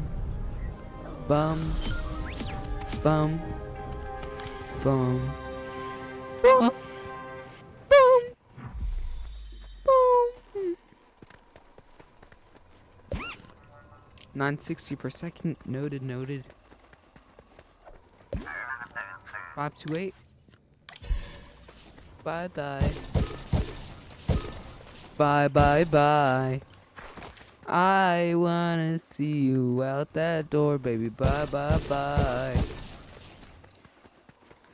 Alright, so we got a 960, we got a 960, we got a 960, we got a 960, we got a 960, we got a 960, we got a 960, we got a 960. 1K, 1K, 1K, 1K are all, oh. 780, 780, 780, 780, 780, 780. I am going to have to get you out of the game. Sorry, but you're just dead and you're absolutely cooked. B1 security wasting all my time. LB1 security out of my draw. Oh, oh.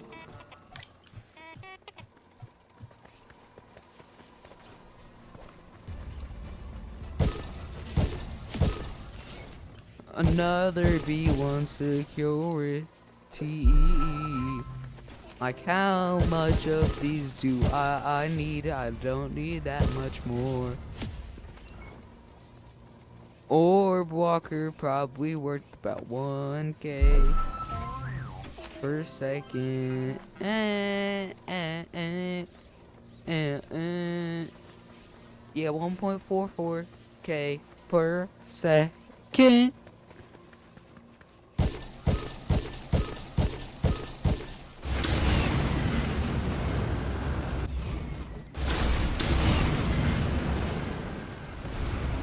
Alright, bro, I'm rich.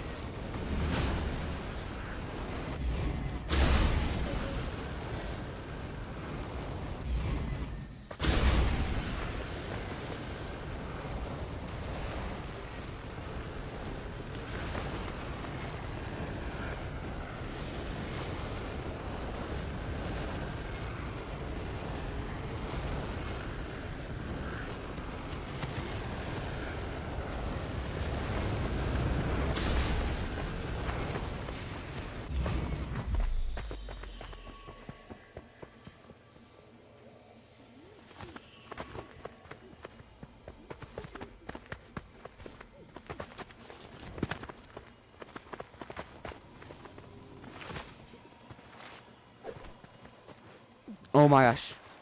No way! Yes! 10K for a second, baby! I'm rich! I'm rich! I'm rich! I'm rich!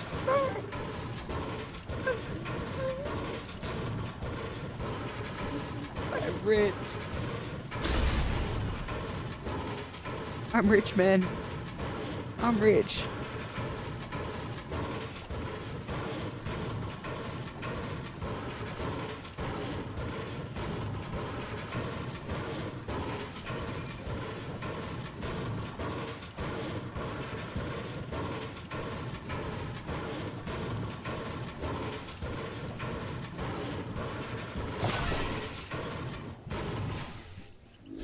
All right, are we gonna? How long? How long? 1 hour? See, that's not even bad. That's not even bad, too.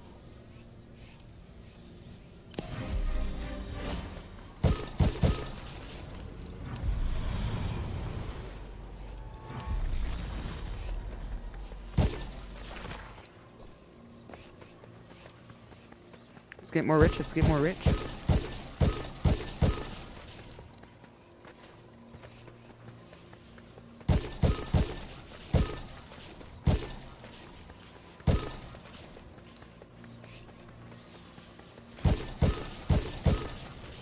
Chat, next game is in... Let me see. Next game in 4 minutes. 4.5 minutes.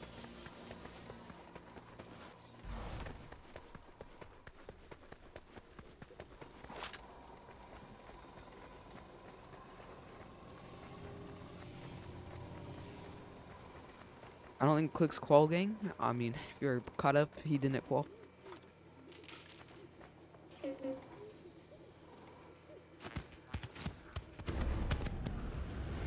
Yo, wait. Yo, why these guys all got cool droids and then... So yeah.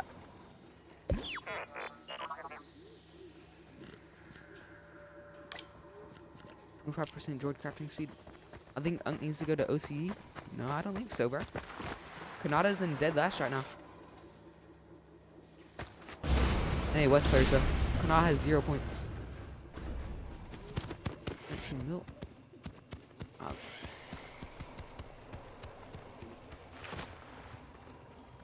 Yo, is that what I got? It's your brother, bro.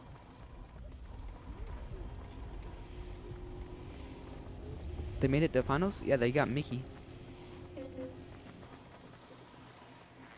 Or Clicks and Higgs would at least have a kill by now. Kanata just...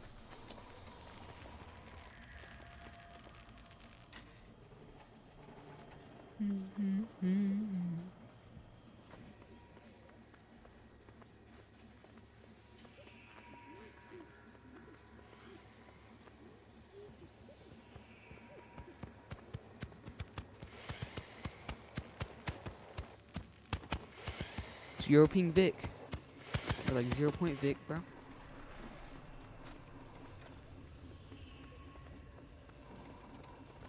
Whooped off spawn right now. They'd have a kill on Shark or Teeny right now, guaranteed.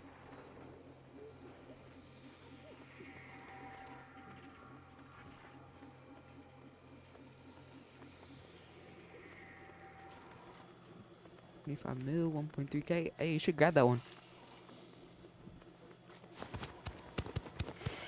30 seconds. Wait a second. Did you grab the one that I said?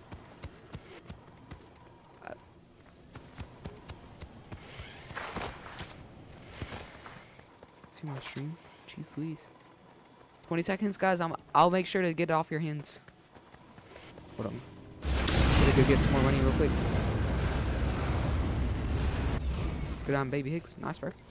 Good, Baby Higgs. You haven't been here in a while. Gotta get some more money, bro. This might come in clutch. 2 seconds. Yeah. I know they're not rich enough to buy it. Probably. 10K per second. Like, why would none of them take that?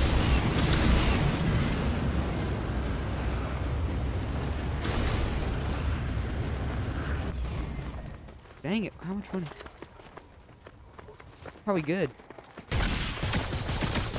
Dang it.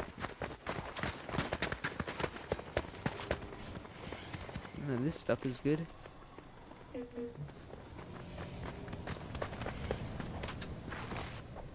Just like, wait, how much money per second is that? 600? There's one over here. 3K. Hold on. Where's the other one that he threw?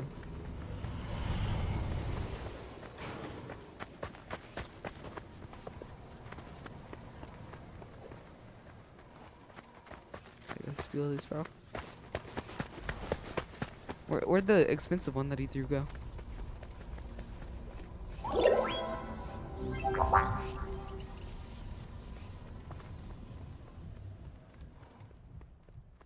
Can I join? No, I'm watching FNCS.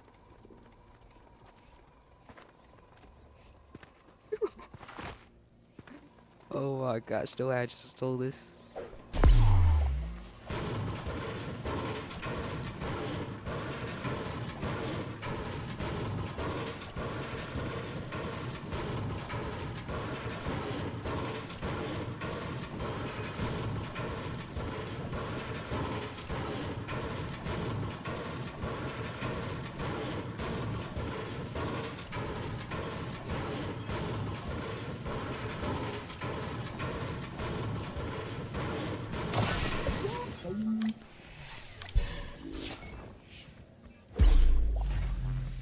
Three hours, but this one's only 1 hour and it takes a whole...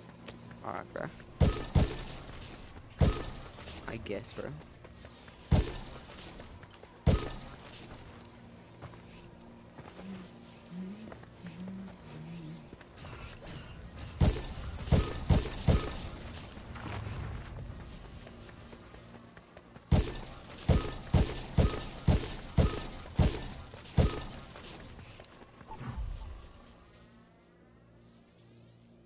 A low and a hover R. Wait.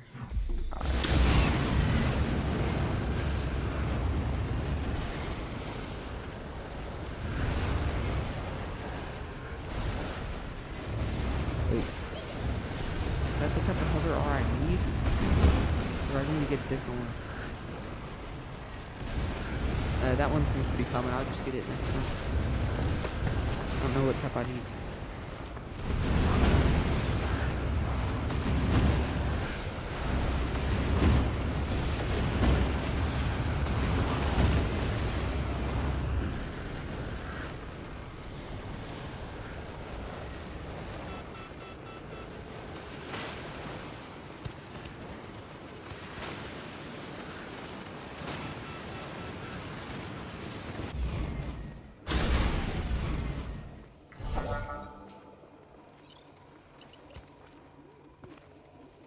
I needed this.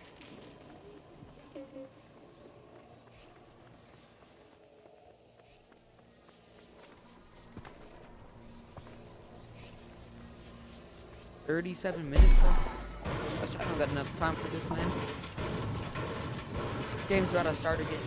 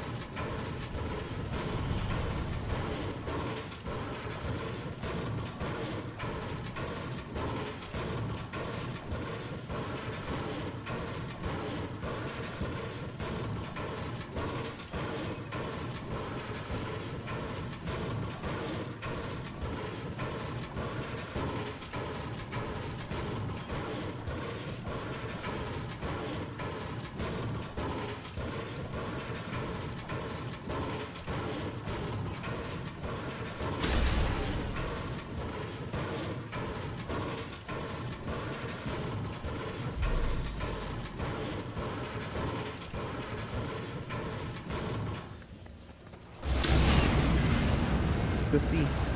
Let's go see what we're missing out on.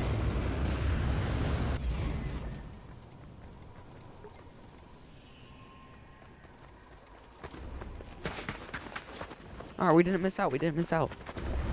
Missed out on absolutely nothing.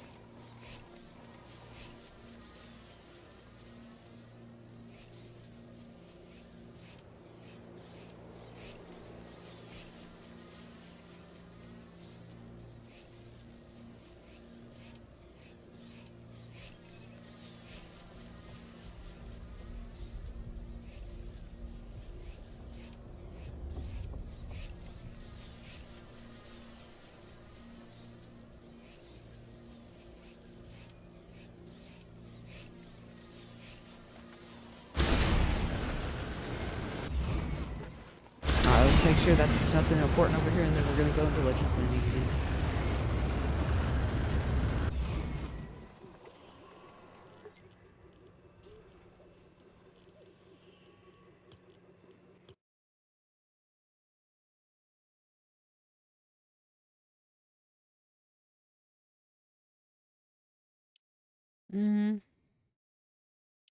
It was just right.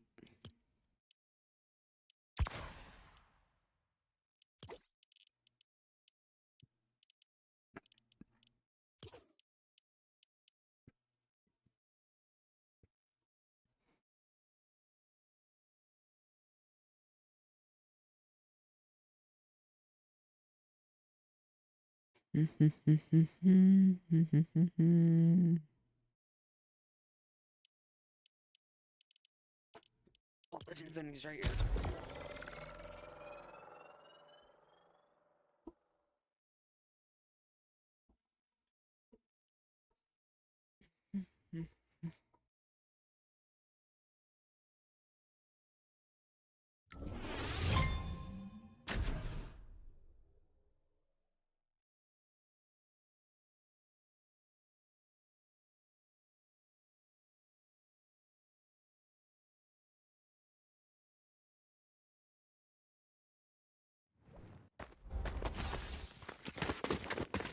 Right now, you can see that they were able to loot up very, very quickly. They got those legendary fishing spots, the Midas floppers, so getting a strong loadout was going to be easy, but Venno falls again. Teus and King BR, they've been on a roll on this side of the map, and now Curve with his back up against the wall once more. Curve, the young superstar on NA Central, getting a chance of a lifetime playing with Venno. They won the NA FNCS, but this weekend, particularly Championship Sunday, I gotta wonder where it all went wrong. Look, the Brazilian fans might be outnumbered here in Germany, but we just heard them getting plenty rowdy for what just took place on our screens. But now it's all about Peterbot and Pollo. Can they overcome? They're looking I love you, Pollo. strike first elimination here at Humble Hills. Putting pressure down. Polo, I That's love exactly you. what they do best. But you see how they're approaching Polo, this I fight love differently, Levin. They're not just bulldozing into the box. Polo, They I made love one you. too many mistakes at the first half of the day. So even them are taking a different approach to the game. Yeah, not even argue. They don't Peterbot, look as comfortable Polo. right now. Peterbot. Trying to find the opening. Joseph and Izzy though, not giving them that room, not giving them any sort of opportunity. No mistakes made, and so Pete and Pollo do the right thing. They back off. And they're just gonna have to try run it back another time with another duo. These guys will not be an easy fix. Makes sense. You don't want to keep trying to force blocks where they won't fit, and you don't want to overextend your welcome. Pete, Pollo, better off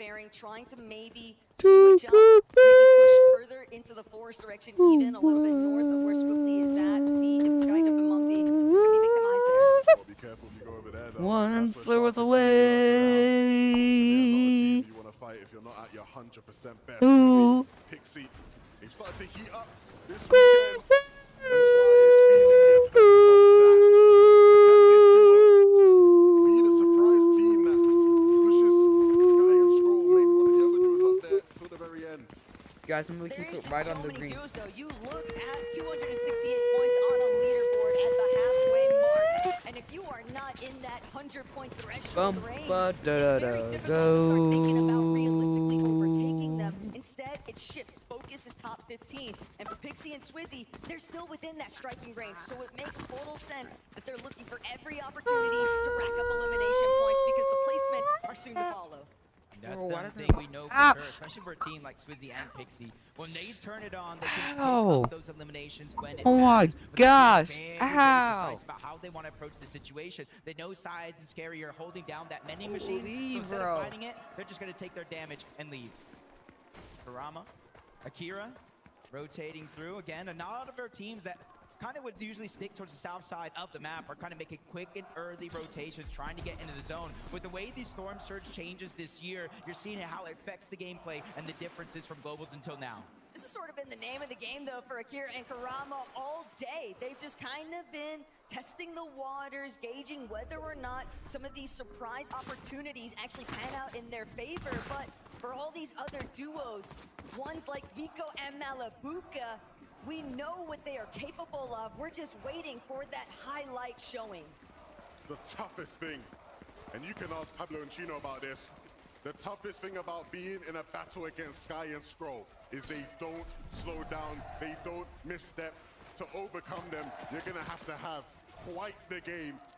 Vico and Malabuka are capable of it, but they still have plenty of other top competitors in between them in that first place slot. It's gonna have to be a ramp up in momentum. Focus and Hero, they were the ones kind of lurking over on this side of the map. You see why. Drained out of all of their extra heals. You got to think Tiggs and Daddy Kush in the same spot. No extra HP, down to the gold. So they're going to go ahead and try to take control of this vending machine. Yakko and Panzer are on top of that hill as well, not too far out. So 3 teams around Painted Palms, all still having to rotate in. Neither one of them wanting to give up an inch because they know their opposition could take a mile. But you still have to remember, this is Yapko and Panzer's home base. Bacchus and Hero, they were originally contesting Epic Whale and Pump. We all saw that that was not faring in their favor, not even the slightest, so they wanted to shift the plan. They're trying to find new opportunities, but that's thrown so many issues, not just for Yapko and Panzer, who now have a lot of their coverage left to try and reclaim, but Malabuka, they're now taking more surge tags from Epic Whale and Pump, who are feeling a little bit more bold, being uncontested. Dex and Phantom just trying to rotate through the south side of Battlewood Boulevard, but this is where you can see a little bit of the difficulties. They're still taking damage all along the way. Yeah, seeing these guys landing south of Battlewood definitely was always going to be a difficult day to be had.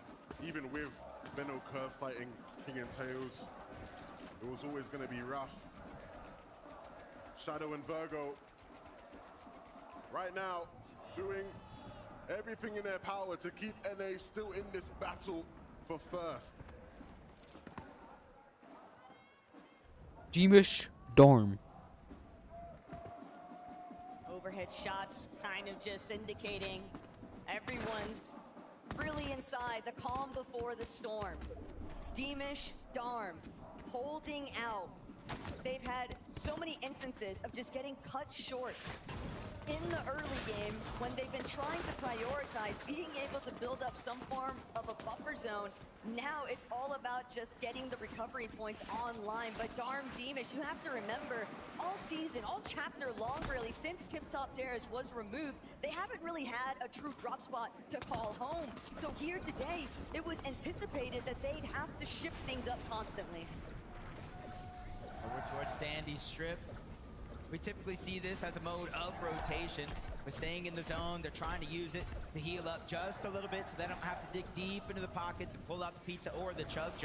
Looking back, spotted out Chino and Pablo. Neither one of them wanted to take a shot They want to stay and keep their position relatively unknown because as you rotate out of Sandy Strip, you have a far distance to go, and you don't want to be tagged up all along the way and lose your Storm Surge damage. Why bother drawing attention to yourself if it's not necessary? Chino and Pablo Chat, are has another Sable one of those Ronaldo duos and that, DCV, sure, it might be a 90-ish point disparity between themselves and they haven't Sky and beat Squirrel, Hardcore but we've Minecraft seen yet. what they are capable of. They know how to deliver a huge point conversion match. And unlike some of the other teams like Curve on our screens here, who are having to deal with all these mix-ups and shake-ups in their game plan and their strategy, Pablo Chino able to play their game. That gives them the best possible shot. Nosif and Izzy, we've seen some of the struggles they have had in the mid-game, running into titans of different regions in their pursuit of staying in it. Sky, Scroll, low on Surge for Volko, and so that's going to cause a bit of desperation. He's going to try and force the issue. Cringe and Volko, it's a necessity for them to fight this fight. There's not too many targets around the actual spot where they're at now. They're 115 below. They're not taking damage from Storm Surge yet, but they will if they don't get what they need. Nice shot by Volko. That's going to get them 23 above the damage threshold. Pulling Sky and Scroll down that leaderboard along with them, but he answers the call again. Scroll will not be denied in this tournament. Picks up the Elim. Siphon keeping him healthy, which is huge. Just when you thought Cringe and Volko maybe Boom, boom, boom. Scroll is just undeniable right now. His presence felt in every single moment. Any opportunity that Cringe and Volko might have had completely disappearing right in front of their eyes. The Sky Scroll now with another freebie refresh. It wasn't even a necessity. They are 5-5-5 heading towards the next zone, and they have the luxury of taking their sweet time. A dead side approach is likely in the works. And just like that, Sky and Scroll back to playing out their regular game, the one we have seen them do all season long. Vico, Malabuka, in typical fashion, things looking a bit messy here, but they thrive in the chaos. Yapko Panzer, a duo that they are very familiar with. Well, they won't want to be fighting against these guys just now, so quick little loot up. Not even a necessity to have to fight that one. You see they're above the damage threshold and over 400. You're seeing how they got so far above the damage threshold. Shockwave from above. The surprise attack. They didn't see it coming. They just fully punished Bacchus and Hero for facing the wrong direction. They were boxed up. They had that flow brain misgrenade going. You know the visual obscurity is going to be a problem. You've got to make sure that you are keeping at least one member looking the other way. They set the screen on themselves, and Vico Malabuka jumped on the opportunity. That is what great playmakers do, and that's exactly what Malabuka and Vico have been in the EU for years, showing it on the stage now.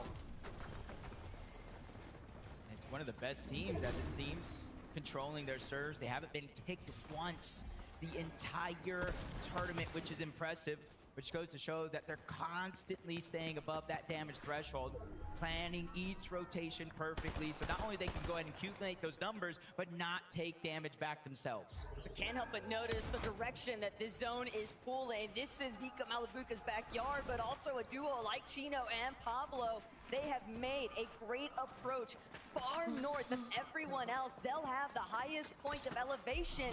They've just got to make sure they keep their heads on a swivel. They don't want to get caught out by any teams. They're going to sneak up behind them. Not the spot you want to be in if you're Vidil and Ju below the damage threshold. And the thing is, Lewan Romero, they don't hear that Vidil and Ju are below that damage threshold until their shields crack. But they know aggression when they see them. Vidil know it. They're just trying to climb on top of the Frigid Fortress building. They're not necessarily trying to take a risky 50-50 fight. They're just trying to elevate themselves so they can shoot off into the distance. But off into the distance, it was Chino and Pablo. The way that they had made their approach into Frigid Fortress's peak elevation is the primary reason why Vidil and Ju are having to expend practically all of their hard material now. Pablo, Chino, they recognize the fact this is likely a team that's rather weak. They have to spend opportunities to heal, so they won't be able to light us up, and they get a free rotate to front side. And you talked about wanting to build up, to not take a risk. It might have been riskier to do just that. Their biggest opportunity to get damage, Pablo and Chino flew by and they were not ready to get any tags whatsoever. And now you're seeing just how hard it is for them to find any sort of damage. Everybody boxed up, nobody in a rush to move out of their box. Oh. Except for them, and they go down. Sometimes you're just left with no other options when you're that below the damage threshold. But for Acorn and Bolts, they get the zone not too far off where they landed. It gets even closer as it's going over towards the northwest, not too far away from wherever he's at now. And they also get the pull. So for Acorn and Bolts, the main thing on their mind is not going down or making any bad peaks. One reoccurring trend throughout today, though, is that whoever won the last lobby has had a rather difficult time in the very next. But for Acorn and Bolts, they are looking to escape that narrative.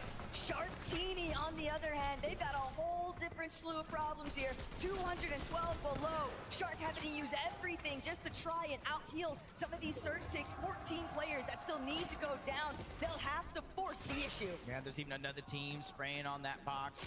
Looking behind, they know where they gotta go. They know where the zone's gonna lead. Swizzy, Pixie, they're gonna open that one up and land even more damage onto Teeny, making his life that much harder in this situation. 232, it's now or never. Reek Cooper on the other side. Shark takes a big shot. Storm Surge still taking him down. 20 HP, only a couple of seconds before he is struck it out of the lobby completely. Shark's gonna fall. Now Teeny with his back up against the wall. A necessary sacrifice. As Shark goes down, he lands a shot and he gets up above the damage threshold. Most people might be scared to see Teeny in this kind of solo position, but you have to remember, Teeny's been throwing out his own punches, even at 5 eliminations, if I'm not mistaken, in that secondary lobby, so he's been popping off. And I mean, you can look at all the little things that they could have done differently in that moment to keep Shark potentially in the game, but the mistakes were made way before this point in the game, and it's just up for Teeny now to just keep himself ticking for that much longer. Eventually, he will crack, and that is the end of that for our second place team in this game. And so an opportunity for Sky and Skrull to continue to improve their lead. But what do Chino and Pablo have to say about that? Wow. A flashback right now. Peterbot and Pollo literally flying under the radar. They have that one elimination, 280 damage above, and they are starting to heat up. Saya's gonna go down. Ages of Ritual taking a lot of the focus, but they're constantly changing targets. They don't want to let anybody breathe. That's at the back of the zone. Now Pump is feeling the pain. No eliminations yet, but for Peterbot and Pollo, they handled their surge. There's one spot you never want to see. It's Pete ahead of the rest of the lobby because he just goes into target practice mode. A lot of damage applied, but they still need refreshes. They need to make it to the bodies because they need to build up more materials, a better loadout. Swizzy, on the other hand, he's already got it. He is set and perched on the high ground. Pixie directly next to him. Who's going to be the first, though, to bring an elimination in? If you know anything about these two players, this is where they like to be. We have seen them on this stage and in EU make waves from above. But this is not over when you have Acorn and Bolts looking to try and make the back-to-back happen. Still so many strong players, so many strong duos left alive in this one. It is not an easy high hold for Swizzy Pixie. But this is the best chance. Agers and Ritual, they are pouncing on the leading challengers here today. And that elimination onto Skrull. Sky, what are you left to do? Yeah, you foreshadowed it yourself. He was the one doing a decent amount of the solo clutches. Now with no build, can't take a singular tick of the zone. He's gonna fall. An opportunity has just opened up for the rest of the lobby. But Swizzy and Pixie, they're trying to control it all. Agers is out of here. Pixie knows that Peterbot's right behind him. And Swizzy has fallen. Pollo's taking him out. The Mythic Reloader. Could it be the difference maker? Peterbot's waiting to see who dares challenge him next. It was only a matter of time until Peterbot on high. The world why they are so feared in NA. This is time to make their game happen. Eco and Matabuka down below, still gonna make it happen. If they can keep it up, they might just take height off of them. I wouldn't call it way too soon, though, because we've seen so many teams get overthrown in these moments here. One shockwave is all it takes. Pixie lands a monster of a shot on the Momsy, pushing him back, making him go and retreat back to Sky, jumping and stopping. I need to see a Peter Bot win. From down below, Vico gets elimination of his own. They're 5th of the game, but they're outside. They need to find the shockwave in. They need to make it inside the zone because they have very, very little extra HP. But the thing that they did have was full control of front side. They have escaped all of the congestion. They were able to utilize every single one of their white heals, and now they are ahead, looking back, preventing anyone from challenging the vicinity. This territory belongs exclusively to them. Front side is completely out of reach, but Pete and Pollo, they're more concerned about the high ground. No, Cooper's on height now. And that just plays right into Vico and Malabuka's hands. They're looking for a refresh, and Vico will hit the shot. Won't go for the loot. They want to keep a hold of the front side alone. But they are dropping down. Ree and Cooper, they've overthrown Peter Bot and Pollo on the high ground. The tables have turned, even for Vico and Malabuka. One of them's down. Vico's now forced to punch up. The high ground continues to fight. Can they do it? Ree and Cooper will not be denied. 2v1 situation on height, but they lose it all. Pollo is answering back with elimination of his own, but it only starts with a knock. Cooper's winning the floor, but he won't get to stay here in the lobby. Pollo, Oh my gosh, if he does this, if he does this. just underneath. Pollo, how far can you truly rise when the moment calls you most? When the lights are at their brightest?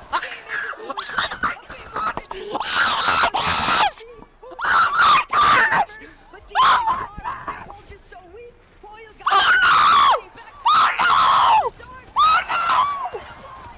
Polo!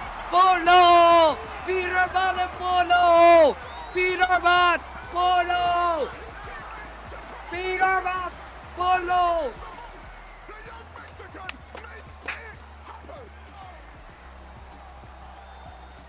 Let's go, Peter Bot and Polo! He is saying, oh my god!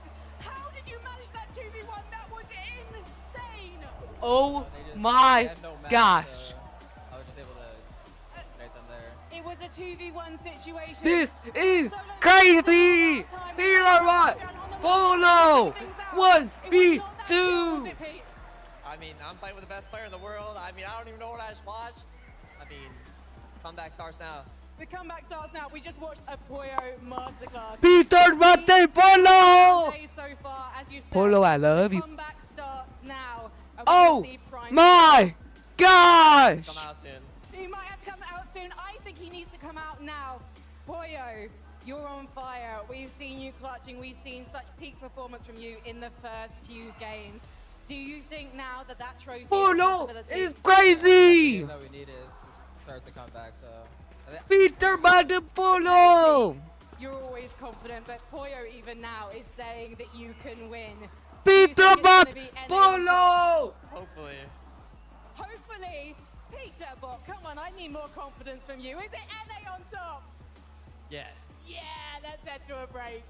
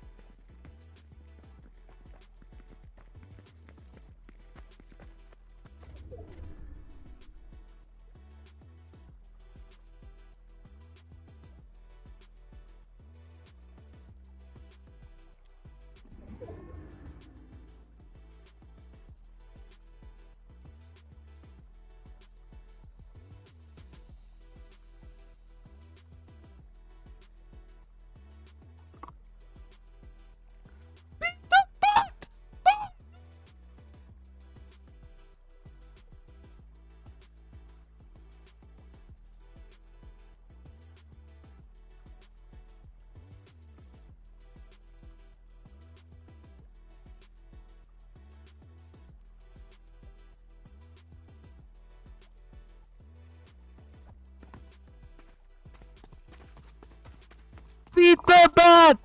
Polo!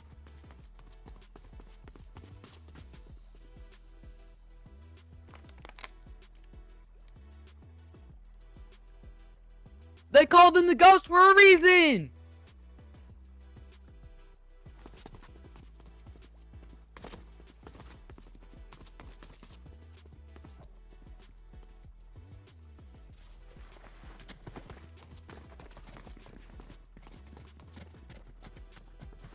Beat the bot!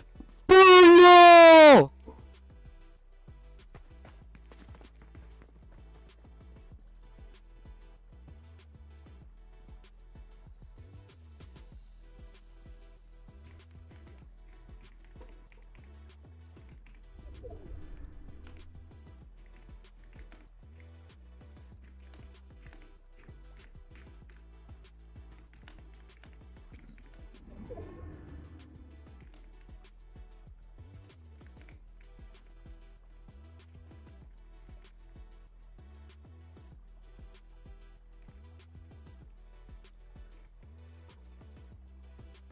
Beat the bot!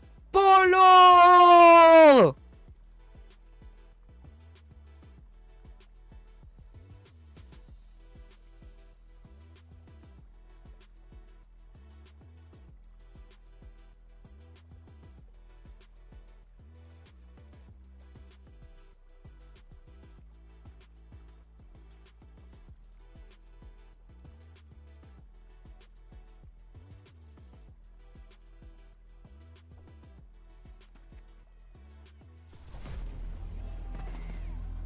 Fortnite fam! Fortnite fam, we are so back! We are so back! Peter Bot and Pollo! Bro. Beat the bot! Just take a chill call. Polo! Peter Bot and Pollo. As Pete said, they're back. They are back. Before that game, Fortnite Competitive Twitter, they retweeted a tweet from Muzz and he said, tell you what, Scroll is moving like Peter Bot the Polo! Pollo is moving like 2024 Peter Bot in this endgame. What a performance from these guys. They are back. We have not seen them really too much of this entire day so far. They took height. They had it taken off of them as well. There was a moment here where I thought they'd thrown the game when Peterbot tried to take height as a solo. It's this right here you can see in the middle of your screen. Trying to chop height, ends up Oh my gosh, bro, Polo is on, going crazy, bro. But oh no, no, no. Pollo as a solo, down on low ground. Unbelievable stuff. And then at the end of this game, Peter Bot the Polo! 3, 2, 1, and Polo with the 1v2. Let's go, bro. Peter Bot and Pollo, but Pollo has been looking lethal throughout the whole day. Not only did they win the match in a 1v2 finish, but Pollo picked up 8 eliminations alongside Peter Bot's 4. I've talked a lot. It's because I was cheering them on, bro. expectations, It's because I was cheering them on. specifically for this duo. I mean, they got second first in 2024 and even won the 2024 Global Championship in 2025 as well. Second, first. I mean, the expectations for Peterbot and Pollo coming back into duos have been at an all-time high. They have not been meeting these expectations. You'd look at the placements and you'd say, they're great. They've been playing really well, but they haven't been firsts. They haven't been seconds. They haven't been winning, which is what we're so used to seeing with Peterbot and Pollo. And with that performance that we just witnessed right after Peterbot the Polo! a very fun surprise here. And a mask back on. Step off, Polo! Step off, my man! Put some respect on that name! Yeah, okay, sorry about that. Sorry, I don't know how it got on there. Well, it's crazy stuff. Peterbot and Pollo. What the heck? The solo clutch.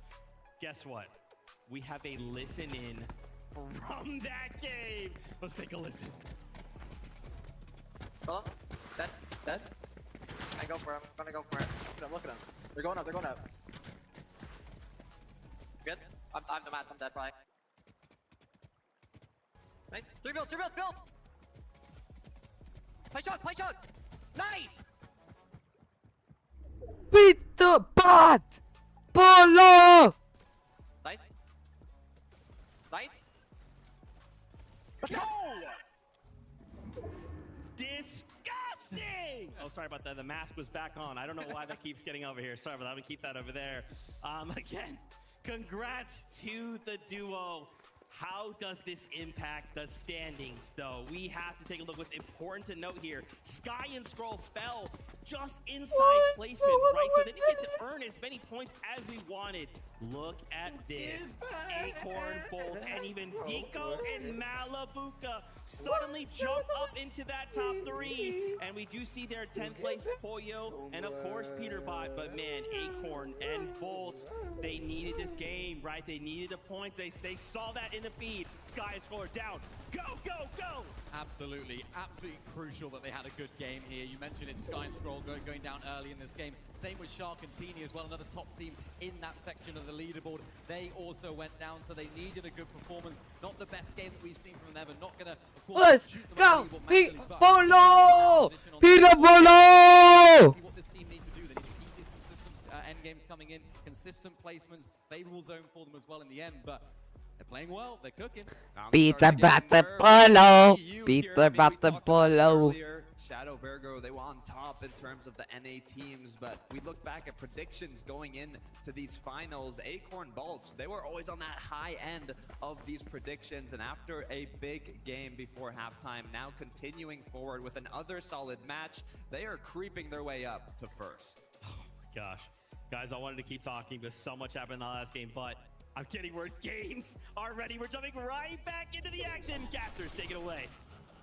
You know, before this tournament started, I was asked so many times, who do you think is going to win? Who do you think is going to take it all? You know what I said? I just want a close tournament. Peterbot and Pollo looking like they're going to deliver. This is what it's really all about. Pete, Pollo, you know, they've kind of been waiting it out, feeling out the lobby, but they're sick of it. The comeback has to start now, but they're not the only ones, Love It. There are so many teams Game number 6! I don't blame them. Let's go! That's being had in this, and we want to get involved. Polo, I love you. And if that's a sign of what's to come, this next game is about to be fire.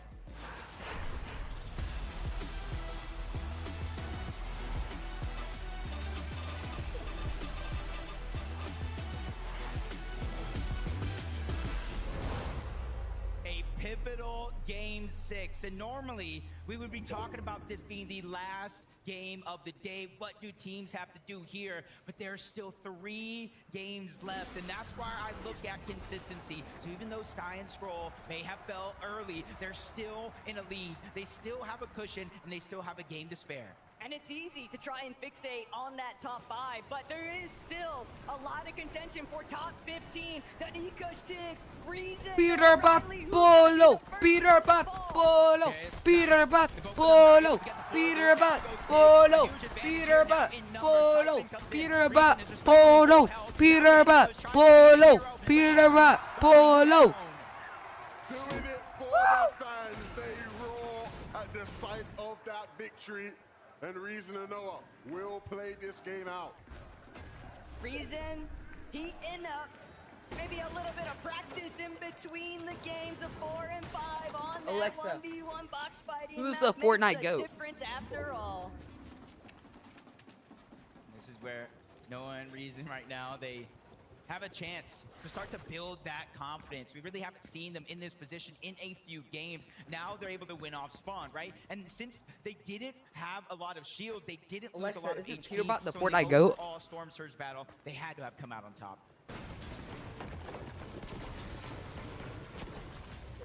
It's not often we get to see Chap and Flixie just farming things out. It's been so Alexa, stop expected talking to me. that they I would didn't give you have to permission to try talk to and me. duke it out for their spot south of New Sanctuary. But teams starting to realize, starting to understand, if we want Good any boy. sort of momentum on the secondary half of today's lobbies, we're gonna have to survive it first, and Vico not gonna allow that for Cole. I spoke to Vico in between that last game, and he said, Levin, it's so hard at the top. Sky and Straw don't give up. We're gonna have to make these next couple games count. And if this first fight is a sign of intent, then Sky and Scroll are gonna have to look closely over their shoulder. Vico and Malabuka are here to play for it all.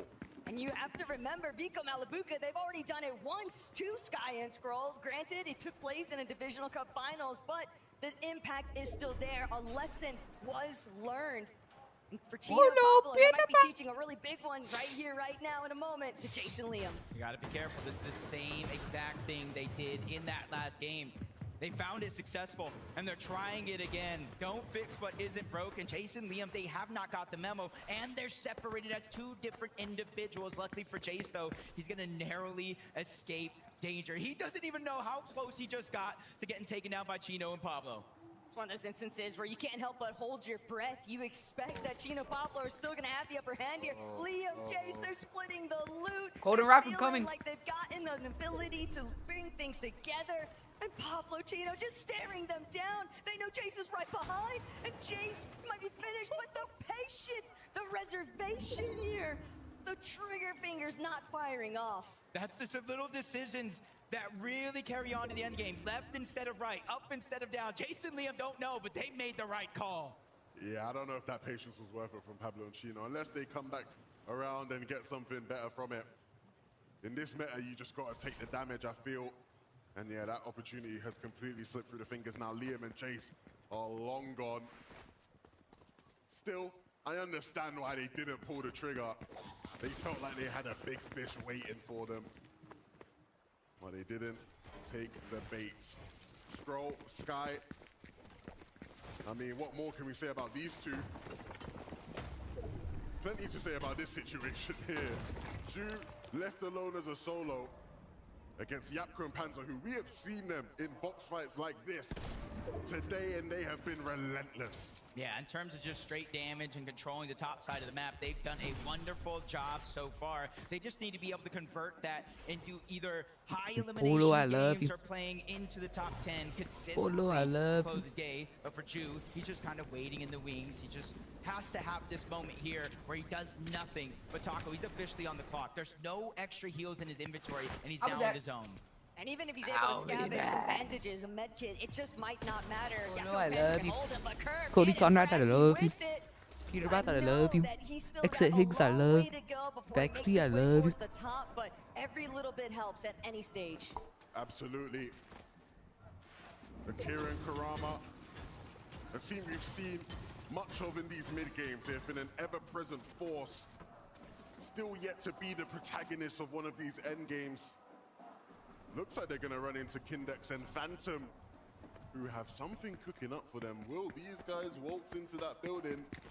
I know they're hoping so. This is part of the problem that kind of gets established over at Battlewood Boulevard when you have so many teams just setting up, posturing, preparing for the ultimate ambush. Akira, Karama, they're going to be spotted out first and foremost by Veno, who's trying to stir a little bit of a fuss here, but Curb on the other side of things, he might just be too isolated. This is playing out perfectly for Phantom and QNDX. They get the elimination. The work works out perfectly. Now they're able to kind of bolster their loadout a little bit more, and for Veno, you can definitely feel the pain. There's just too many buildings. There's too many hiding holes, and that's part of the reason why Akira is taking advantage of some of the chaos, but it's not the big punch you'd expect. Just a little bit to kind of lean off continuing that fight.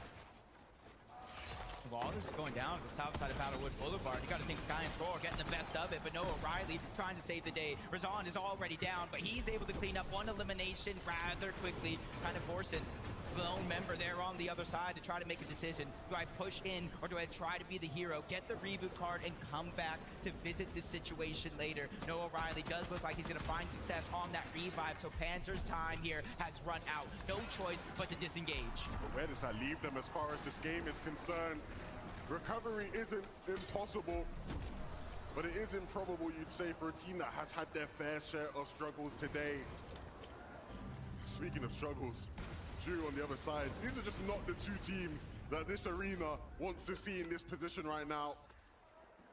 You just can't forget, Drew's been here the entire time. While Yapko and Panzer were preoccupied trying to deal with the likes of Noah Riley and Razan, they encounter this whole new problem of Vadil now being brought back into the mix. Granted, there's still a lot of damage left to be undone here. Ju and Vadil have a far ways to go before they make it into zone. All of the teams that are ahead of them, all of the teams that could potentially be looking to run back this direction too for that reboot inside of the storm, it's just not going to be very easy to climb their way out. Oh, sneak plays. We like to see them. Oh my God, there, Levin, he really thought he had it. The stair was in the way, and as soon as the stair came down, it was like a jump scare. A whole team jumping into the box, turning that one around rather quickly. For a moment, I think we all thought that he had him, but darn Deemish, they understand. They cannot afford another lobby when the standings are this tightly knit. Going out before the placement points really have a chance to impact things would just be devastating, because all these other teams inside the top 6 specifically have more than enough opportunity to catch up and overtake. Pixie and Squizzy over towards Squibbly Shores. Trying to make their move Fortnite, I love you. all the way over from Dark Dominion. Rather now instead of later with the rest of the lobby. It's going to make it hard to maintain your position. Fortnite, I love you. Fortnite, I love you. A reboot coming through, able to get a knock onto Yapko, but a whole nother duo comes to crash the party. And there's a 14 at the bottom that's moving closer and closer. But the one right here that he has to worry about is Cold and Rapid. They're trying to close in on the distance. And while they're focused on Ju, a revive is going to come out. And Scary and Syaz as well. That was that 4 team I was talking about. Shoot off into the distance and clean up that elimination onto Ju. That frustration really starting to build up, because when you are at that 82, 90 points range, it's hard not to overtake it. But Rapid, Cold, don't get distracted now. Yeah, we have to remember, for a team like Badil and Ju, the prospect of pulling and getting a top 15 to be able to solidify a spot for the global championship would be everything. These guys want more than that. And Yapko and Panzer, again, in one of these fights here in Storm, not somebody to play with, even if you're Cold and Rapid. Fresh off of what looked like a revive situation down in the dirt. I'm not sure how they opened that one up on the Cold. They took him down, and now they leave Rapid in a peculiar situation. He has enough gold. He can bypass this situation and try to get the reboot, but I'm not sure he wants to leave all that loot behind. I just watched Yapko go from 15 builds to over 110. He got his loot llama. He doesn't need to stick around to see what happens next with Rapid. They know they need to get out of dodge and start actually making their way towards the zone. By Rapid, he's sick of it. You're gonna ruin my game. I'll take yours down with me. Yapko has been knocked. The delay now for Panzer. Do I commit or do I back off? But Rapid's not gonna let it happen. Rapid, who are you feeling like? I mean, if this is what you're gonna do, then we really want to see more of you right now. Panzer needs to be careful, because Rapid is not messing about. Even with the free builds he has, he's still fancying it to find something. Panzer just has to regain control, use the mat advantage he has to keep the distance, keep the separation, and keep the angles in his favor. And for Rapid, that was huge. Going into a 2v1 situation at that, and now he's trying to put pressure. Doesn't want to let the revive come out. A fake shockwave, and the elimination comes through either way. Rapid kind of even in that exchange, when you could see he wasn't able to get any of that loot. Only 6 builds left to his name, so wherever he goes for that reboot, Panzer will be there. He was so prepared for the challenge, but he had 0 materials. He could not afford to just charge head on into where Panzer was directed, but the damage has still been done. Panzer will have to play this game as a solo for the time being, and making it to a reboot ban with so many other teams closing in is not going to be easy. Great to see that Vico and Malibuca are back up. Earlier in the game, I did see in the feed that they were taken down, left as a solo, but right back at it. That's what happens sometimes when you have Frigid Fortress to yourself. The zone goes to the south. There's a lot of open space and opportunity, which is needed by Vico and Malibuca. They're the team that's right on the heels of Sky and Scroll, especially for them that are performing so well. Talking about teams putting in big performances. What we just witnessed from Pollo in that last lobby, absolutely disgusting, but they're going to need even more still. They're really going to have to put the pedal to the metal. They are still trailing in terms of top 5 potential here, but with Pollo and Peterbot, if they can keep firing off on all cylinders, it might just be game over. The trend we've seen with Pete and Pollo is that they like to heat up towards the back end of competitions. And usually we see that in 6-game tournaments, right? Where game 5 and 6, they have their pop-off moment. We got a couple more games after that. What happens when that continues and continues Polo, I and love. momentum builds? Are they still a potential threat at the top of this leaderboard? These two will try and make that not possible with just how consistent they are. It's just so scary though if you're Scroll and Sky, because you are leading the pack. You are ahead in the standings, but you also have all of that additional pressure. They are our Major 1 champions for EU, but even after that accomplishment, it's another thing entirely to pursue it and receive it and take it over in a LAN environment. Essentially, this game right here, Polo, I love you. about a 46 or so point difference as of now. Sky and Scroll still leading in first, but you have multiple teams, including Acorn and Bolts, hot on those heels. And for them, they're 183 above the damage threshold. Bolts and Acorn have been playing consistent. They have a win in the tournament so far today. It's just about making it really matter in the last half. And I think one of the biggest difference makers, especially for a team like Acorn and Bolts, is they don't necessarily go elimination crazy. Could be the case. Shark and Teeny, though, certainly a team that can deliver those big-time performances. Heavy elimination, strong placements, but first, they're going to need to see if they can take out Garm and Deemish. Caught them a little bit off guard here. Going to force out the Bills' spot of retreat, but Shark is just beaming anybody he can in the lobby. He needs all the damage he can get right now because they are currently still sitting just above that damage threshold. And as the players start to rift in overhead of Humble Hills, this could be even more complicated. Still, shots are connecting. You can't overstay. It is going to go from 2 tick per second that you're inside of the zone to 5 ticks, so he immediately tries to beeline his way there. Rightfully so, because you look at where the zone pulls all the way across the map. Max pull for the majority of the lobby. We're headed on over to Battlewood. Pretty big confidence decision, though, from Shark. He was hanging out in the storm so far away from his duo, Teeny, and yet they weren't punished for it. They kind of scouted out the fact that they had an opening for Shark to kind of stick around, look to try and punish some players. We're a little bit later than the rest of the lobby, but now Swizzy, Pixie, they're on pace Polo, I to love try and take over the top half of that leaderboard. See with just how this zone is shaping up, all those early rotations will be crucial. This isn't the type of zone where you want to be running in late. It is so easy to get focused here as these players move in. Pixie, Swizzy, looking for a refresh, looking for any sign of weakness. They won't find it in Rico Malabuka. Those guys are looking good. Shark and Teeny, a tournament-defining game for these two.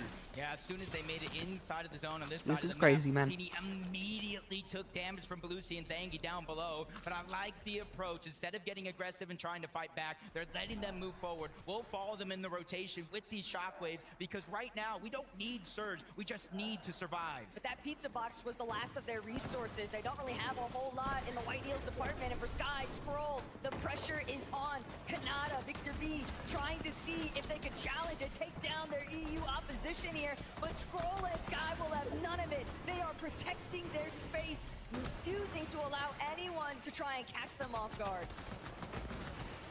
Like, this is the point in the game. You almost have to have Sky and Scroll go down because this is where they excel the most in the end game, whether they're together as a duo or playing as individuals. So as the day continues to go on, depending on where they're at in the leaderboard, I want to see somebody try to make a play. This is exactly what we were talking about.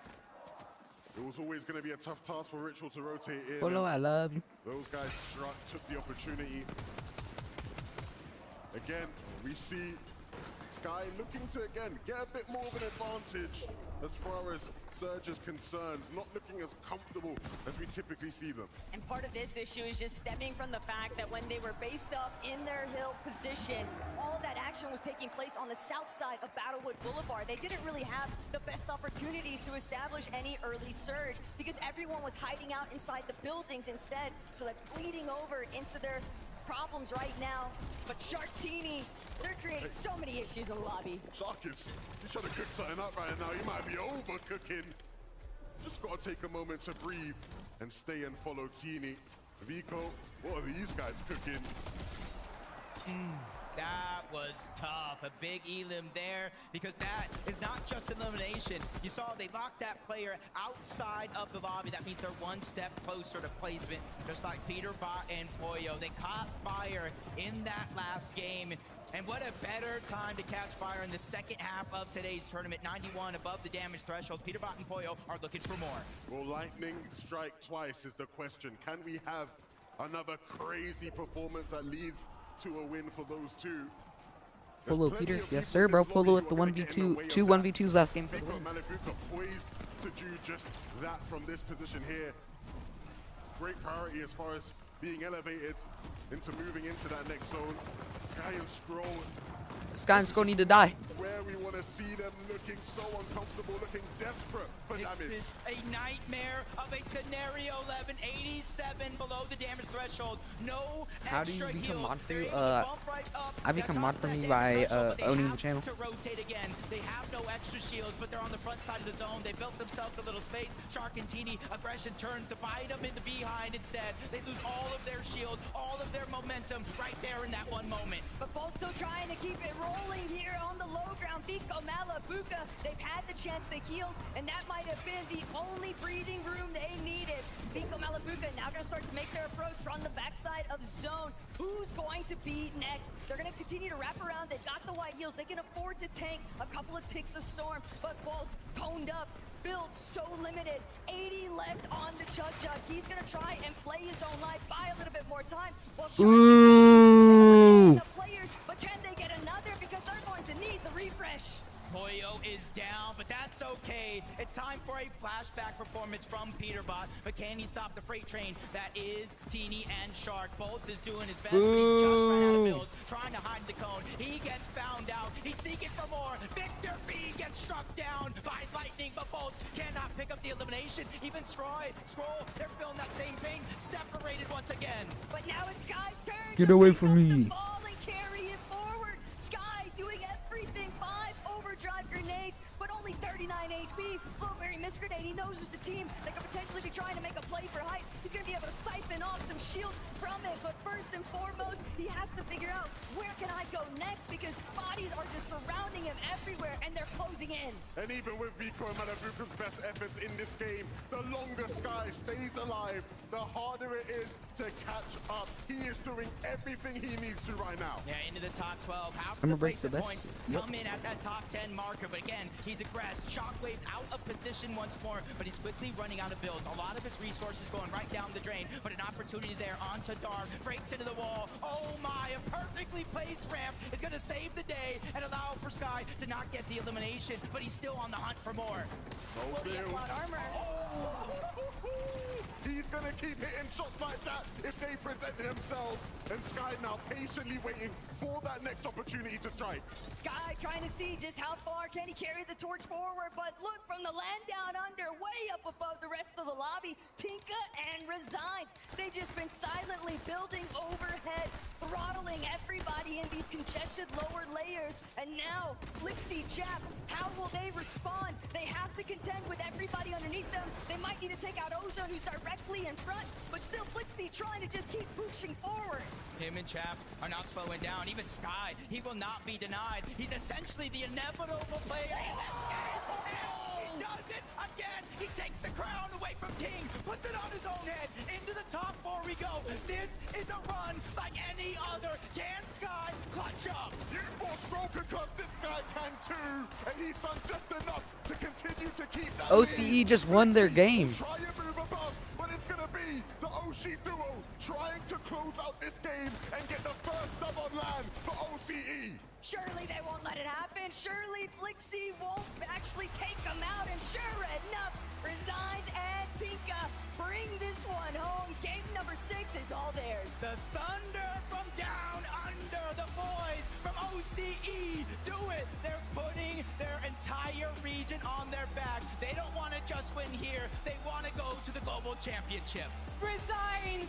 This isn't your first rodeo, but it is OCE's first win. Should be now at the same time. I know it should be Peterbot and Polo getting interviewed for the second time. Honestly, it feels amazing. This is the best feeling. This is the best feeling.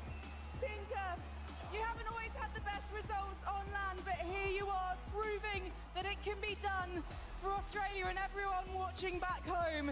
You had the high ground, you had it clean. Did you know once you'd established yourself that this was in the bag? I think the main thing is just to play with confidence. You got to forget your OC and you just got to play like you do at home, and it works. It worked. Was always the intention to go for high ground? I mean, yeah, like on land, everyone's pretty scared, so like we just don't play scared. Bye, We just I'll take be back. flight. Good friend Queasy, he established that one a while ago and it's clearly working for you. But the key thing now is consistency. You haven't had the best game so far, but do you feel like this win is going to give you the confidence now to get off spawn and get to the finish line? 100%. Well, boys, congratulations again. Making history for OCE. It's Taker on Resigns. We're going to head to a break and maybe more history will be made.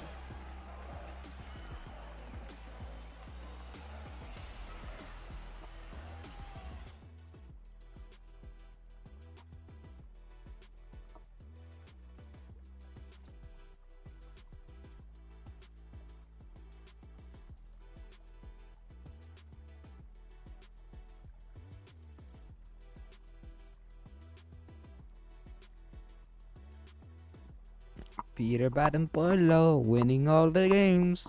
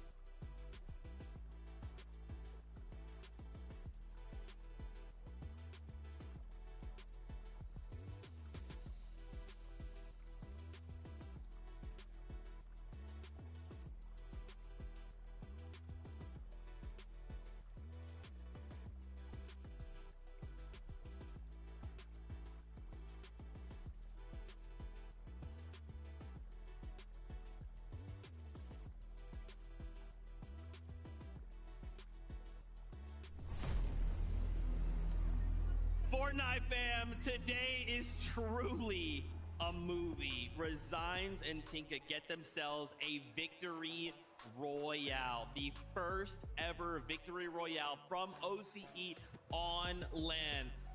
I think what's so crazy about this is we're watching the game in the back, and for a moment everything's kind of going chaotic, and then we look up and we're like, Resigns and Tinka, okay, well, maybe they can hold it. I mean, there's so many of the names that we know will contest height. They're not here. They're gonna win. Wait, OCE's gonna get a win. Wait, OCE's gonna get a win. An incredible effort from the guys, and as you can take a look right here, it's not like they kind of jumped up on the high ground in the last second, right? They were kind of holding this throughout the entirety of the end game.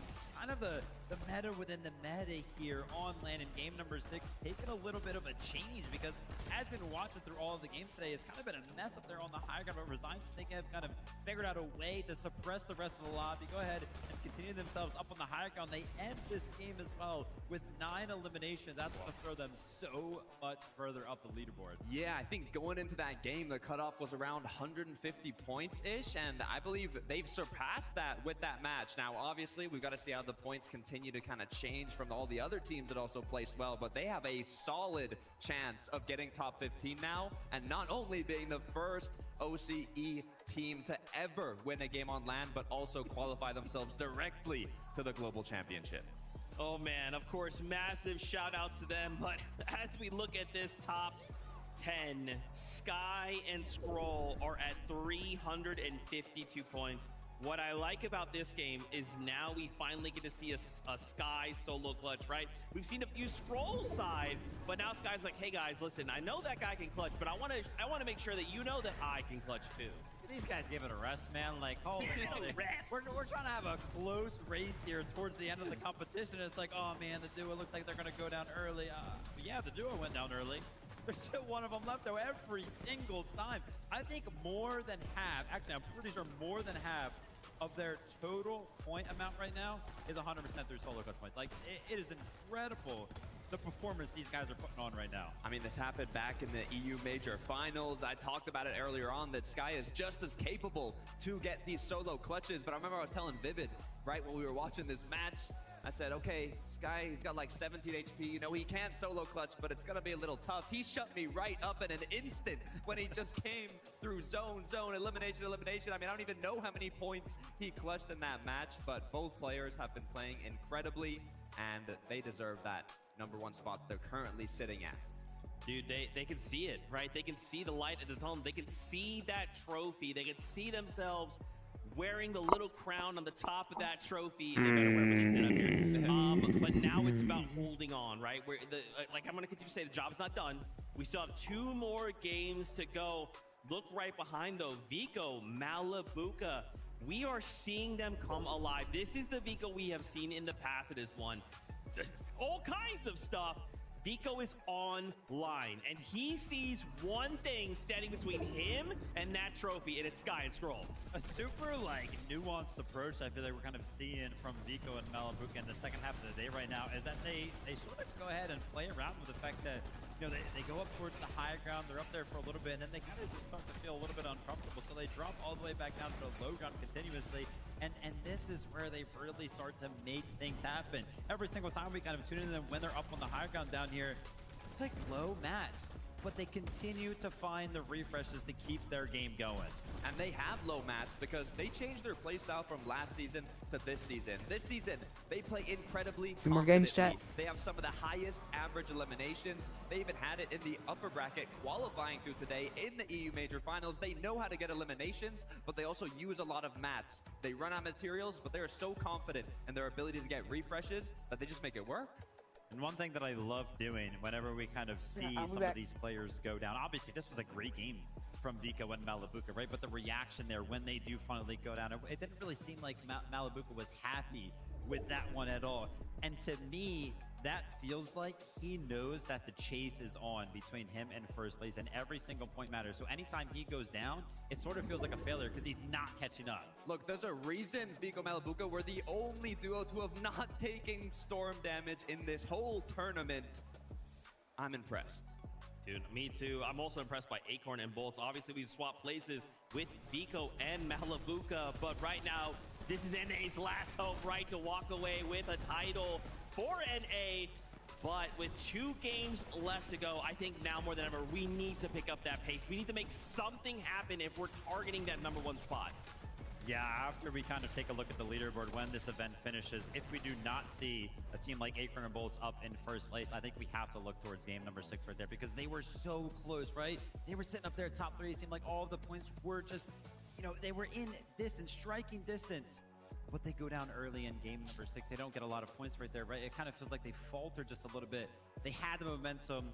It gets slowed down. They've got 2 games left to kind of catch up. Can they do it? You said it yourself. A couple matches left. This is where you start feeling the pressure. This isn't a 2-day competition. This is the last chance that these players have to crown themselves FNCS Major 1 Summit champions. The top 3 are all titans, legends in Fortnite competitive.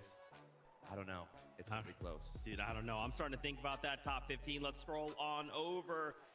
Let's see. Oh, dude, Chap and Flixie jumped up 12 placement spots after that last game. I'm telling you, I'm gonna keep saying it. One game can turn every single thing around. If the competition was over, right? Technically it should be. That was game number 6, but we have 2 more here.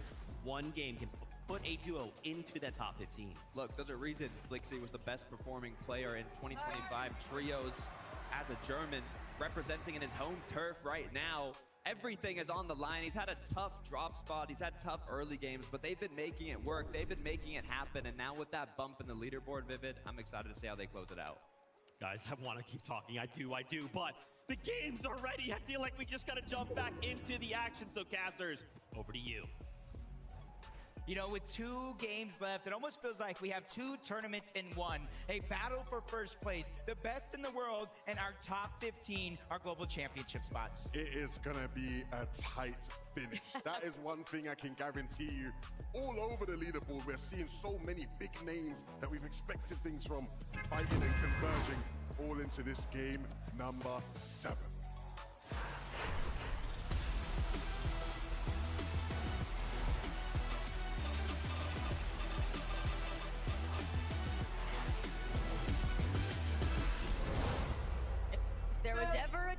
If there was ever an opportunity to try and steal it away, Game 7 might just be your best bet. The drone shot, it's not coincidental. What's going to take place at Battlewood Boulevard?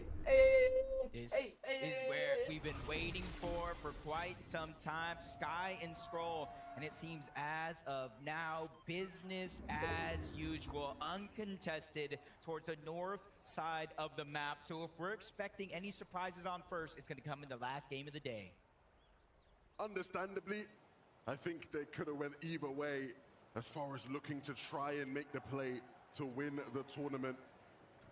Around the map though, again, the desk hyped it up, and we will continue to as well. So many different teams pushing for a chance to qualify themselves for the global championship in Antwerp.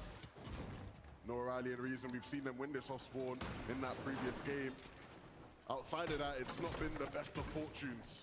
There's definitely a big point differential between these 2 teams that are clashing head-on as well. For Reason and O'Reilly, they're going to need a big come-up to try and cut the gap. But for Danikush and Tiggs, losing every off-spawn from this point forward would be devastating because that's likely a global spot on the line. Tune into this side of the map, Chap, Flixie, even though they didn't get that elimination, Tinka is down. Romero is the one that's going to get credit for that one, but either way, Resigns is going to be by himself, and Chap and Flixie are starting to go on the chase. They're closing the gap, 1 box away, but it does look like he's trying to fight back until eventually they're closing in and get that elimination from on top to on bottom. Reminding us why they are 2 top fighters, the pinch from both sides. He had nowhere to run and nowhere to hide. And it's crazy to think that at one point, even before leading into Globals, when they first found their spot cemented for this competition, a lot of the community was asking, when are they going to split? Chap and Flixie, we haven't really seen them shine the way that they both look to be as individuals, and yet, here today, they are proving that sticking it out has paid off dividends. Over here at Sandy Strip, more shenanigans. Will there be any damage dealt from it? Not Chino in that instance. Does look like they're going to take their time this time around. With one less team to worry about, they just saw them leave Sandy Strip. They got a little bit more space to work with, a little bit more loot to try to get this time around. It takes Danny Kush. We did see in the feed, they got an elimination onto one, but Reed and Cooper, they quickly crashed the party. This game, I feel like it's going to move at a swift pace. Everybody realizing what's at stake, but it may cause some mistakes in the game plan. Reed and Cooper taking probably way too much damage, they would hope, trying to third-party this fight. It's less about Danikush and Tiggs and more about where Vico and Malabuka are at. Vico taking every single advantage given to him from just overhead. Finding those damage applications off the surge tags is just going to keep applying steady pressure, steady control. Sharkantini, though, they're taking over. Sharkantini started the day loud, but as the race for first place slowly slips them by, this game could be the one that pushes them back into contention. Peterbot, Hoyo, something left to be desired from their last game. They look to make amends here. They have 2 chances to really make a run for the top side of that leaderboard. And right now, they go to lurk onto 1. Realizes he's caught out by himself, but they're unable to capitalize. No real damage, no real knock. And it does look like Nosif is going to try to close the gap. Peterbot landing a couple of tags, sees him trying to run, and they instantly close the distance with a shockwave. Nosif again, causing a little bit of confusion, but he bumps into the tree until he eventually goes down. Peterbot and Poyo realize where they're at on the leaderboard, and if they want to take first, they're going to have to come online. And Poyo and Peterbot are doing just that. They'll go ahead and start leaving the vicinity because they realize there's other games afoot. We've seen them pick up one of Izzy or Nosif in these games and still go on to struggle later down the line. It's about piecing it all together as the game continues. If they have any shot of having a respectable finish for players of their caliber. Things might get a little sticky here, though, at Riptides. Focus and Thomas waning on their material count, but Nalu just overhead. Creeping about, waiting to see if the opportunity presents itself. Will they strike? Sometimes it's best to remain out of sight, out of mind, and just look for the reboot opportunity. Just kind of looking right now. Tom's focused. They have 2 eliminations. You saw kind of backtrack. Nalu had at least 1, so it almost seems like Thomas focus crashed the party that Nalu and Rainy were in. And so Nalu has no choice but to hide, disengage, and try to survive for now. Swizzy, Pixie, again, almost everybody in this lobby moving at such an accelerated pace. A lot of the teams were not even seeing remaining in their POI like usual. And this is something that has taken Swizzy and Pixie some time to figure out, but all of that contention that took place over at Dark Dominion, helping them out so much later on down the road. Curve and Benno, they're ready to take out Kurama and Akira. Enough of the games. They're just going to win it all. And look, it's not quite been the night that Benno and Curve would have been hoping for after they lit up NA. But there have been signs of greatness and plenty to learn from as this duo continues their journey. And who knows, maybe a back-to-back crazy pop-off gives them a chance of solidifying a spot in Globals. Chino, Pablo, we've seen these guys trying to make plays like this all day long. Sometimes it's worked, sometimes it hasn't. This time around, in the tunnel. Yeah, underneath painted palms. The original teams that kind of land over at this side of the map have kind of been distracted for a good portion of this early game, but they do hear noise. Reet and Cooper up above, farming up the metal that they don't necessarily get access to over towards Latte Landing.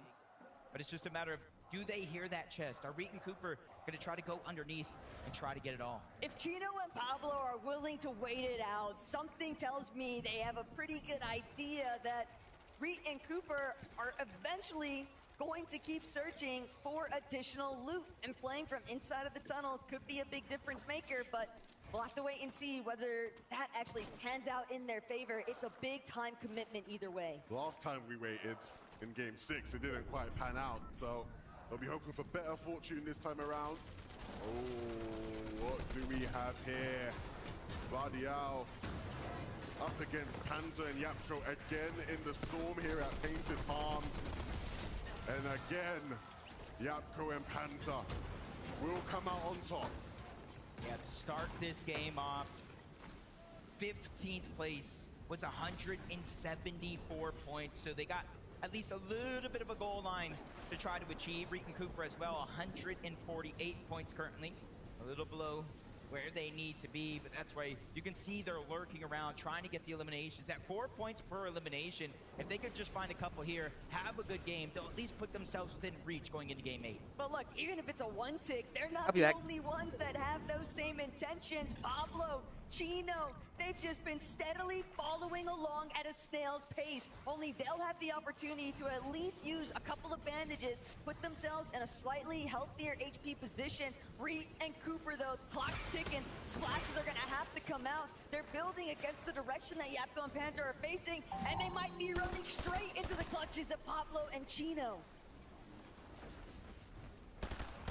So just one of those moments right here for Chino and Pablo. They've been all around the map lurking, and you see how early they left that sandy strip, and you saw their material count. They sacrificed loot, they sacrificed loadout, everything, because they realized one of the most important things in this entire tournament is Surge. Look, some lessons to be learned here for Pablo and Chino, as far as just investing that time and waiting for the payoff. And even they eventually will have a point in which they say, maybe we don't want to do this, but maybe they do.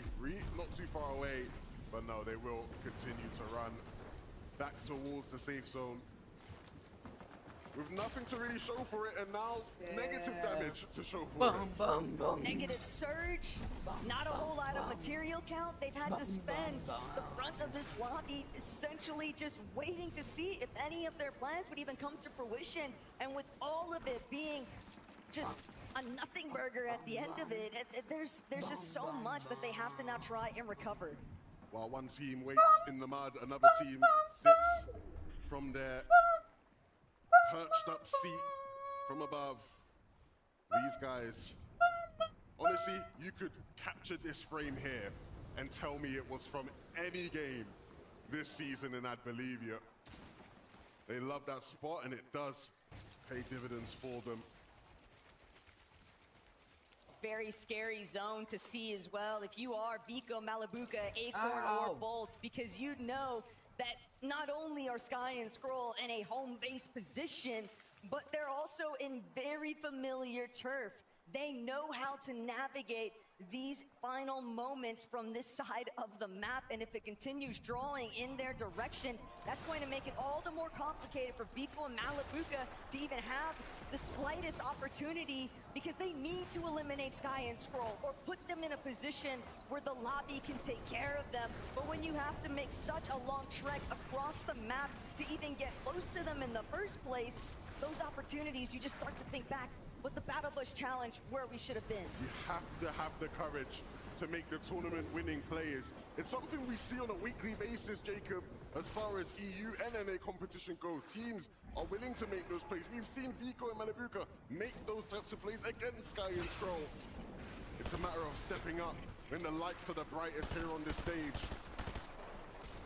Honestly, it was Vico I heard in between games just kind of yelling to, I don't even know who, saying we're doing this. He's trying his best. He realized one of the only ways is to get those eliminations. That's why each and every game you see them getting more and more aggressive. Lucy Zangi, same thing for them. They're roughly 64 points away from that top 15, and that means every elimination counts. But as he tries to shoot down, get damaged, it gets stolen away by Hari and Cammy, and they're instantly closing the distance. If not for the elimination itself, which you saw Belusi kind of cleaned up, it's for the loot that they feel that they earned.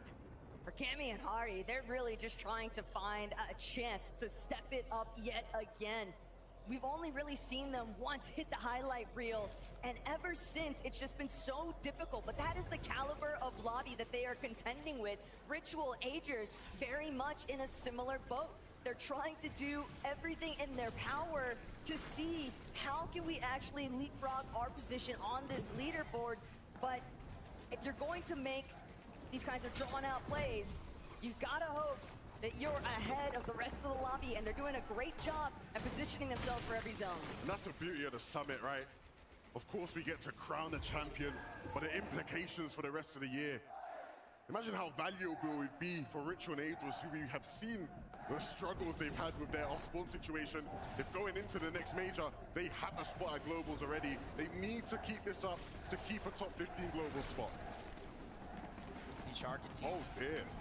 Rotating through, Sky goes down. Peterbot and Poyo, they've done this year after year, whether it was duos or trios, they go after Burn. It's the best chance they got. And now we're scrolling down to 40 HP, forcing out the splashes. Look how close the zone is. Third parties are now interrupting this fight. Peterbot and Poyo know at a time, if they stay alive, it'll become mathematically impossible. So they have to slow down the point game here. It's now or never, because if Sky and Scroll continue to stay alive, this tournament will be over. Peterbot and Pollo, they don't want to let Skrull have any sort of chance to slip away from them.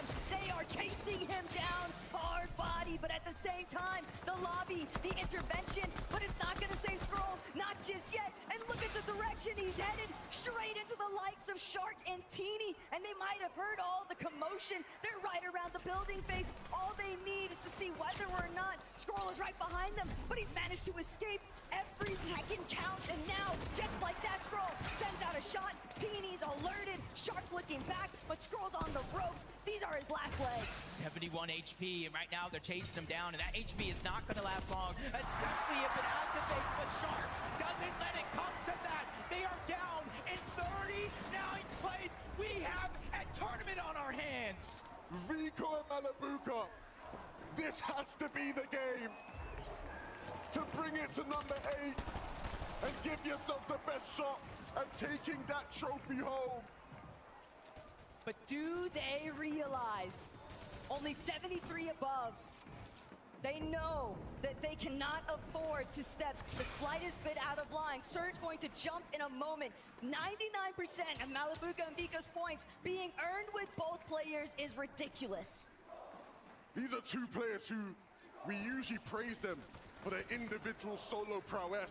That hasn't been what's been delivering the goods today. It's been their teamwork and their efforts together, and they need that here.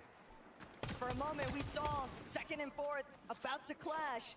But you have to remember who's also in the mix. Acorn Bolts cutting it right down the middle in third. This is so close, and even them, 522 above the damage threshold. Even though only 21 players need to go down before it's no longer a thing, they are so far above, they're not going to have to worry about it. So this here is a moment for them to just weaken the lobby, try to take them out one by one by one.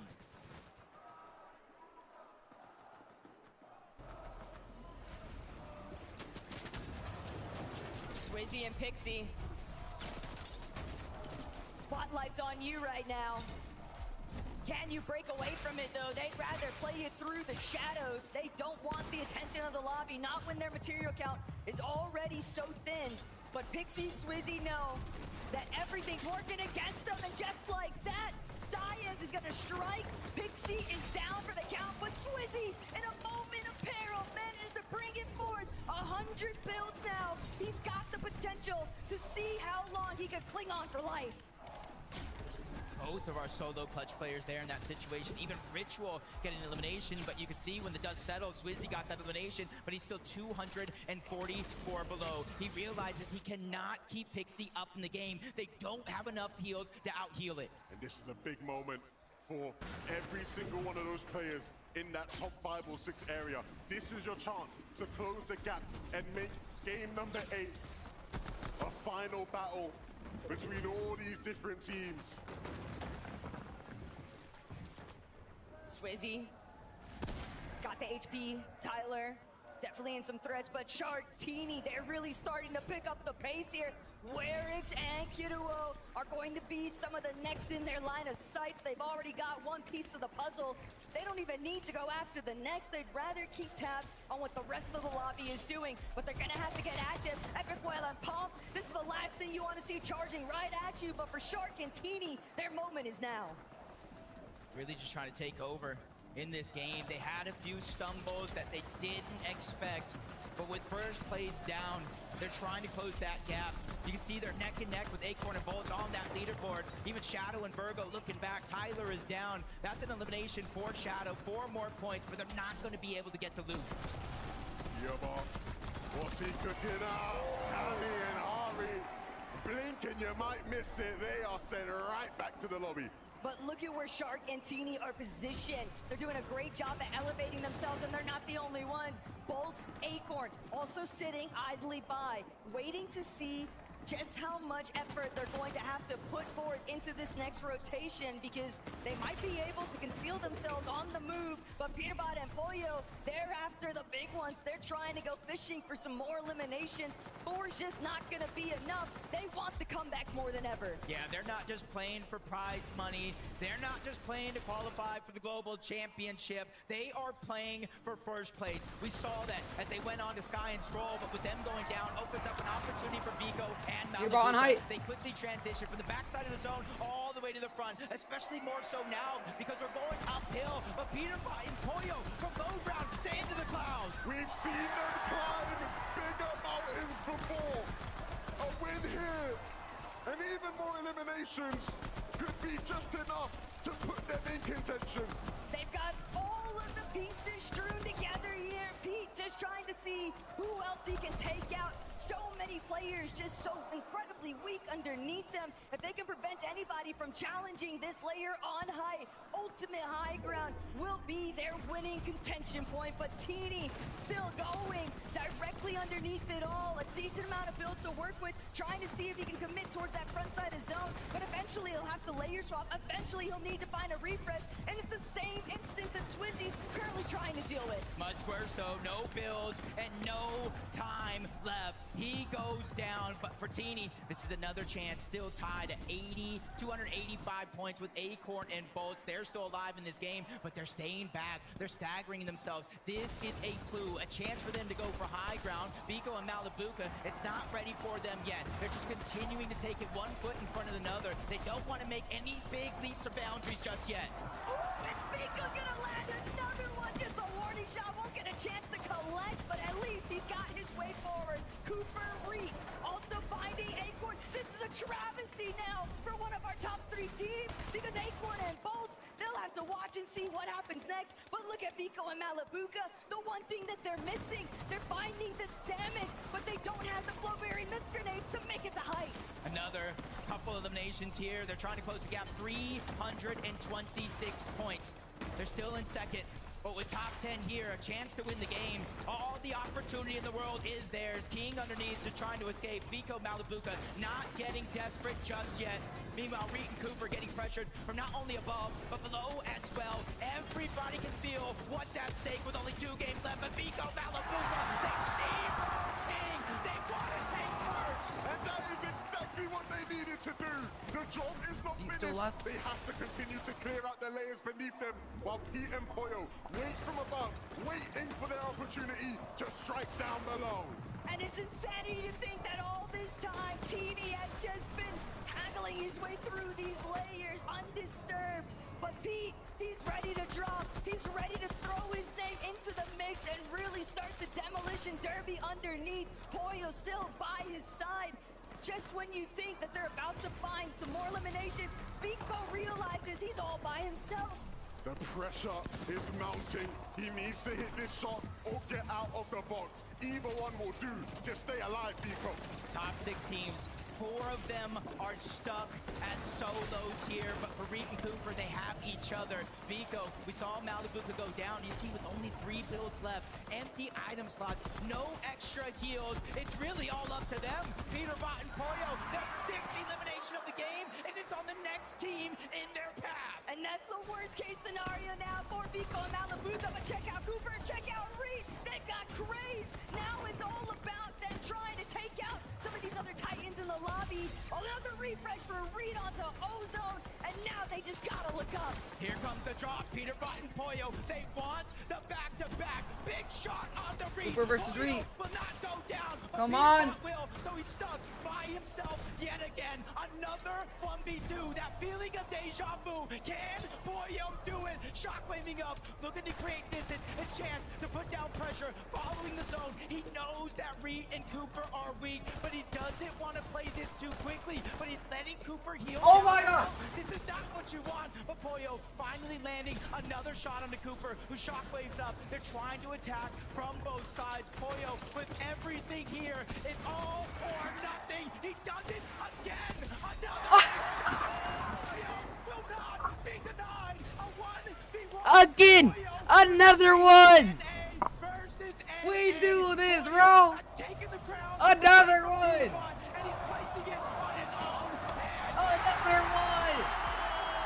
Another one! Another one! Another one! All roads lead to Pollo every single time. Just when you think that he won't be able to do it, he delivers yet again. Peterbot, what is it like playing with the best player in the world? I mean, it feels great. It is incredible. Ah, the clutch again. Last time I spoke to you, you were like, they had no mats when you won Bruh. the 2v1. You had no mats either in that situation. How did you do it this time? I don't know. I mean, I don't even know. It was the 1v2. It was versus Reed and Cooper. You're flying through the sky. We think maybe there's going to have to be a heel off. You're reloading in the air. You're an absolute rock star. But how do you stay calm in those situations when everything is going on? I just knew they had nothing. Like when we first dropped down, they weren't really building or anything, so I knew they had nothing. And you were able to keep it on clean on height this time, Pete. So you must have been feeling like, yeah, we've got this. Yeah, 100%. We played height perfectly that game, and it was just a textbook win. It was a textbook win. You were ninth going into this one, but now you can have your sights truly on the trophy. Qualification, surely, for Globals is yours. You just need top 15 for that. But what are we going to see from you two in Game 8? I can't say. You'll see. Look at that camera and tell me, are you switched on? He doesn't need to say anything. Hey. With us, Düsseldorf, after this break. We crown a champion! It's time.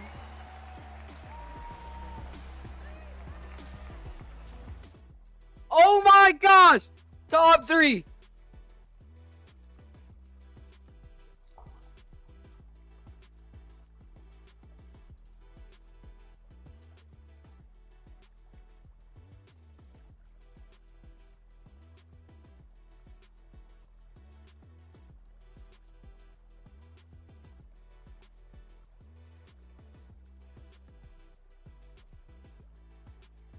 Oh my gosh. It might happen.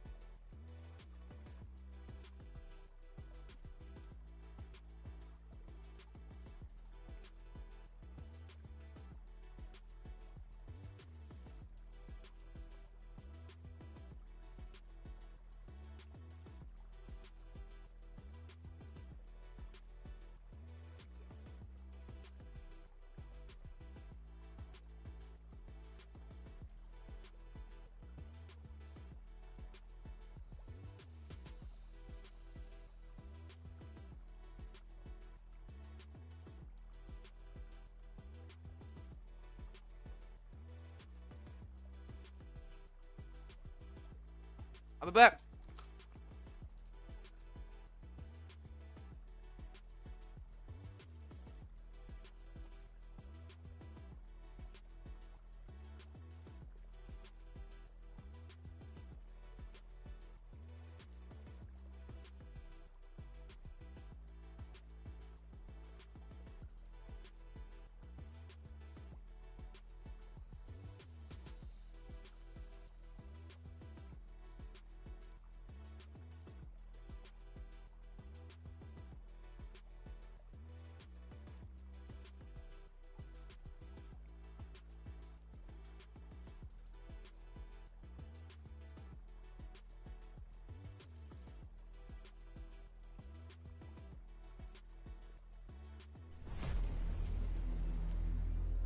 This is cinema! Listen, production, give me a camera on Facts. Stand up right now. Can you hear me? Facts, give Peter Bus some love, baby. We're back, baby. We are back. Let's go. Okay, sorry guys, I didn't see that. Oh, And then Facts was bias shown on the mask screen, bro. off. Here we are, guys. Why does it always happen like this, Vivid? Why does it always happen like this? It's like, Peterbot, like, he's one of the best players in the world. Oh, he's not doing that hot. Then he comes back, and it's like, when it matters, oh, just kidding. He's just showing up. 2 victory royales on the day in a finals lobby of the quality and caliber of this lobby, both coming down to solos from Poyo. This is just the same story over and over and over again, it feels like. Over on NA regionally, and even globally speaking, so many times these guys start to get counted out as the games start to get deeper and deeper.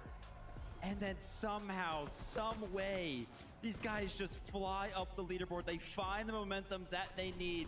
They find the energy from the crowd, the fans, from people like Fax, and they just ride with it, man. And it's all in the back of Poyo. How many 1v2s is this guy gonna pull off today? Unbelievable. I feel like we've seen this before. Poyo has this meta, has this shotgun, this Chaos Reloader down to a T. The way that he's moving in these 1v2 situations is unbelievable. The timing that he seems to have on all of his loot and his inventory, knowing when to stay back in the storm, when to heal up, when the shotgun's reloaded in his inventory, and then when he can go for the next shot. He is so in tune with the game right now, and it's showing there in the end game.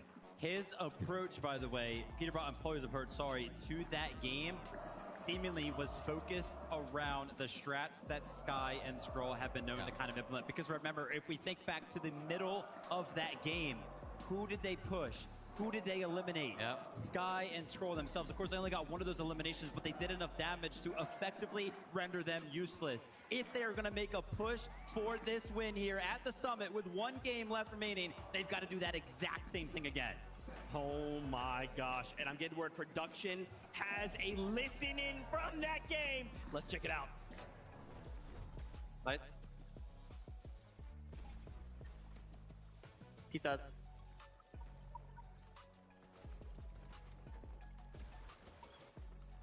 Shock him out, maybe. Nice. Good build. Shock up.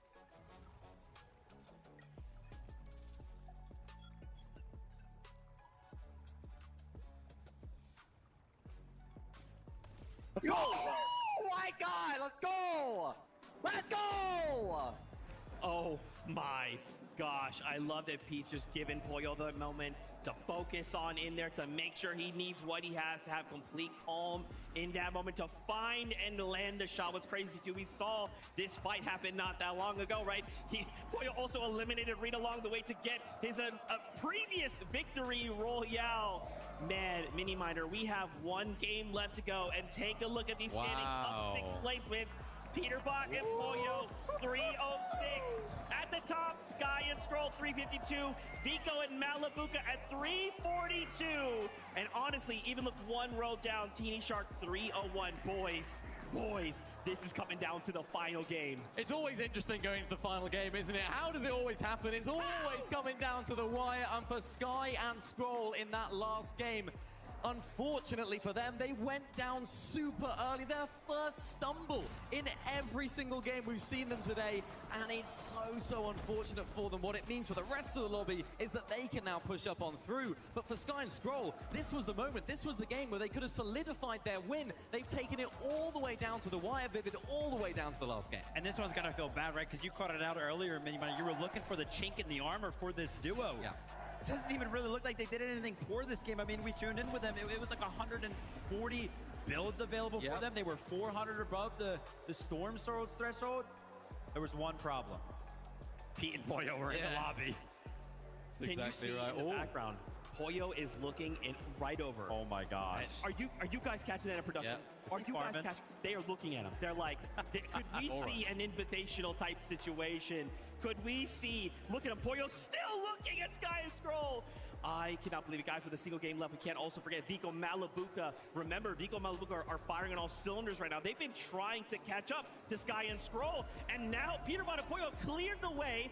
Now they're up front they can make this happen. 10 points behind, I think it was there on the standings. They could actually do it right here. They made the most of the fact that Sky and Scroll went down early on in this game, and I was watching them a lot during this endgame. The way that they played this endgame, this huge refresh onto Kingaling right there, even the understanding. They had a really nice 10-zone pullback, which really helped them out. They didn't need to go for too many crazy refreshes, too many crazy frags. They understood they could play that zone, play inside of those boxes that have already been built, and then ride out those placements. Because for these guys right now, For they live don't event? need to Yes, do sir, too bro. much. 10 points behind, I think it was, as we'll have a look right now. Yeah, 10 points behind the leaders. Honestly, Vivid, they could do it. They very well could. Vico and Malabuka have been so dynamic throughout the day. It feels like every single game, it feels like they're kind of playing different. Acorn and Bolts there in 5th place. If you kind of paid attention, 3rd place, Pete and Pollo, there we at 306 points. Acorn and Bolts in 5th place, we're on 295 points. So as it currently stands, only an 11-point difference between 3rd and 5th. As you can see right there, refocused in on the battle between 1st and 2nd as it seemingly stands. Vico is locking in. And this is bigger than just this tournament. This is bigger than just this game. This is legacies on the line. Are the new kids on the block, Sky and Scroll, are they the real deal? Is it going to be the older guard? Vico, Malabuka, players that have been here, that have done it in Peterbot and Pollo. This is where we find the answer to that question. Who will cement their legacy, or who will rekindle theirs that so many thought was lost? Genuine chills just went up and down my arms as I'm taking a look at the POVs of these players right now. The vibe meter that Levin was kind of talking about, I feel like it's been so high throughout the course of this tournament for Vico and Malabuka. Right now, they seem so stern. Yeah. Has the pressure finally hit going into the last game? That's exactly what I want to talk about. That's exactly what I want to talk about. We have 1 game left to go, 5 duels all in contention. You could even argue that top 6 as well. Half of these players have been in this type of situation before, right? Even look at someone like Shark and Teeny, right? Shark, this is his kind of first time being in this situation. This is the hardest and the most intense the pressure is going to be on them. Yep. Look at Sky and Scroll, same thing, right? Vico, Malabuka, Pollo, Peterbot, they've been here before. They know what that last game looks like. This is a rare Vico we don't often see. The focus, the quiet Vico. Pollo, look at him. He doesn't look scared. He looks focused. He looks like he's in his element. He's clutched twice already. The pressure. This is it. All eyes are on this stage. All eyes on these 5 duos. That's the question, isn't it, Vivid? It's the pressure. The pressure is what makes the difference every time. Every single one of these players that we've kind of interviewed throughout the weekend, they all try to seem like they're cool, calm, and collected. They try to make it sound like nothing really bothers them.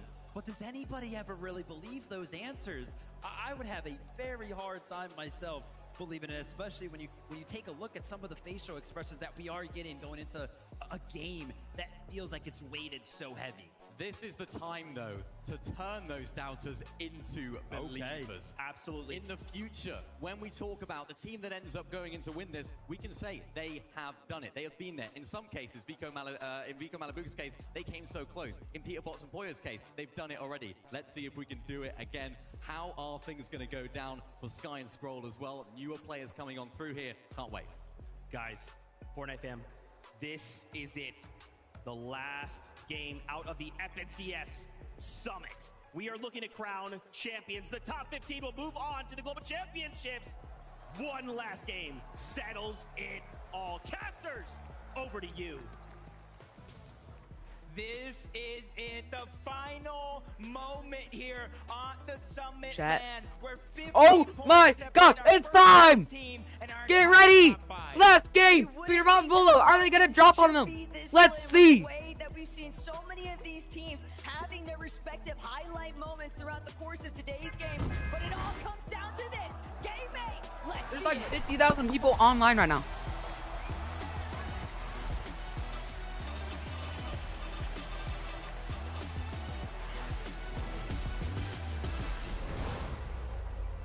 Everybody at home, everybody in this arena, we're all asking ourselves the same question. Will Peterbot and Pollo do it again? year after year, championship after championship, they are the ones known to do it all. We have seen crazy plays happen in final games all year long. It's Fortnite heritage at this point. But this time around, it looks like everybody is going to do their best from their own spot. Demo and Kazzy, are they going to play spoiler here? What's going on? Hold on a minute. It's time! Peterbot! Polo! For the win!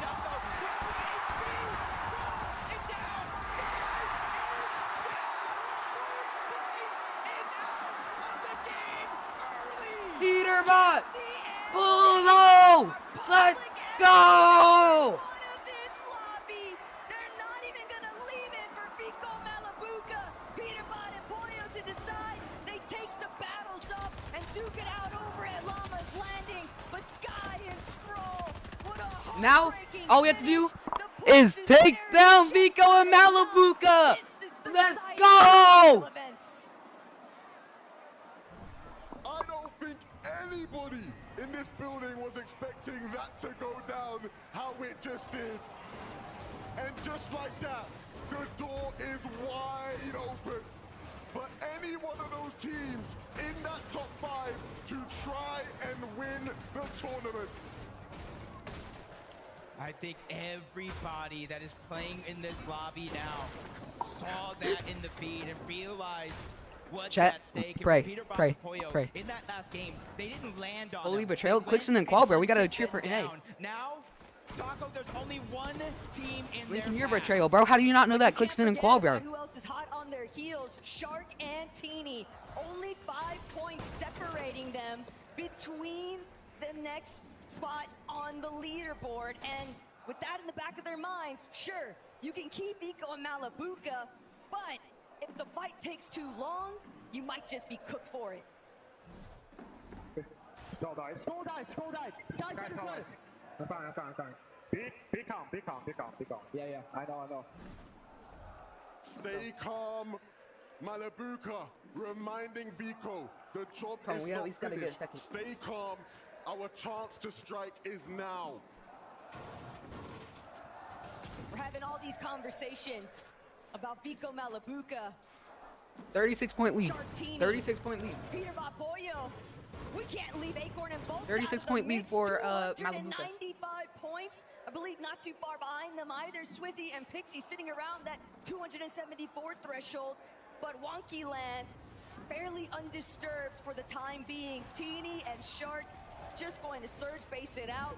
But at this rate, the lobby is going to be picking up in pace rapidly because currently, every single one of these teams, you would anticipate, maybe they try to take out each other. Maybe the gloves just come off with Sky and Scroll being out of the lobby, but they don't want to risk what they feel like is their best shot at first.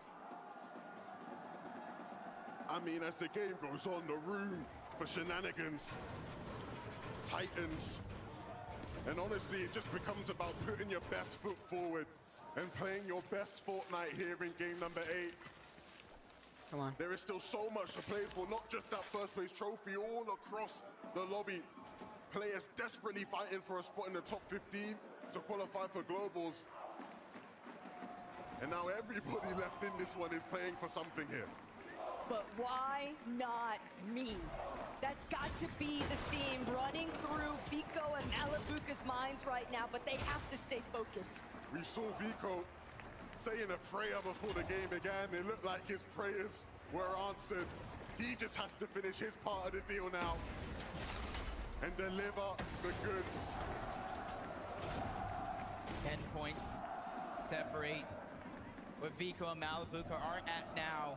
And first place on that leaderboard. And if they can get that, close out the game, they would be your Major 1 Summit champions. But they still have so much competition to watch out for. But again, Levin, you said it yourself, there's room for so much shenanigans. Shark is going to go down. Teeny's by himself. Iyamzo and Josh are the ones hunting him down in Wonky Land. They've had a rough Oh game my today, gosh! and they're looking to try and change their fate in the final hour here.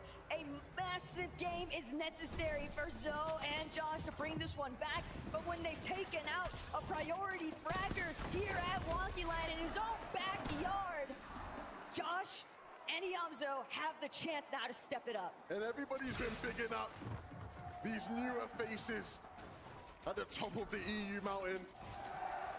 But here in game number 8, nothing but struggles from our bright young stars. It's up to the experienced vets, the former champs, to try and show them how things are done. Uh-oh. They know. They know. Right now, they already got that elimination onto Shark. They see a giant surge base at the top of Wonkyland. Typically, this is where you would see them, but they just can't find them.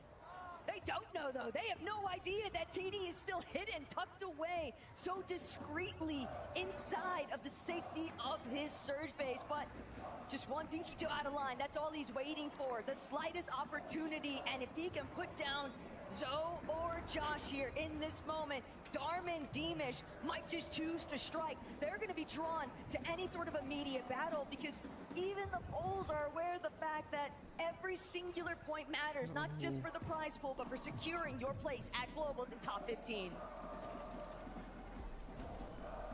Yomzo and Josh will leave. And like you said, Taco, no clue in the world that Teeny was still right beneath them. And that room might just be enough for him to keep Shark in this game and keep their chances alive. Peterbot and Boyo up above. No fast moves coming at him this time around. And it's just, the gap is that close that they don't really have to worry about it. And a lot of extra heals for Peterbot and Boyo. A whole pizza shop underneath.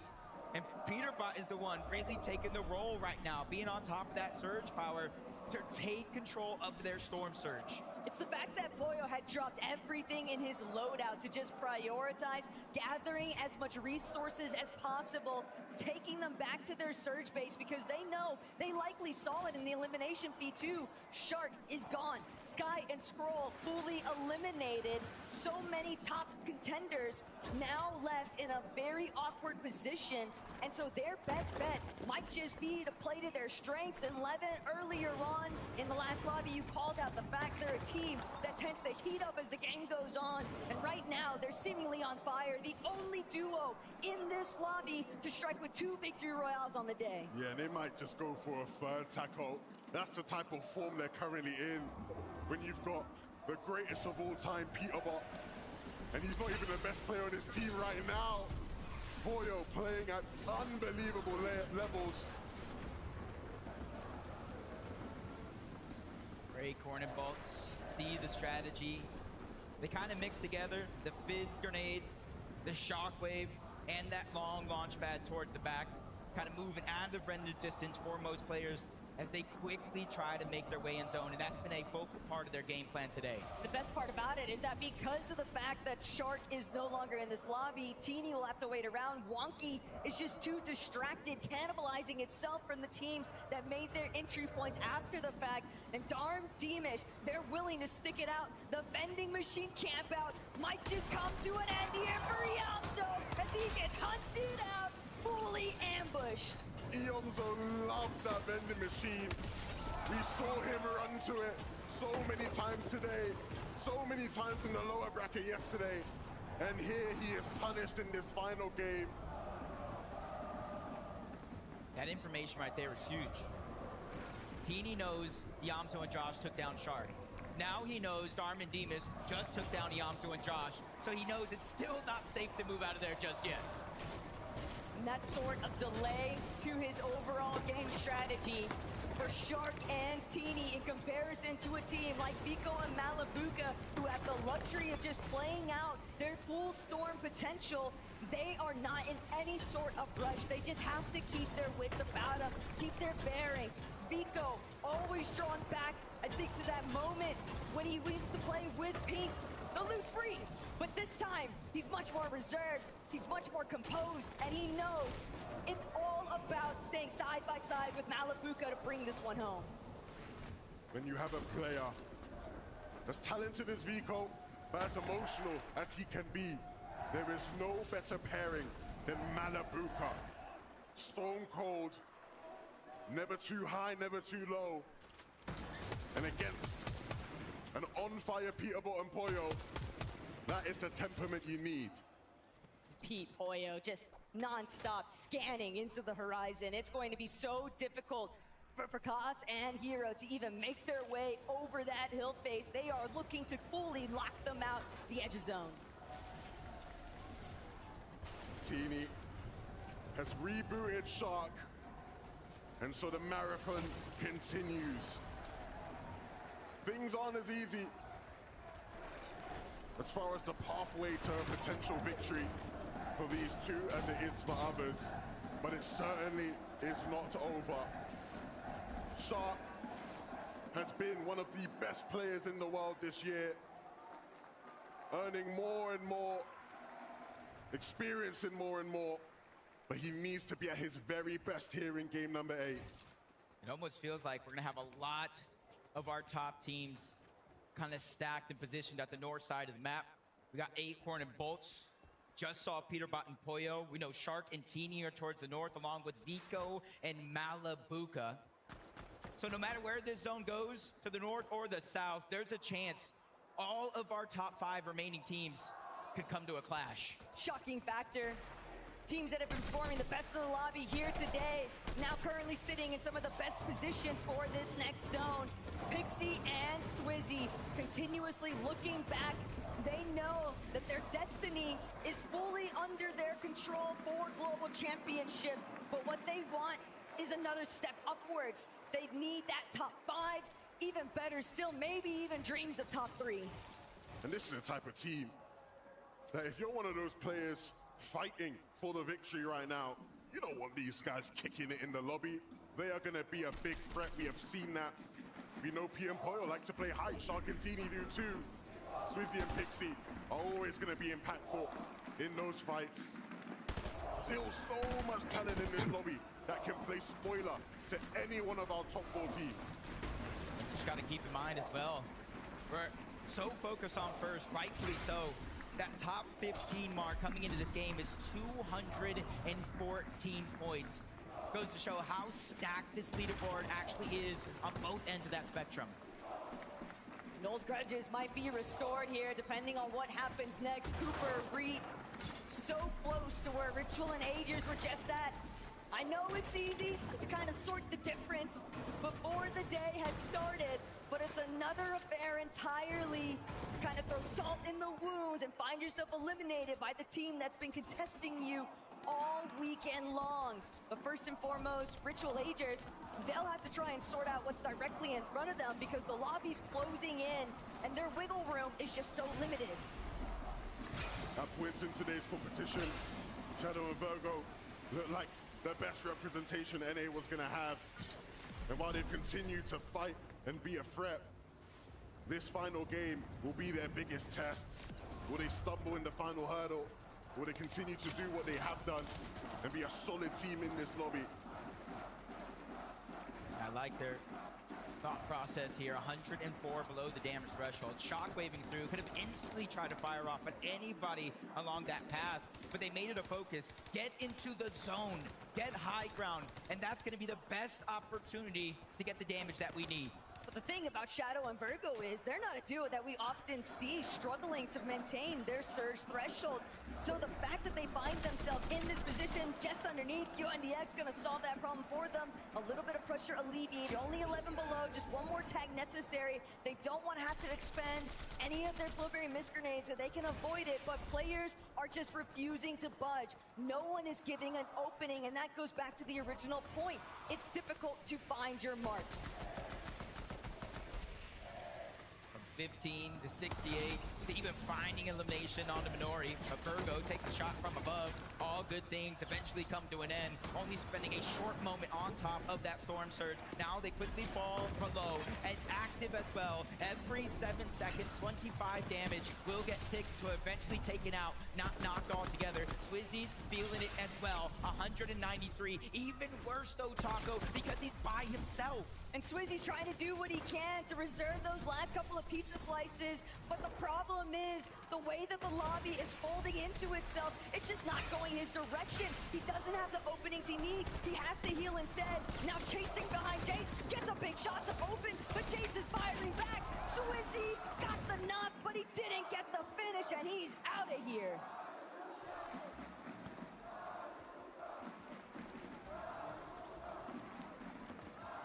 Look on board, Shark and Teeny. You almost would have never have guessed this team was almost an inch away from getting sent out of this lobby. But now they're back, 400 above the damage threshold. They have a little bit of high ground, and they've regained control of their own destiny. It only makes sense for Game Mate to come down to a forest zone location. This is prime time territory for Shark and Teeny, and it also makes height all the more difficult to control. It's very obscured vision up amongst the treetops, and so for Malabuka and Vico, they're gonna stick to the low ground, but they're gonna wait for their moment to try and strike above. This is bad, bro. I don't think Peter Rock's winning. Dominated the low ground at I don't times think Peter Rock's today. winning. Comfortable on any layer, and that's what you need to be when you're fighting till the end. Yeah, you gotta remember, it was Vico on day one that was leading the pack in terms of eliminations. 314 here. They're just taking it one step at a time. They realize I don't think with it's the winning. leaderboard this stack, all it takes is one misstep, one mistake to really cost you a chance at that first place.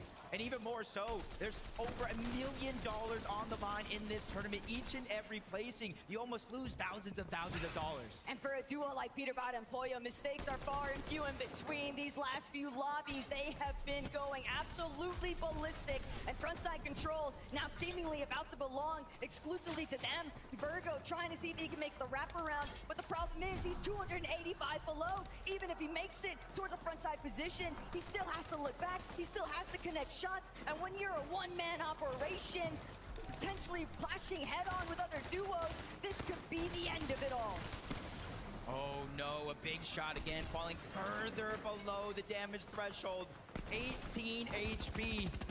He needs more than a miracle here. He almost needs 3 eliminations worth of damage, and a lot of that is getting stolen away. Nearby, Peterbot and Pollo, 144 above the damage threshold for them. Pollo deserves all the flowers in the world with how he's been playing this weekend, really leading the team to the promised land. Here we're looking at wraps right now for Virgo. One more tick unless he gets this shot in. Twy, though, gonna manage to just slip away, and Virgo won't be able to make it through. Twy and Cringe safe for the time being. And even though we pull away from the treetops, you can see Shark and Teeny still want to play for height. They take Acorn down, and that is perfect for their standings. They take down the team, or one of the players of the team. Just good job. Them. That was the play right there. In an awkward position. Guys, I'm like 30 seconds in front. Who do you want to win? To get involved.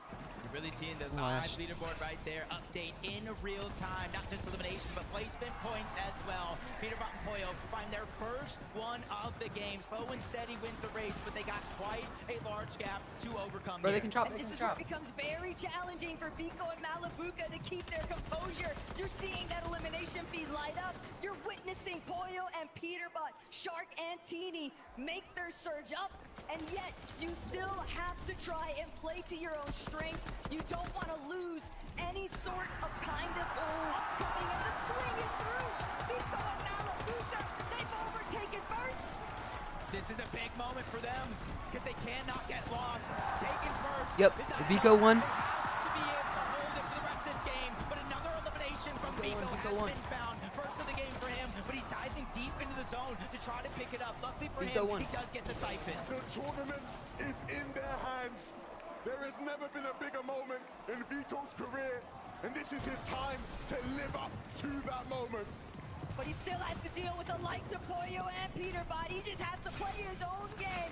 And from this frontside low position, everything seems achievable. Right now, they are leading the charge in the underground. So much space has been claimed. They keep continuously looking back. The pre-builds are established, but Peterbot's ready to fire off. No.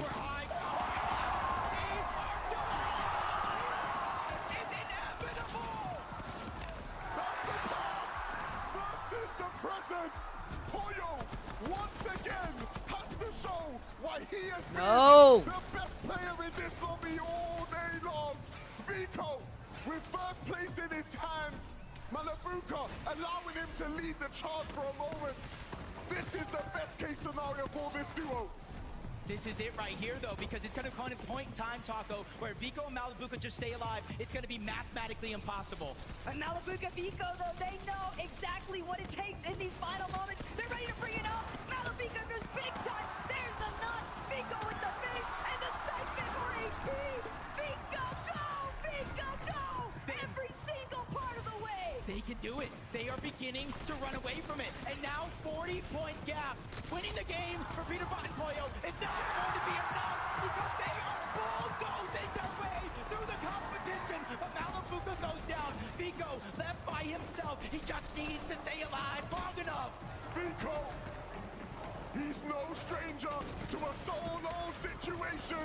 And he'll look to hit even more. Polo's on height. And completely run away with the competition. Cammy is in his sights, but he just has to connect with the crucial shot. Running it in and out of the zone. It's Vico. It's Vico. It's for Vico.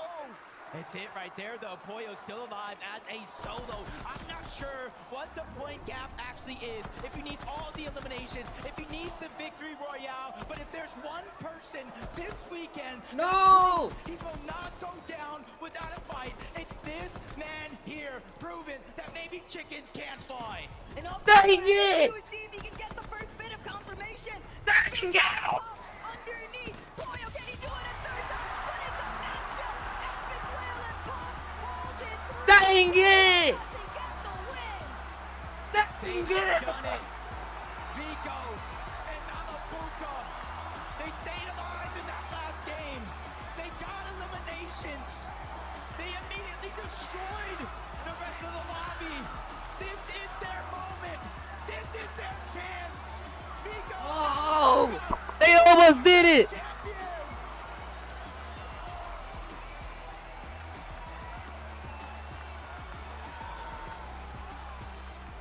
And just like that, history has been made.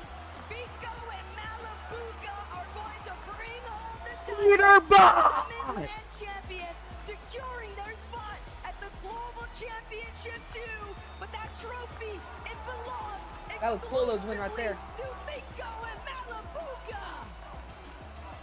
That was Polo's win right there. Go ahead, guys. Lift that trophy. You are champions!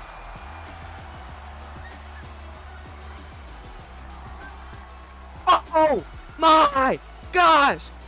Twilight, are you ready?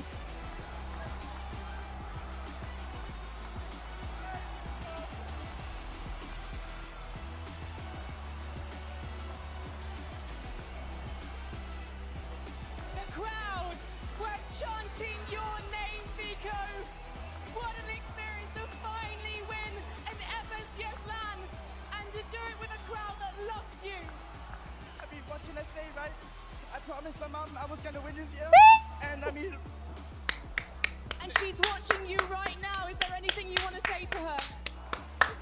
I'm gonna say it on German. Mama, ich hab's geschafft. Ich bin der beste Spieler der Welt. She's been at your side Wow. for so many years. Wow, absolute cinema. From a teenager Absolute cinema. to a champion. Absolute cinema. And Malabuka last year 8th at Globals. It wasn't enough for you, was it? Yeah, well, I didn't stop at this. I got Vico as my teammate, and he just did everything. I couldn't have asked for a better teammate. And the two of you, it's like you're opposites. Vico, you can see this man, he's so hot. Absolute all the time, cinema. even when you don't win. Absolute you cinema. Cool, calm and collected, but has this man changed you? Absolute cinema. He did change me. He did change me a lot because I really love to play with him. 400,000 people watching this one tournament. And seeing the two of you together. Vico, you can see that crowd. They want to work with you. I want this man to see this crowd and to give them a message, Vico. What would you like to say to them? Danke für deinen Support, Düsseldorf. Ich hätte es niemals geschafft, dass ich das hier treffe. Let's go! loves this crowd, and we love you guys, Vico Malvika. Please take your positions. Please. Oh my gosh! Absolutely crazy!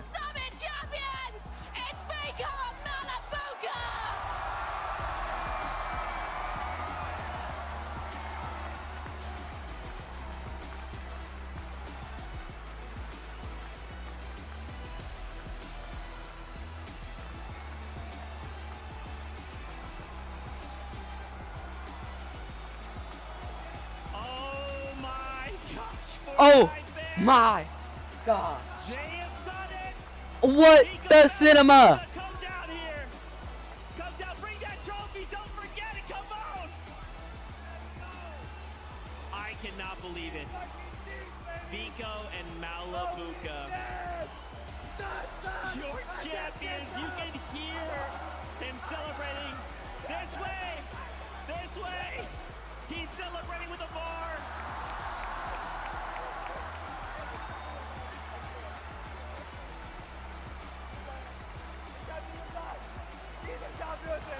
I cannot believe it.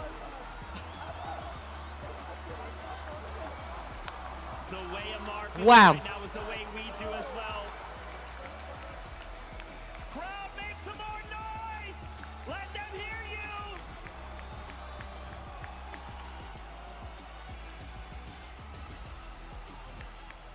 Your champions. Malabuka, Vico. Sorry, this trophy's really heavy. It's so heavy. I know. Did you want to take the crown off it? You know, I was just trying turn to. it. You just turn it. I just turn it. The little top here, the little bit right here. There you go. Now pull it off. I'm so bad at this. It's okay. Oh my gosh! I'm so shaky. It's okay. Yesterday, Nice. there it is. You can To the real king. To the one and only GOAT. This is all. Let's get it one more time for Malabuka. You're the man. You're the greatest, bro. Congratulations to you guys. Oh you know, I think my the gosh. best way I feel like I can summarize this moment is what Frankie actually said. We've watched you guys grow up. To see you guys be in this position, to show up in Germany, to fight through everything that you guys have fought through, to target, hey, there's this new thing, this summit, we're fighting with everything we had. Was there ever a moment in your mind you thought like, we can't do this? Or was it the whole time you just kept pushing those thoughts out and you thought, we just have to win?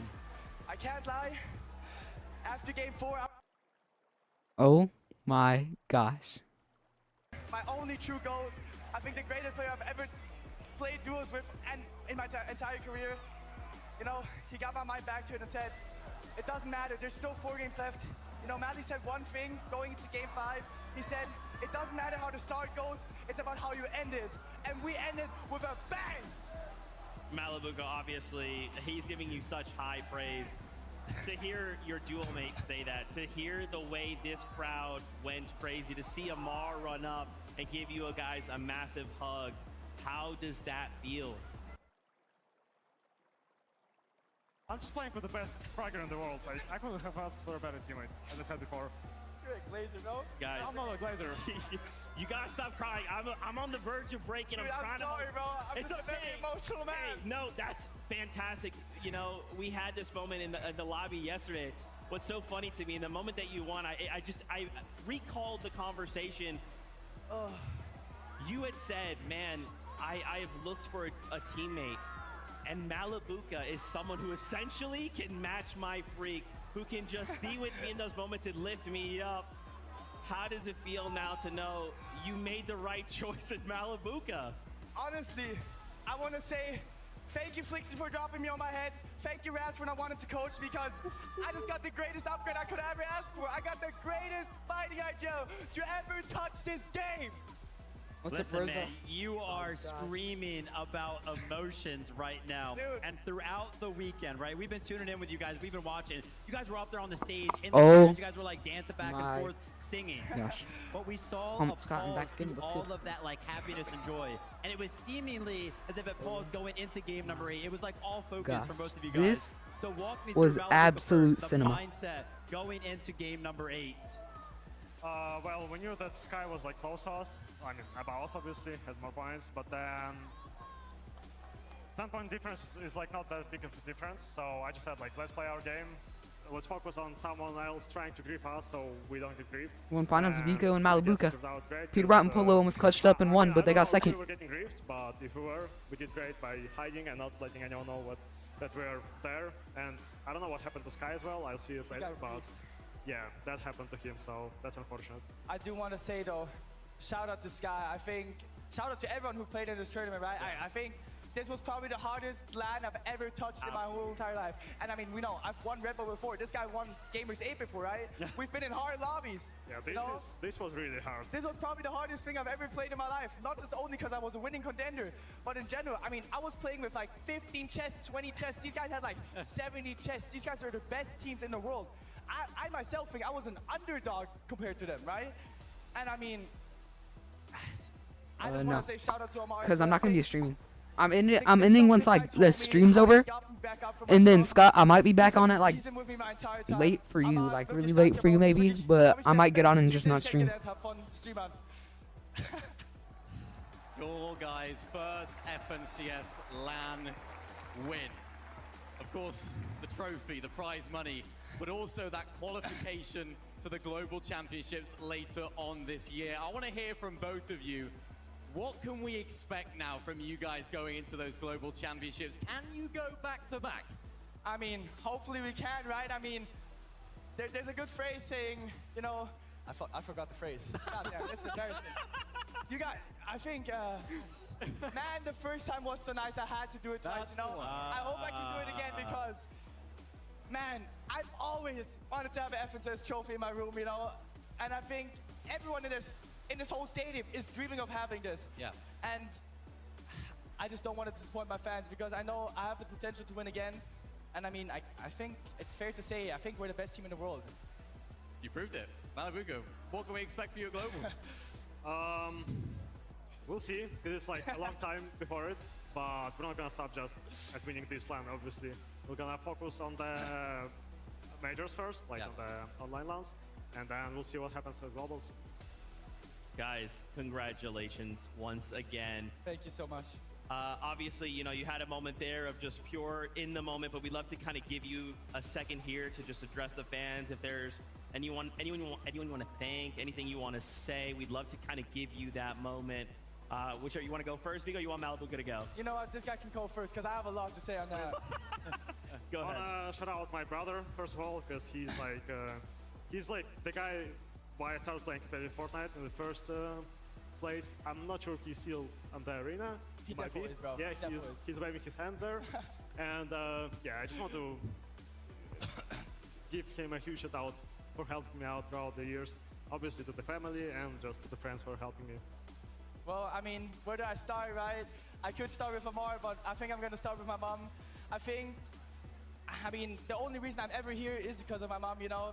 She's got me through the hardest times of my life, you know? She grew up with me as a solo parent, you know?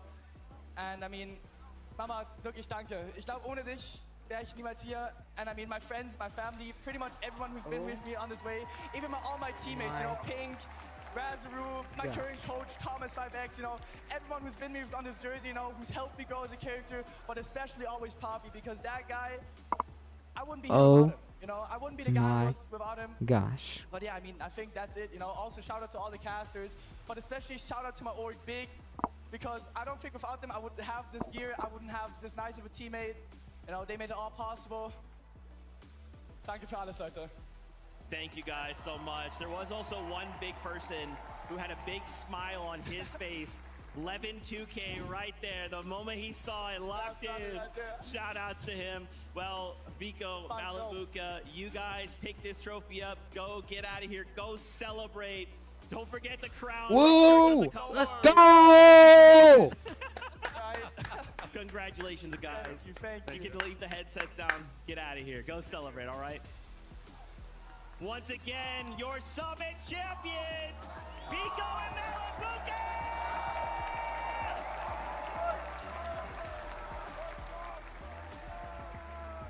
Unbelievable stuff, man. I'm telling you, Vico, seeing Vico that kind of emotion, obviously, Vico's a talker. He loves to be expressive and to be loud and to Bro, be Paxton wants to funny be that in so your bad. face, and to see him break down like that, man, I'm even thinking about it. Like, all right, it's fine. Viv, I'm so happy for him. I am so happy. Raising the trophy one more time.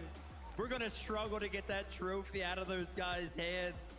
They're going to be holding on to that one for a very long time. If I have learned anything here today, we always put a lot of respect on the dedications that the players themselves, the time, the effort, the love that they put into a game that we also love.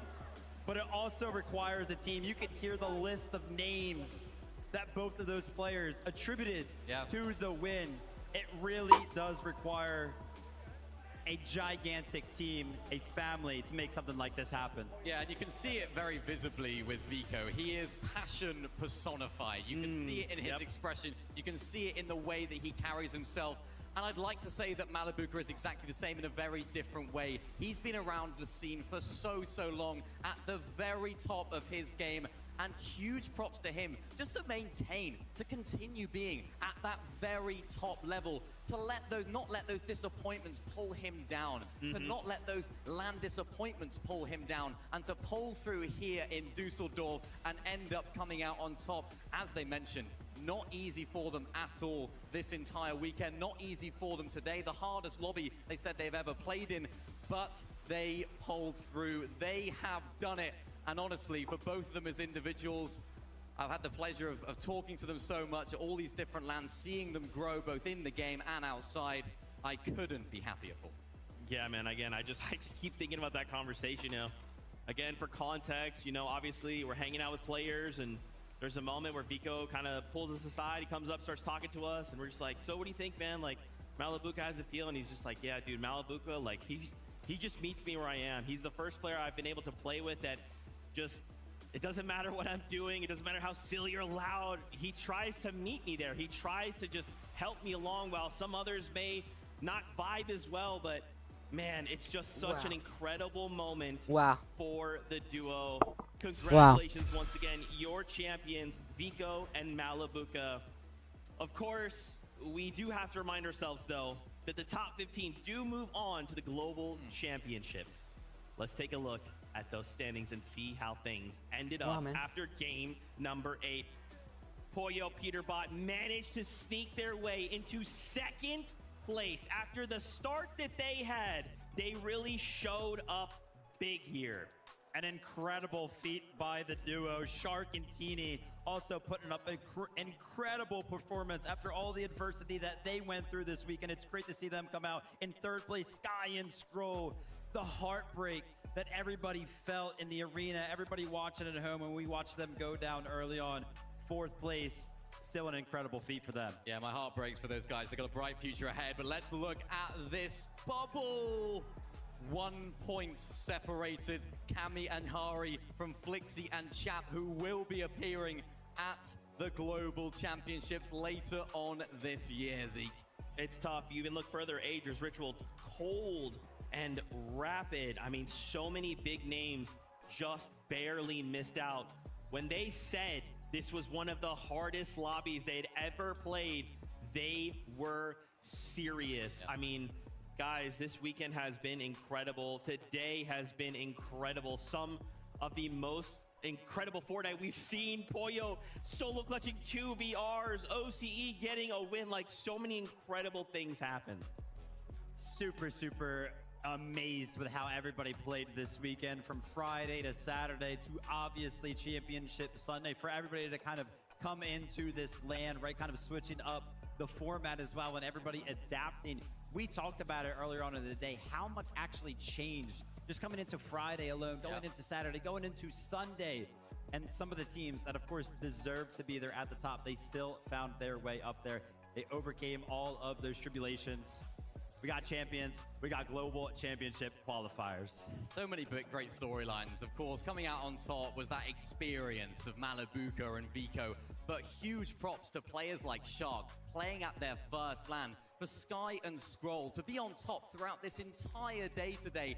The first time that they've got into a LAN like this, being those sort of favorites, the team that everyone's looking at, they held themselves so well. And like I said, my heart breaks for them there in that last game, but they can be so proud of their performance because here they have proved they are a top tier team and deserve to be regarded as that.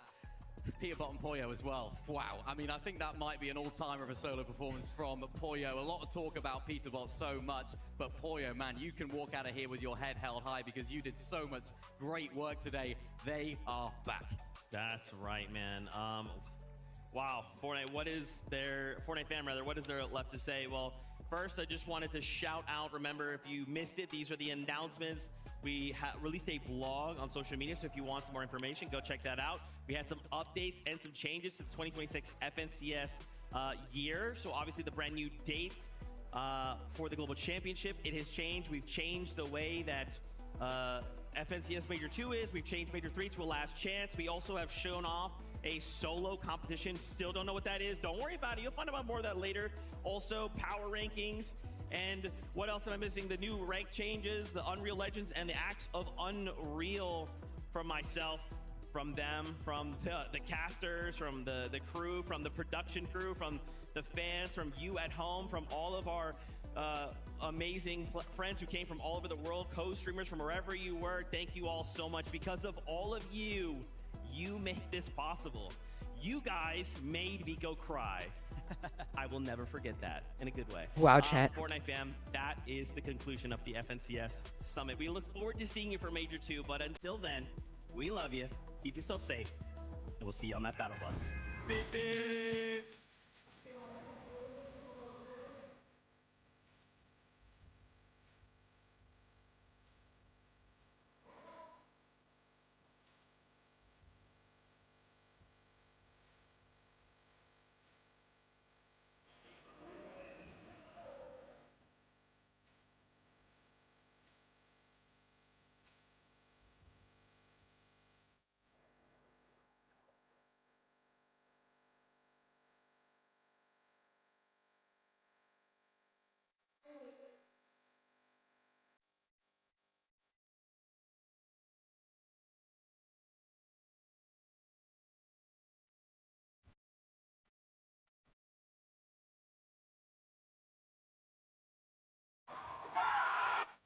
Wow, chat.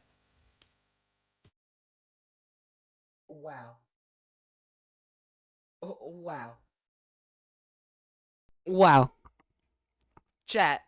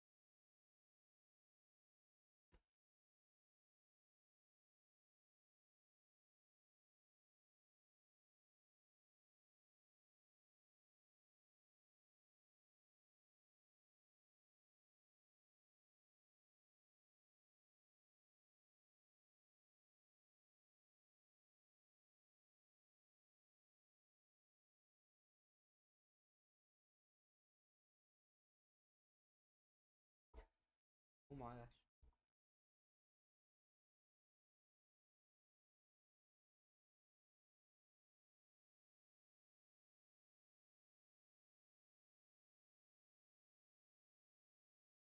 Peterbot's on stream, bro.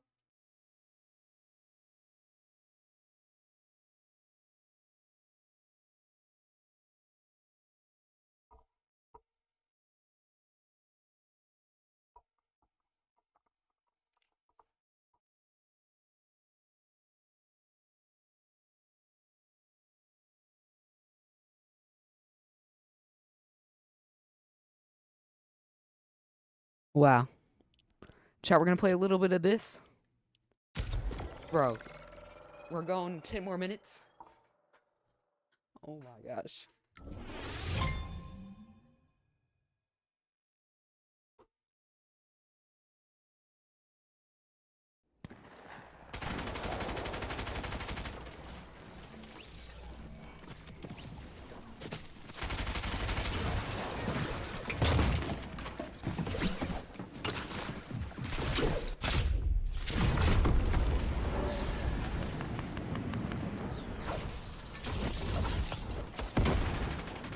The heck happened to my glider?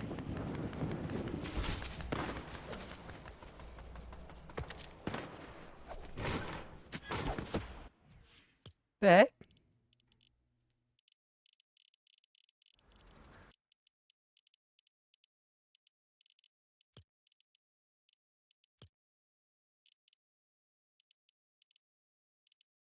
Bro, they removed it from my loadout, bro.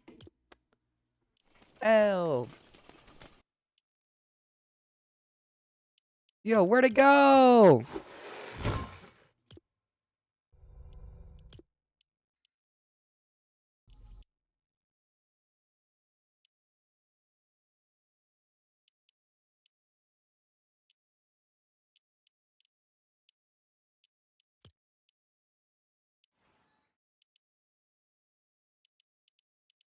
Bro, I don't have a good...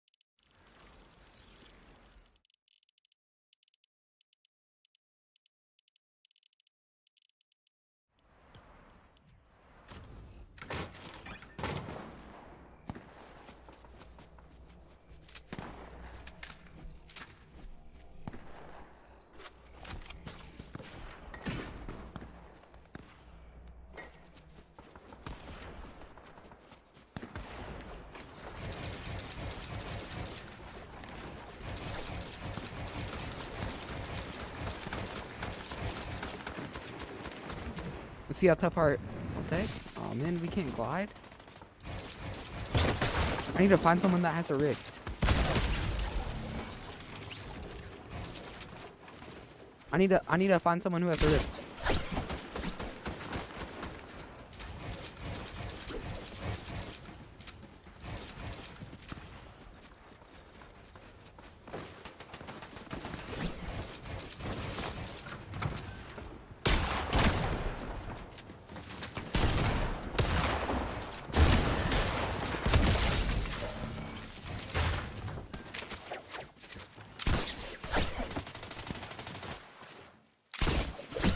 I need someone who has a rift.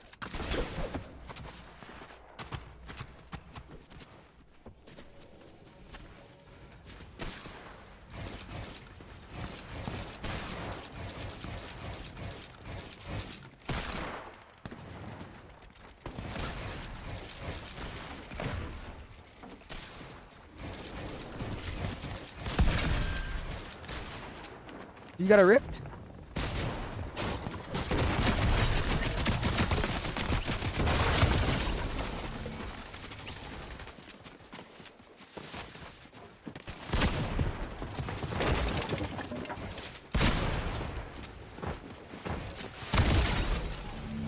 Dude, none of these guys have rifts, bro. I want to test out my glider.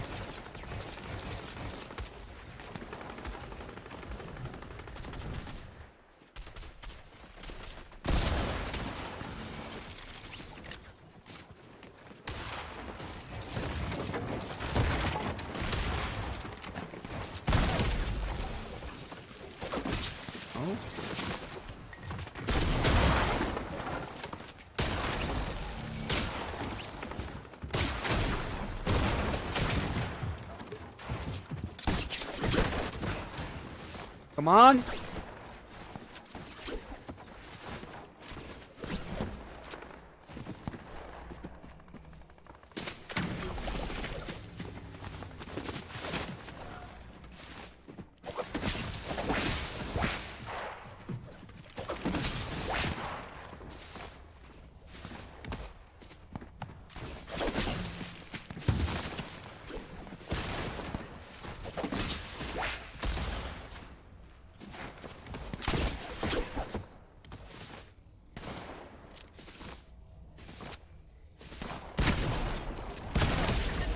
my gosh. Yes, there we go. There we go. Bro!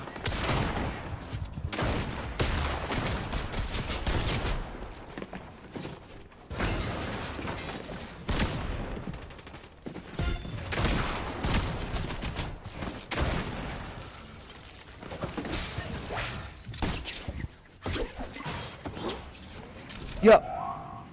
This is not. Oh my gosh, it doesn't use your real glider.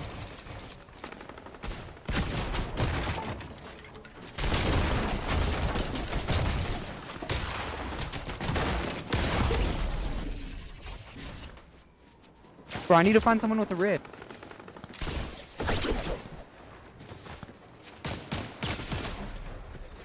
Come push me, bud.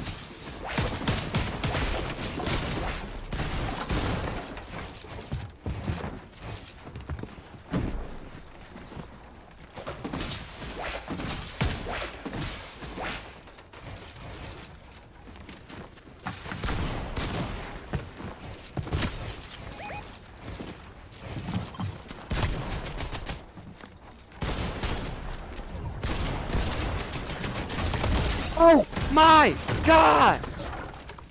Don't ever contest me if you die like that.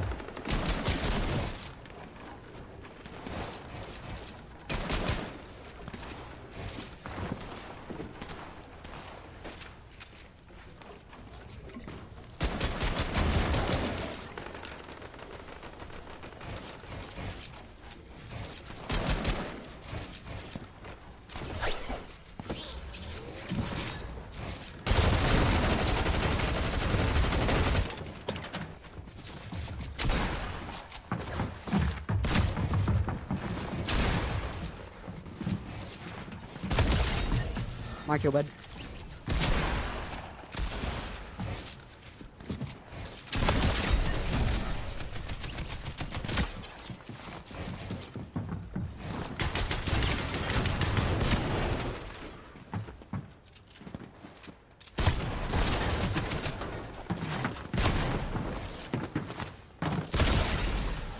Oh my gosh!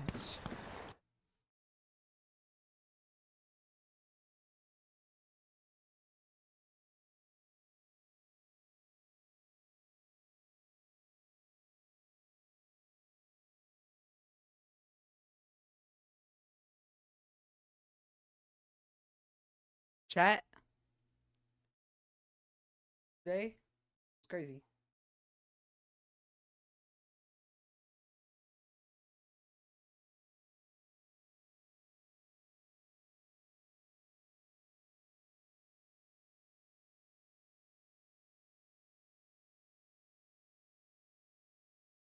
That was crazy! Let's go, chat, bro. Let's go. Bro, like, I can't believe that actually happened, chat. I'll probably be live tonight, maybe. See y'all in the next live stream. Make sure to like and subscribe. Man, bro, this was so fun. I loved watching this tournament. Sad that it's over, though, but grateful that it happened. See y'all in the next one.